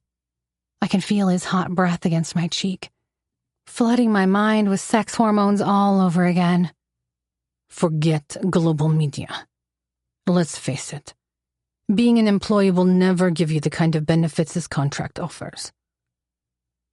I feel my body getting turned on by his closeness all over again. I'm drawn to him like a magnet, like a moth to flame. Why? Why do I have this reaction to him? My eyes lock with his, heat radiating between us. My tongue darts out to moisten my lips as I challenge him. So, what if I say no? A devilish smirk plays on his lips as he responds. Then you'll leave me no choice but to follow through with the termination of your work contract. And you will never see me again. You have my word. But we both know that's not what you truly desire. Asshole. Right, I say, feeling irritated by his arrogance. The thought of those embarrassing photos still makes me cringe. Even if he offered me a chance to stay with Global Media, I don't know if I could continue after what happened on Friday. Not that I could return to a company where the entire management was served my naked pictures on a silver tray. I told you already, he murmurs, his breath hot against my skin. Only I saw those. And once I did, I had the IT guys wipe them clean from our servers. My mouth falls open in disbelief. Are you serious? He smirks and leans in even closer. Our lips almost touch. I couldn't risk my male employees getting off to your photos. He stops. Like I did. He adds with a sly wink. His proximity, along with the thought of him pleasuring himself to my naked photos, sends a wave of desire through me all over again. Heat rises to my cheeks as I imagine him lost in carnal pleasure while staring at my naked body. If I had my panties on, I'm pretty sure they would be destroyed. So let's cut this short, Mindy. He interrupts my train of thought. You have the option to say no. You are already aware of the consequences. He trails off suggestively, allowing his words to sink in. But if you choose to say yes, I'll make it worthwhile. You will live in my house and you will have all your expenses covered. You can even keep your jobs until you become pregnant. Once that happens, your main focus will be taking care of our family. The choice is yours. I can't believe I'm even considering this ridiculous offer. What kind of desperate, sick idiot have I become? Yet the thought of Maron Korolev walking out of my life for good doesn't seem to sit well with me either. Have you gone insane, Mindy? It's all strange, unsettling, all kinds of wrong, but I can't shake it off, especially after the mind-blowing sex we just had. Why? Why am I drawn to him this way? Why him? Whatever the case, this is too much too soon. I need time to clear my head, especially after everything that happened these last few days. My responsibilities loom over me like a dark cloud, and this contract could be the solution. But at what cost, Mindy? Are you seriously considering this? One final thing. Maron breaks the silence with a dark look on his face. It's a familiar expression I've seen in the boardroom. It's when he pounces on someone who dares to challenge him. His voice drops to a menacing whisper as he leans in, his eyes burning with a ruthless determination. This conversation is strictly confidential. And so is the contract, regardless if you agree or not. If even a hint of this discussion reaches anyone else, consider it null and void. You'll be out of my life immediately. He leans back, a sinister smile playing on his lips. Tell anyone about this, and trust me, you will never get to work again for as long as you live. Am I clear? My throat tightens and a chill runs down my spine as I nod in understanding. I can tell by his tone that he's not joking. Crystal. Good. I swallow hard, my throat dry. Drier than the fucking Kalahari Desert. Has he just threatened me? My visceral reaction would be to tell him to go fuck himself. Toss his ridiculous contract in his smug face and storm out. But for whatever reason, I am stopped by an invisible force. And a big part of that invisible force is the overbearing magnetic pull I feel to this dangerous man. The other big part is the chance that maybe I can save my family. And maybe this is the sacrifice I have to make to do so. And to redeem myself after what I've done. If that's even possible. Slowly, I close the folder and look up at Maron Korolev. I'll think about it. He nods. I expect an answer from you in no more than a week. Chapter 17. Maron. Boss, you're not going to believe this. The latest tramoxine trials are off the charts. Igor, my head chemist, is practically bouncing with excitement at the other end of the telephone line. Igor is probably the most enthusiastic guy I know. He's been in the chemistry game for decades, but he still acts like a kid with his first Matchbox set whenever he sees results from his research. He also seems to have the urge to share them with me immediately, which suits me fine, especially with a project as important as tramoxine. My ears perk up. What are the numbers? We're seeing a whopping 92% success rate in treating PTSD, Igor explains. And that's not all. It's also proving to be a game changer for depression and anxiety disorders. Отличная работа, Igor. That's very good, I say, allowing myself a small grin. Any side effects? We're still looking into it, but nothing major so far, Igor reassures me. We've been monitoring our first set of patients for months now, and the results seem to last. If our data is correct, we might actually be making permanent changes in brain chemistry.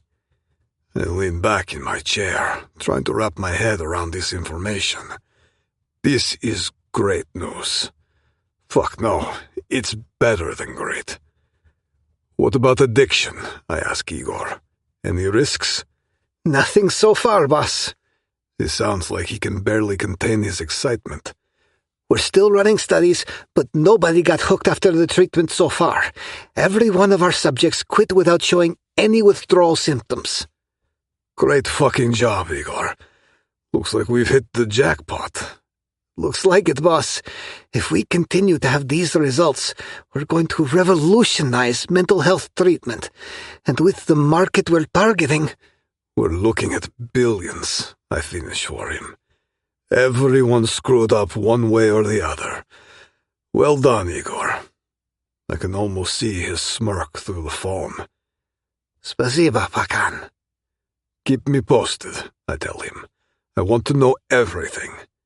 Punyal, I will do. As I hang up, I can't help but feel a surge of optimism. With tramoxine showing such promise, maybe this shitstorm I've been weathering is finally about to clear. I get up and pour myself a shot of vodka. It's the least I deserve after a week of hard work and ending on such a high note. As I lift the glass to my mouth, ready to savor the moment, my mind drifts to the guilty indulgence I've developed. Mindy's nudes. I know I should delete them, rid myself of this forbidden temptation, but I can't fucking get myself to do it. They've become an obsession, my escape from the mundane reality of my life. Each night I pull up the images, zooming in on her body. I scrutinize every curve and crevice, imagining the taste of her skin and the feel of her clean-shaven pussy against my lips. And then I give in to the primal urges and jerk off. And fuck me if those aren't the best orgasms of my life.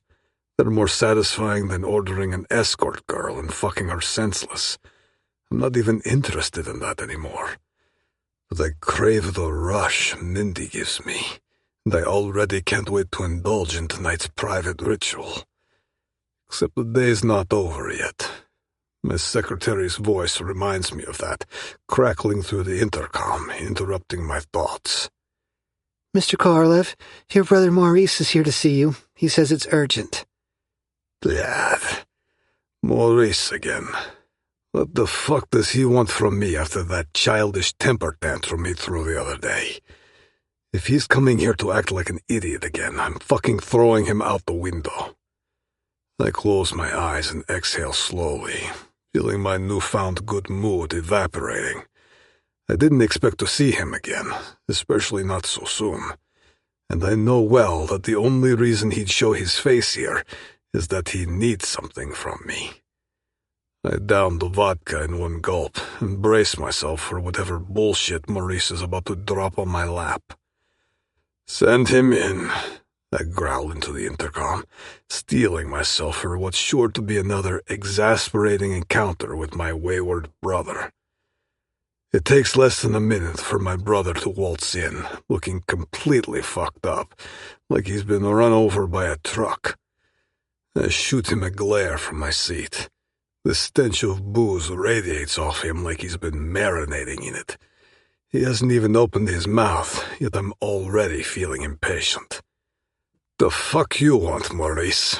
I bark, not even trying to hide my frustration. "You look like a steaming pile of shit, as usual." Maurice fidgets like a little bitch, his hand raking through his ratty hair. "I'll get straight to the point, Maron. I need your help." I roll my eyes. "Oh, isn't that a surprise? I thought you came to check in on my well-being." He pleads with me, closing his eyes in desperation. "Maron, please, let's not do this. Not this time." I put on a fake frown. "Do what? And what are you here for this time, Blatok? Need help planting daisies in your garden? Oh, wait, you don't have a house." I tap my chin in mock contemplation. "Maybe your car needs an oil change. Hold on, I recall you losing that in a poker game." "Are you done?" He lets out a heavy sigh. "Just listen to me, please. It's about Mindy. You know the girl I told you about?" Fuck. That's the last thing I want to talk to him about, especially after what happened between Mindy and me the other night, and the offer I made her. The offer she still hasn't accepted. Maurice shifts uncomfortably, his eyes darting around before meeting mine. "Look, I know I stormed off last time. That wasn't wise of me." "Right. And?" I say, tapping my fingers on my desk. I've had some time to think, and I realized I screwed up, and I'm sorry about that." I lean back, crossing my arms. "Fine, you're sorry. Now what?" He swallows hard. "I still need your help, Maron. I really do." "So, what does this have to do with your ex? What's her name again?" I say, playing dumb. "Mindy. I want her back." Double fuck. I'm washed over by jealousy as my evening with Mindy floods my memory for once again. For the 10th fucking time today, or more. What she was doing with Maurice for over 2 years is fucking beyond me. "Sure was me, Maurice," I cut him off harshly. "Get your shit together first, then start thinking about women." I scan him up and down, taking in his sloppy appearance. "A shower would be a good start. You stink like a skunk's ass. It doesn't take a genius to see that you're fucked up. What makes you think that your ex-girlfriend would want to take you back?" He holds up his hands defensively. Nah, it's not like that. I fucked things up with Mindy, I know, but I'm determined to fix it and start rebuilding our life. All I need is a bit of your help from you to start with." Jesus Christ, what a shit show. I remain silent and expressionless. The mere thought of my brother getting back together with Mindy makes my hands clench into fists. For a brief moment, I wonder if I should feel guilty at all, but I quickly brush it aside. Yes, Maurice is my brother, but he's clearly a mess. Any woman deserves a better man than him, especially Mindy. "Bratok," I tell him. "We had this exact same conversation the other day. I have nothing else to say." "Fuck, bro." He opens and closes his mouth again. I'm drowning in debt here, you feel me? The kind of debt that gets a guy's arms and legs broke if no payments are made. He swallows hard, Adam's apple bobbing. Look, Maron, even if I accept your job offer, I need a lump sum to pay these bastards to get them off my back. Then I can get a clean slate and get my life straight, get Mindy back. Show her I deserve her. Start living a decent life. That's the plan. I sneer at his desperate little plea for a handout. As fucking always, he can't clean up his own mess without coming to beg me for help. It's the same fucking plea I heard numerous times from him until I lost count. And I can't believe I have to listen to the same shit all over again, wasting my fucking time for nothing.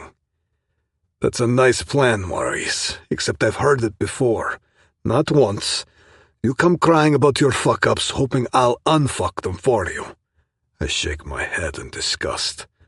Some things just don't change, do they, brother? What's my guarantee that you'll stay true to your word this time, huh? Maron, please don't be so hard on me. I'll pay you back, I swear. Like last time? And the time before? And the time before that? I'm still waiting to receive those payments, Maurice. He's on the verge of crying, and I could kick him in the ass. I just need a last chance to get myself straight, he says quietly. I've heard that one before, too. I need you to do better this time. But aren't we family, Maron? He's looking at me with puppy eyes. There it is. The family shit again. He's been using that to manipulate me for years, and it always worked for him. But not this time. You've got to draw the line somewhere. Tell me this, brother. Why do I get the feeling that your concept of family only works one way? I'm not exaggerating. He looks at me questioningly. What are you talking about, Maron? Is he fucking serious? I really want to kick his ass now. But instead I scratch my chin, making a thoughtful expression. Let me think. How about my mother? She could really use some company every now and then. She did a lot for you, even though you're not her biological child. Maurice's scruffy ass is still standing there like a stray dog. I know, Maron, but the way she is, she's not easy to handle. I rise from my seat, towering over him with a menacing presence. Not easy to handle, huh? I snap. She is fucking ill, Maurice. You think you're easy to handle? Yes, Maron, but... But what? I cut him off. Do you even know she has vascular dementia? No, you fucking don't. Why? Because when we got the diagnosis, you were too busy getting pissed or snorting coke and screwing some random hooker. Or maybe you were sitting at Marble Monkey, wasting away in front of a goddamn slot machine, praying for luck and ignoring your responsibilities. I ran a hand through my hair in frustration. My mother did everything for you when your sorry ass needed it. She loved you like you were her own. And now that she needs help, where the fuck are you? He falls silent for a moment, my words sinking into his stubborn mind. You're right, Maron. I'll visit her today. I lean back, leveling him with a hard look. You'd better. Right now, Timothy is looking after her, and I'm the one making sure she has everything she needs. If family is so fucking important for you, then get your shit together and do something for the person who brought your ass up. I said I'll go see her. Maurice licks his lips. And now can we talk about helping me? I offered you the organ business, didn't I? I snap back. And 30% of the profits, which is more money than you ever made. And what did you do? You demanded 50, like the greedy, irresponsible piece of shit you are. Maurice's shoulders slump forward as the weight of his latest colossal fuck-up settles over him once more. I know, Maron. I was stupid. Understatement of the year, I confirm with a derisive snort. Maurice's head hangs in the pathetic display of self-pity and regret. Not that it means shit to me, not anymore. We've been through this cycle more times than I can count. He disappoints, grovels for a lifeline, then wastes it all over again. Yet even though I know I should, I just can't kick him out. He is my brother, and I still feel somewhat responsible for him, no matter how much his stupidity makes me grit my teeth. Well, listen up and listen good, I growl. That same deal is still on the table for now. 30%. Take it or leave it, bro, because there won't be a next time. The silence that follows is heavy as reality sinks its fangs into Maurice's expression. I'll take it. Just give me 50%. It takes every ounce of my willpower not to throw the fucking table at him and snap his neck. 30% I punctuate every word, giving him a cold stare. Not a cent more. Last chance. I watch as he processes the offer, his ratty brows furrowing, cranking the gears in his pickled brain. I can't believe the size of the pile of shit he's under, yet he's still trying to negotiate. It makes my blood boil. Fine, he mutters finally. I'll take it. I nod curtly. Damn right you will. How much do you need now? His eyes widen. You're gonna help then? I nod and take my phone out of my pocket. Last fucking time. How much? 24,000? He rolls his eyes. What do you think? I look up from my phone. You don't play small, dear brother. With a few clicks, I transfer him the money, then place the phone back on the table. Looking into my brother's bloodshot eyes, I start talking. I'm only going to say this once, so you better fucking listen. This is no free ride, Bratva. You're on probation for the first 3 months. During that time, you'll get a fixed amount to keep your ass afloat. Perform well, and maybe, just maybe, we can talk about jacking up those numbers a little. Maurice's eyes widen slightly, but I cut off whatever bullshit he's about to spew. And before you start thinking you've hit the jackpot, you are also going to pay off those debts of yours. Every fucking cent. I'm not running a fucking charity here. Everything you owe me is coming off your cut until we're square. Am I making myself clear? He swallows and nods. Yeah. Good. Now here's what's going to happen. You will drag yourself home, pour out whatever booze you've got tucked away, and sleep this shit off. Then tomorrow morning at 9 o'clock sharp, your ass will be planted in my office. And for fuck's sake, put on some decent threads. You look like a hobo that crawled out of the sewer. Got it? He nods, seemingly submitting to my terms. But I'm not done yet. I take a deep breath and level him with my hardest stare. And one more thing. That ex of yours, Mindy? Forget about her. I'm serious, Maurice. The way you are now, you're nothing but bad news for any woman stupid enough to give you the time of day. Unfuck your life first, then think about dragging someone into your shit. He opens his mouth like he wants to argue, but I raise a hand silencing him. I'm not done. This is your shot, bro. A chance to turn your life around and finally make something of yourself. But I'm warning you, you fuck this up and we're done for life. You hear me? I won't be your brother no more. I'll be the guy who runs your worthless ass out of town. We clear? Maurice meets my fierce gaze, something like determination sparking in his bloodshot eyes. Crystal, I won't let you down again, Maron. I swear it this time. I snort derisively. I've heard that song before. I need to see it to believe it. Don't make me regret this. I wave a dismissive hand toward the door. Now get the fuck out of here. He nods solemnly and sees himself out, shutting the heavy door behind him with a thud. I sink back into my chair and rub my temples, allowing my shoulders to relax. Dealing with Maurice's bullshit gives me a migraine every fucking time. But despite it all, he's still my brother. I know I couldn't live with the thought of not giving him a chance, which is the very reason I allow him to crawl back to me over and over again, begging for my help. That thought alone makes me grit my teeth. I can only hope he learns something and finally stops his decade-long streak of royal fuck-ups. The door opens and Pavel marches in. Everything all right, boss? I saw Maurice leaving your office. He can't help but smirk. He seemed a lot more sober than when he walked in. Did he finally come to his senses? We'll see, I reply curtly.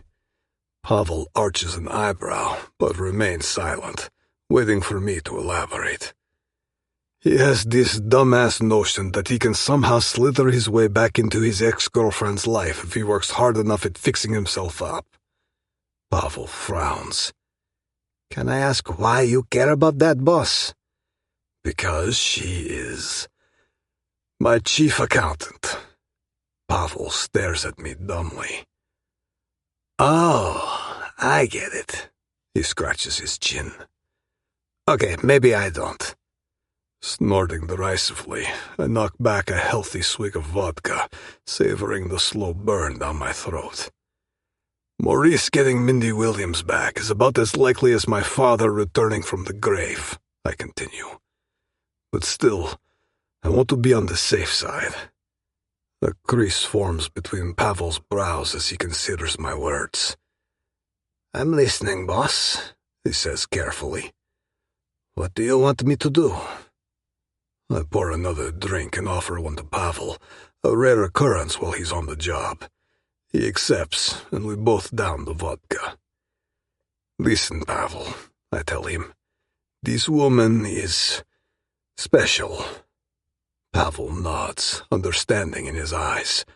I know he has questions, but he knows when to ask them and when to keep his mouth shut. I want you to keep discreet tabs on Mindy Williams' whereabouts and movements, I tell him after a calculated moment. Pavel gives a measured nod of understanding. Consider it done, boss. I'll have the tech guys install a satellite tracker on her phone. They can do it remotely. She'll never know she's being watched. I allow myself a grin at the thought of owning such an insidious level of access to Mindy's personal life. Spasiba, Pavel, I tell him, feeling some of the previous tension leave me. I knew I could count on you to handle this delicate situation appropriately. As Pavel nods and turns to leave, I lean back in my chair. The image of Mindy still lingers in my mind, invading my every thought. It's clear that she's gotten under my skin, and I don't know how to feel about it. Driven by a sudden idea, I boot up my computer and dive headfirst into an online shopping spree, my mind laser-focused on one thing: spoiling Mindy rotten. Designer dresses? Add to cart. Luxury perfume? Give me 2 bottles of the good stuff. Jimmy Choos? Give me a pair of the most expensive ones. I'm clicking through pages of high-end fashion sites like a man possessed, not even glancing at the totals I'm racking up.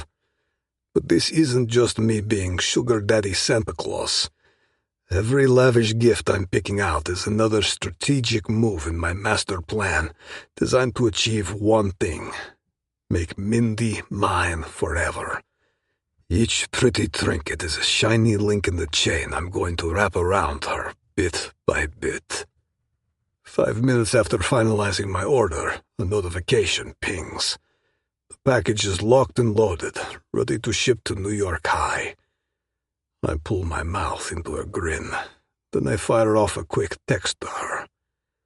Parcel for you at the reception of New York High. MK. Chapter 18. Mindy. I'm lying on the bed, my head spinning. This morning I sealed my fate. The contract Maron Korolev gave me lies in the glove compartment of my car. Signed. It wasn't an impulsive decision. I had been mulling it over for the last few days and always came to the same conclusion. It's the only way. The only way to save my family, even if it means sacrificing myself and my dignity. So I took a deep breath and put my name on the dotted line. Then I hid the blue folder in my car's glove compartment till I can give it to Maron. I should feel happy, right? Like I just secured my future. But instead, I can't shake off this feeling of unease. Have I just sold my soul to the devil? Is this really my only chance to fix things and escape the guilt I've been carrying for years? And did I just willingly make myself Maron Korolev's sugar baby? I shut my eyes, attempting to slow my breathing. It's pointless. My thoughts continue to spin, leaving me torn between two potential outcomes. Either I blindly stumbled into an opportunity of a lifetime with the man of my dreams, or I just made the stupidest and biggest mistake of my entire life. I mentally weigh the odds. Positive. The financial benefits are incredible. I can finally pay for Mom's treatment without constant anxiety. Perhaps I can even bail out Alexis and send her to rehab. If she lets me. Negative. I just turned myself into Maron Korolev's personal whore. A whore with skills, an accounting degree, and the ability to sing. Positive. Being a personal whore to the sexiest man I've ever encountered, with a libido to match mine, is not all bad. I can have sex with him every night without having to think about taking desperate and awkward nudes to spice up my sex life. Based on my night with Maron, our encounters will be spicy enough to keep my libido in check. I have a feeling we're just getting started. Negative. I'll have to move to Maron's house and I won't get to see Betty every day. We won't get to spend casual evenings together, lounging on the living room couch, alternating between sweet and savory snacks, binge-watching series, and laughing ourselves into tears. Positive. I won't have to pay rent and live in a shared apartment that's barely bigger than a shoebox. Maybe Betty could also use a bit more personal space. Negative. But then again, maybe I'm letting Betty down. If she decides to stay in our old apartment, her rent will double. A notification buzzes on my phone, jolting me out of my circular thoughts. I reach for it, my curiosity piqued by the unexpected interruption. As I read the message, my eyes widen in disbelief. Parcel for you at reception of New York High, MK. MK, as in Maron Korolev? I read the text again, trying to make sense of it. Why would he be sending me a parcel? And why to New York High of all places? Before I know it, I'm heading towards my car, my heart pounding in my chest with each step. But as I approach my vehicle, I notice something strange. The door is left unlocked. I pause, frowning in confusion. Did I forget to lock it in my haste? Maybe I've been too distracted by the whirlwind of thoughts and emotions. I take a deep breath, taking a mental note to be more responsible next time. All the stress lately, the contract, Maron, my family issues, it's clearly taking its toll. I slip into the driver's seat, my hands trembling slightly as I grip the steering wheel. I'm grateful nothing was stolen, but this lapse in judgment is a stark reminder of how scattered I've become. I need to get it together and fast. Hold on a second, Mindy. The blue folder with Maron's contract in it. I immediately reach for the glove compartment and open it to check its contents. To my relief, the folder is there, exactly where I put it. I let out a sigh, feeling a small wave of nausea wash over me. I was just being paranoid. As I navigate the familiar streets, my mind races with possibilities. What could Maron possibly want? Why would he send a parcel to New York High instead of contacting me directly? It doesn't take long to find out. 15 minutes later, I'm at the reception desk of New York High, signing for the box. Before opening it, I notice a small card hidden under the bow. I take it out, feeling my heart rate pick up as I read the familiar handwriting inside. It's the same handwriting I saw many times when I was still working for Global Media. Something to brighten your day. Enjoy. MK. I can practically hear Maron's deep, infuriatingly smooth voice murmuring the words into my ears. It's all it takes to get me ridiculously wet. Seriously, Mindy, you really have to do something about this libido of yours. Tucking the card into my pocket, I gather up the mystery box and march out of the building. Back at my apartment, I stare at the sleek black box sitting on my bed like it's a ticking time bomb. Part of me wants to just shove it in the back of my closet and pretend it never existed. But let's be real. Curiosity's always been my Achilles heel. That and my libido. I'm just about to check out Maron's presence when my phone starts buzzing. It's Alexis. I instantly get a nod in my stomach. Calls from her don't usually bring good news. Lex, I answer, trying not to sound too weary. Hey, Mindy. She sounds different than last time. More clear-headed. I need a quick favor. My car's in the shop and I want to go see Mom at the hospital. Any chance I could borrow yours? Won't be more than a few hours. I pause. I'm suddenly torn between hope and skepticism. The last time Alexis borrowed my car, it came back with a mysterious scratch. At the same time, I can't get myself to refuse. I don't have the energy to listen to her tearing old scars open, blaming me for things I already feel guilty about. After so many tumultuous days, my peace feels more important. All right, you still have the spare key from last time, right? I hear myself say before I could think better of it. I do. You're a lifesaver, sis. Thanks. As soon as I hang up, a feeling of unease takes hold. Maybe I should have said no. Then again, I'm sure she got her dose of painkillers because she sounded like her normal self. That's the thing about my sister's addiction. Whenever she gets her fix, she can function like a normal human being. But when she doesn't, she turns into an absolute bitch. I decide to push away thoughts of my sister and refocus on Maron's gift box. All right, Miss Williams, time to find out what's inside this mystery kit, I murmur to myself. I pick up the box, untie the silver ribbon, and lift the lid, bracing myself for whatever game Maron's cooked up. It's when I catch a glimmer of what's inside, I can't help but let out a shriek. A pair of sky-high heels, a sexy, delicate lace lingerie set, 2 tiny bottles of high-end perfume that probably cost more than my monthly rent, 3 designer dresses, 1 red, 1 black, and 1 green, silky material, straps to keep my breasts in position, and a design that's nothing short of breathtaking. Holy shit.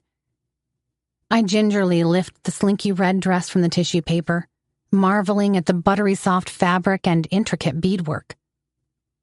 Then I go over the rest. Every single piece, from the curve-hugging cocktail dresses to the shoes, is exactly my size. The colors, the styles, even the brands. It's all uncannily tailored to my personal taste. How? How could Maron possibly know my measurements, my fashion sense, down to the last detail? I remember the way his eyes used to linger on me at the office, like he was mentally cataloging every inch of my body. Holy Gucci, Batman!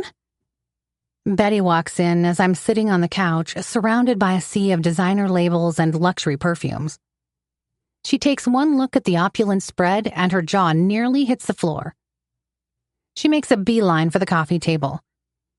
Did you rob a fashion show or something? I can't help but chuckle at her excitement. I stop and hesitate if I should tell her. But when did I ever withhold information from my bestie? The only thing I can't mention to her is the contract, of course. It's from Maron. I tell her before I could think better of it. Betty freezes mid-reach for a glittering bottle of perfume, and her eyes go wide. Maron, like Korolev Maron? CEO of Global Media Maron? Maron who fired you like 5 minutes ago. Thanks for the reminder, Bets. Who needs enemies when I can have friends like you? She stares at me. Let me get this straight. You sent your boss your naked photos by mistake.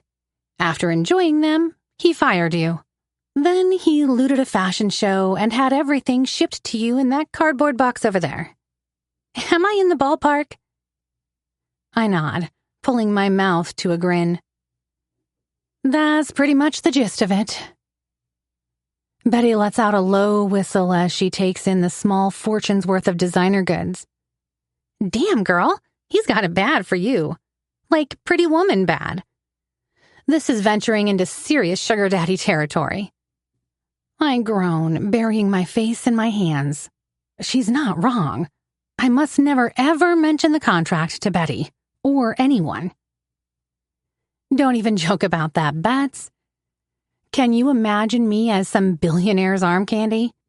I'd probably spill caviar on my shoes and use a Birkin bag for takeaway food. Betty snorts out a laugh, but there's a hint of concern in her eyes as she plops down next to me on the couch. Seriously, though, Min, I know Maron's hot and all, but he's got danger written all over him. I mean, do you really know who the guy is apart from being an asshole? I sigh, leaning back against the cushions, trying to sort through my tangled thoughts. Not much, honestly. He's always been a mysterious figure. Exactly, Betty presses, her tone turning serious. And now he's sending you thousands of dollars worth of clothes. Just like that? I don't know, Min. It just feels sketchy. I chew on my lip, torn between my gut instinct and the magnetic pull I feel towards Maron. I know. Trust me. Every rational part of my brain is screaming at me to return this stuff and block his number. But, Betty prompts, sensing my hesitation. But I signed a contract I can't tell you about. A contract that technically makes him my sugar daddy, which also makes me his sugar baby, or trophy wife. Scratch that. Glorified slut. Let's just call it what it is. Cut it out, Mindy. But I guess there's something magnetic about him. I admit.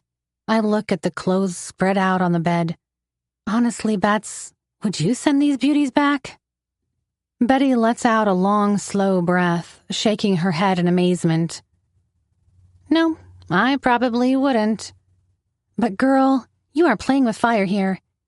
This is the kind of thing that ends with either a ring on your finger or concrete on your feet while you sink to the bottom of the Hudson River.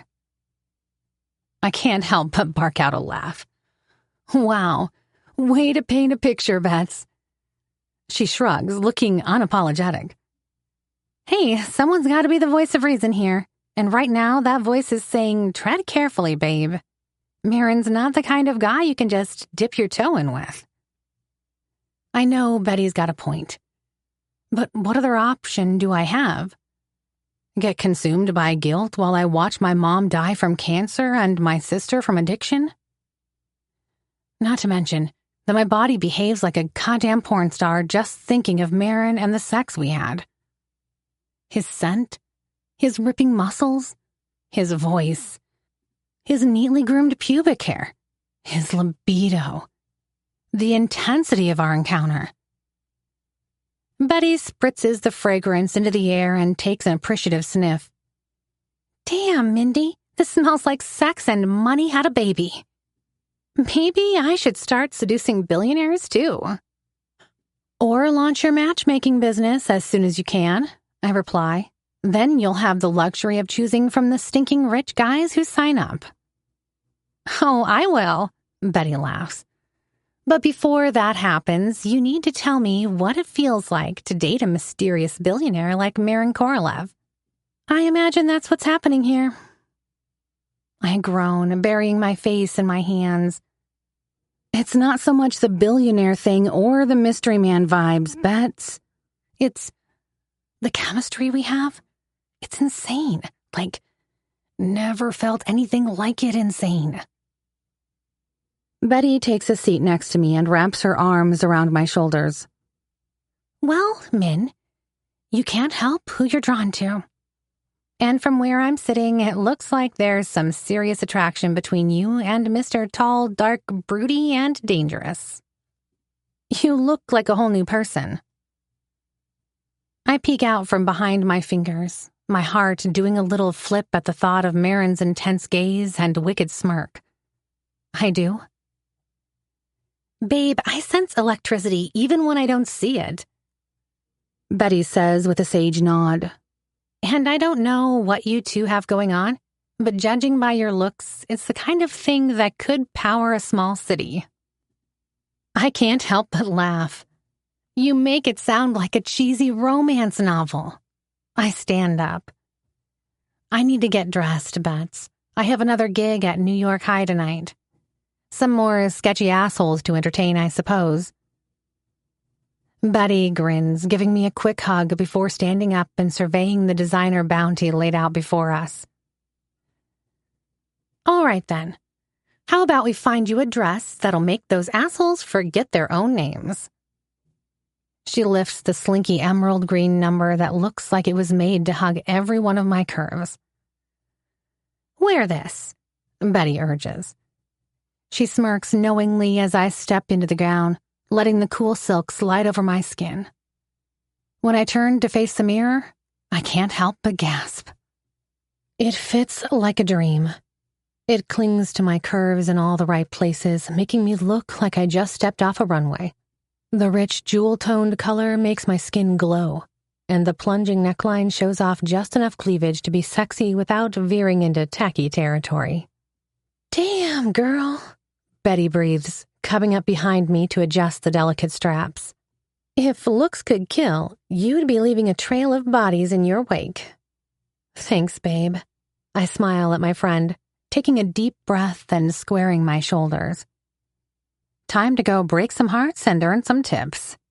Betty laughs, giving me a playful swat on the rear as I grab my purse and head for the door. That's my girl. Go show them who's boss. She stops for a moment. Wait, Min? Is Maron gonna be at the bar tonight? I shrug nonchalantly. I doubt it. I didn't tell him about my next show. I check my watch. My Uber will be here in 10 minutes. I might be out till late tonight, so don't wait up for me. Betty gives me a surprised look. Uber? Where's your car? Alexis borrowed it. Betty's expression turns into a frown. Alexis, do you trust your sister to take your car? I grab my bag and head towards the door. Well, her own car is in the shop, and she wanted to visit Mom in the hospital. I figured I'd give her a chance this time. I see. There is a hint of suspicion in Betty's voice that makes me feel uncomfortable, but I don't have time to address it. She dismisses me with a wave. Go give those drunkards a good show with your sultry, sexy voice, Mindy. A few minutes after saying goodbye to my bestie, I'm in the Uber, navigating through the chaotic evening traffic on the way to New York High. While I take a few minutes to remind myself of my set and mentally prepare for the show, a strange thought keeps nagging at me. I could really use a whiff of sandalwood and cedar with a hint of something seductive and scandalous right now. Yes, it's a strange and secret desire. Because deep down, I'm hoping that Maron Korolev will be sitting in the front row of the audience. Chapter 19. Mindy. Maron didn't show up at New York High tonight. I'm standing on the stage and I can't shake off this feeling of disappointment. Scratch that. It's more than just a feeling. It's a desire to sing to him and only to him. There is something incredibly hot about standing on stage with him watching me. The mere thought of it makes me feel that familiar tingling down below. Cut it out, Mindy. This is not the time. As the final notes of my last song fade away, the bar erupts into a smattering of drunken applause and wolf whistles. Shouts and slurred words fill the air, and the audience's intoxicated enthusiasm is on full display. "Encore! Encore!" one guy yells, raising his beer bottle in the air. "Sing us another one, gorgeous," another calls out, his words slightly muffled by the din of the crowd. "You've got the voice of an angel, babe," a third chimes in, his eyes glazed over by a mix of alcohol and admiration. "How about a private show?" a particularly bold patron suggests, wagging his eyebrows suggestively. The comments range from appreciative to lewd, the alcohol-fueled boldness of the crowd growing with each passing moment. I feel my cheeks flush, a mix of exhilaration and discomfort washing over me as I take in their reactions. "Take those rags off!" a voice from the back of the room shouts, followed by a chorus of laughter and more whistles. I force a smile, trying to maintain my stage presence, even as the atmosphere takes on a more unsettling tone. It's not the first time I've dealt with overzealous fans. Lucky for me, tonight isn't the night I'm taking anything off. And frankly, neither is any other night. The events from my previous performance were followed by a tense discussion with Kevin. I'm not doing that again, no matter how much he pays me. Unless it's a private night exclusively for Maron.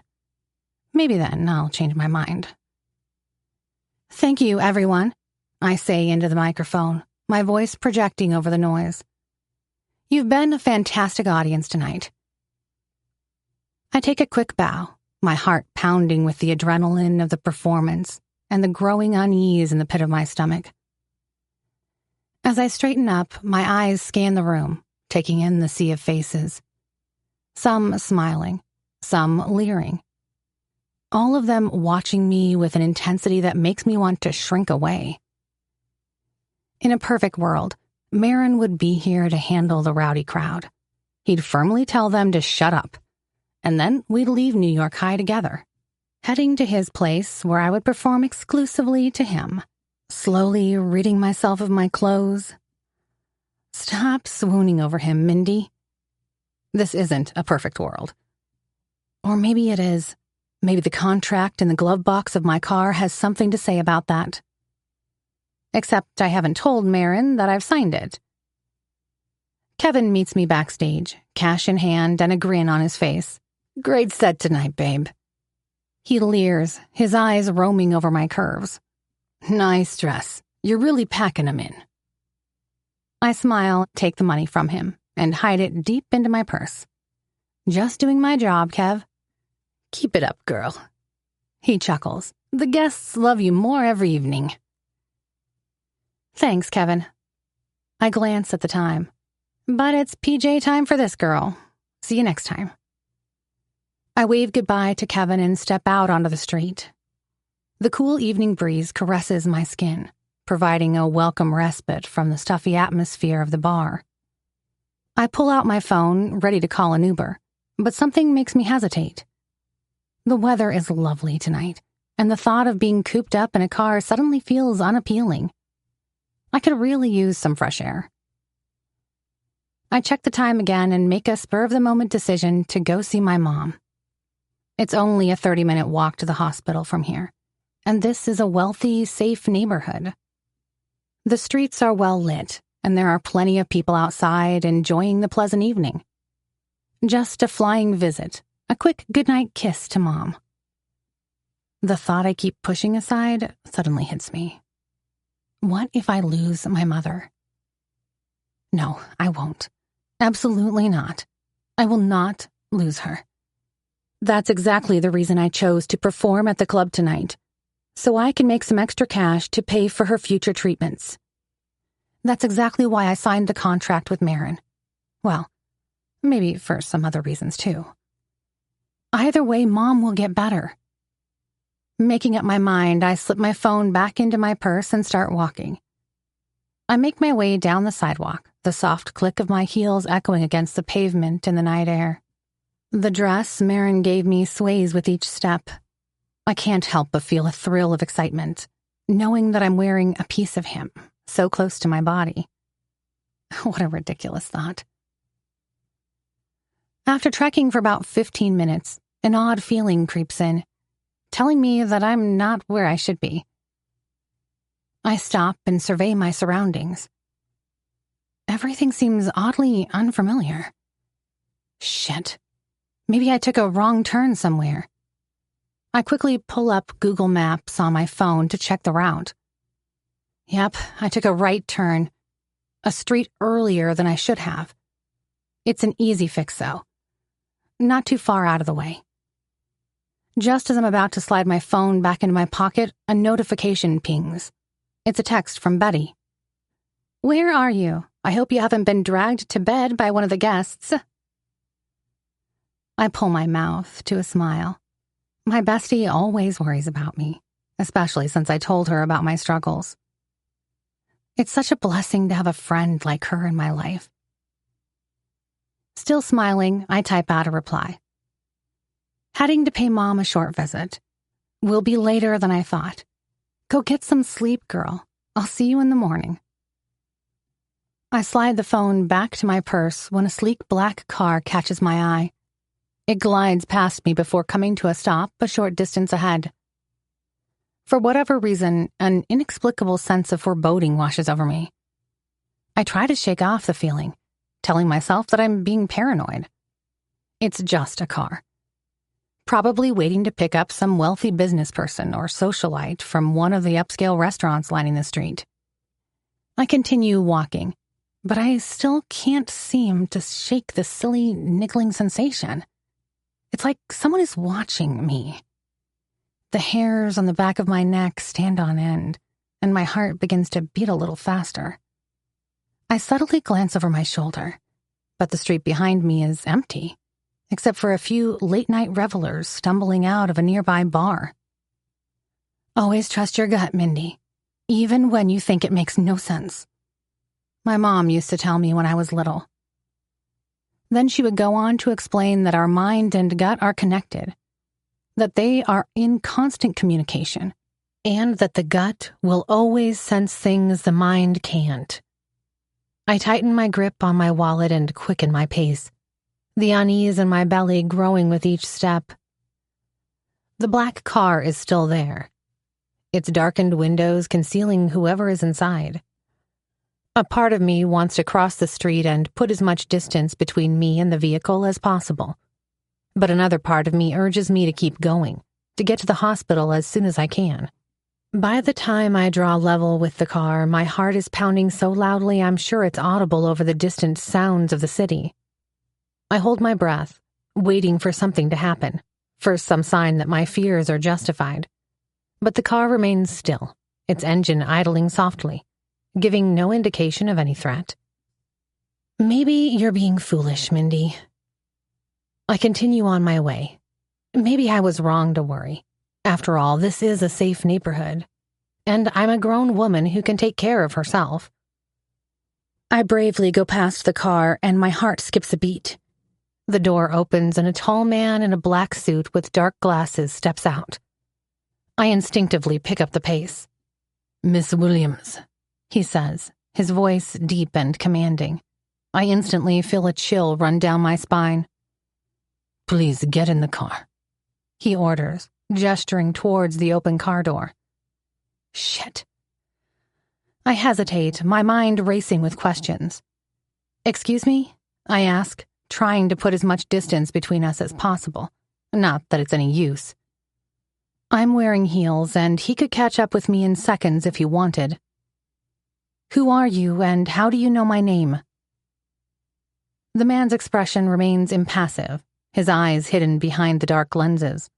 "My name is Pavel," he replies, his words tinged with a heavy Russian accent. "Get in, and you'll be fine." I glance around the street, searching for any sign of help, but the sidewalks are suddenly deserted. It's as if everyone has suddenly vanished into thin air. The man takes a few steps towards me, quickly closing the distance between us.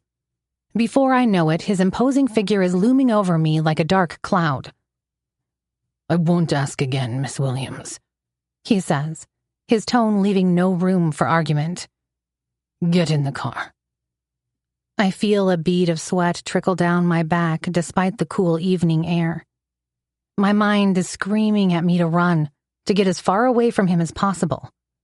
But with my heels, I know he'd catch up with me in no time. Not to mention that he's about 4 times my size and has the physique of a gorilla. It's clear that any resistance would be futile. So I panic.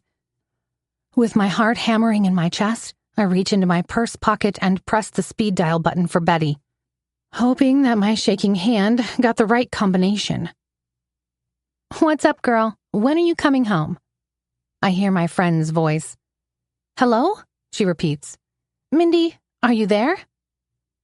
The man's hand snaps out and my phone is wrenched from my hand. That was a stupid thing to do, he says. I open my mouth to say something, but I'm frozen. Mindy? I hear Betty's voice from afar. Mindy, are you all right? She sounds concerned.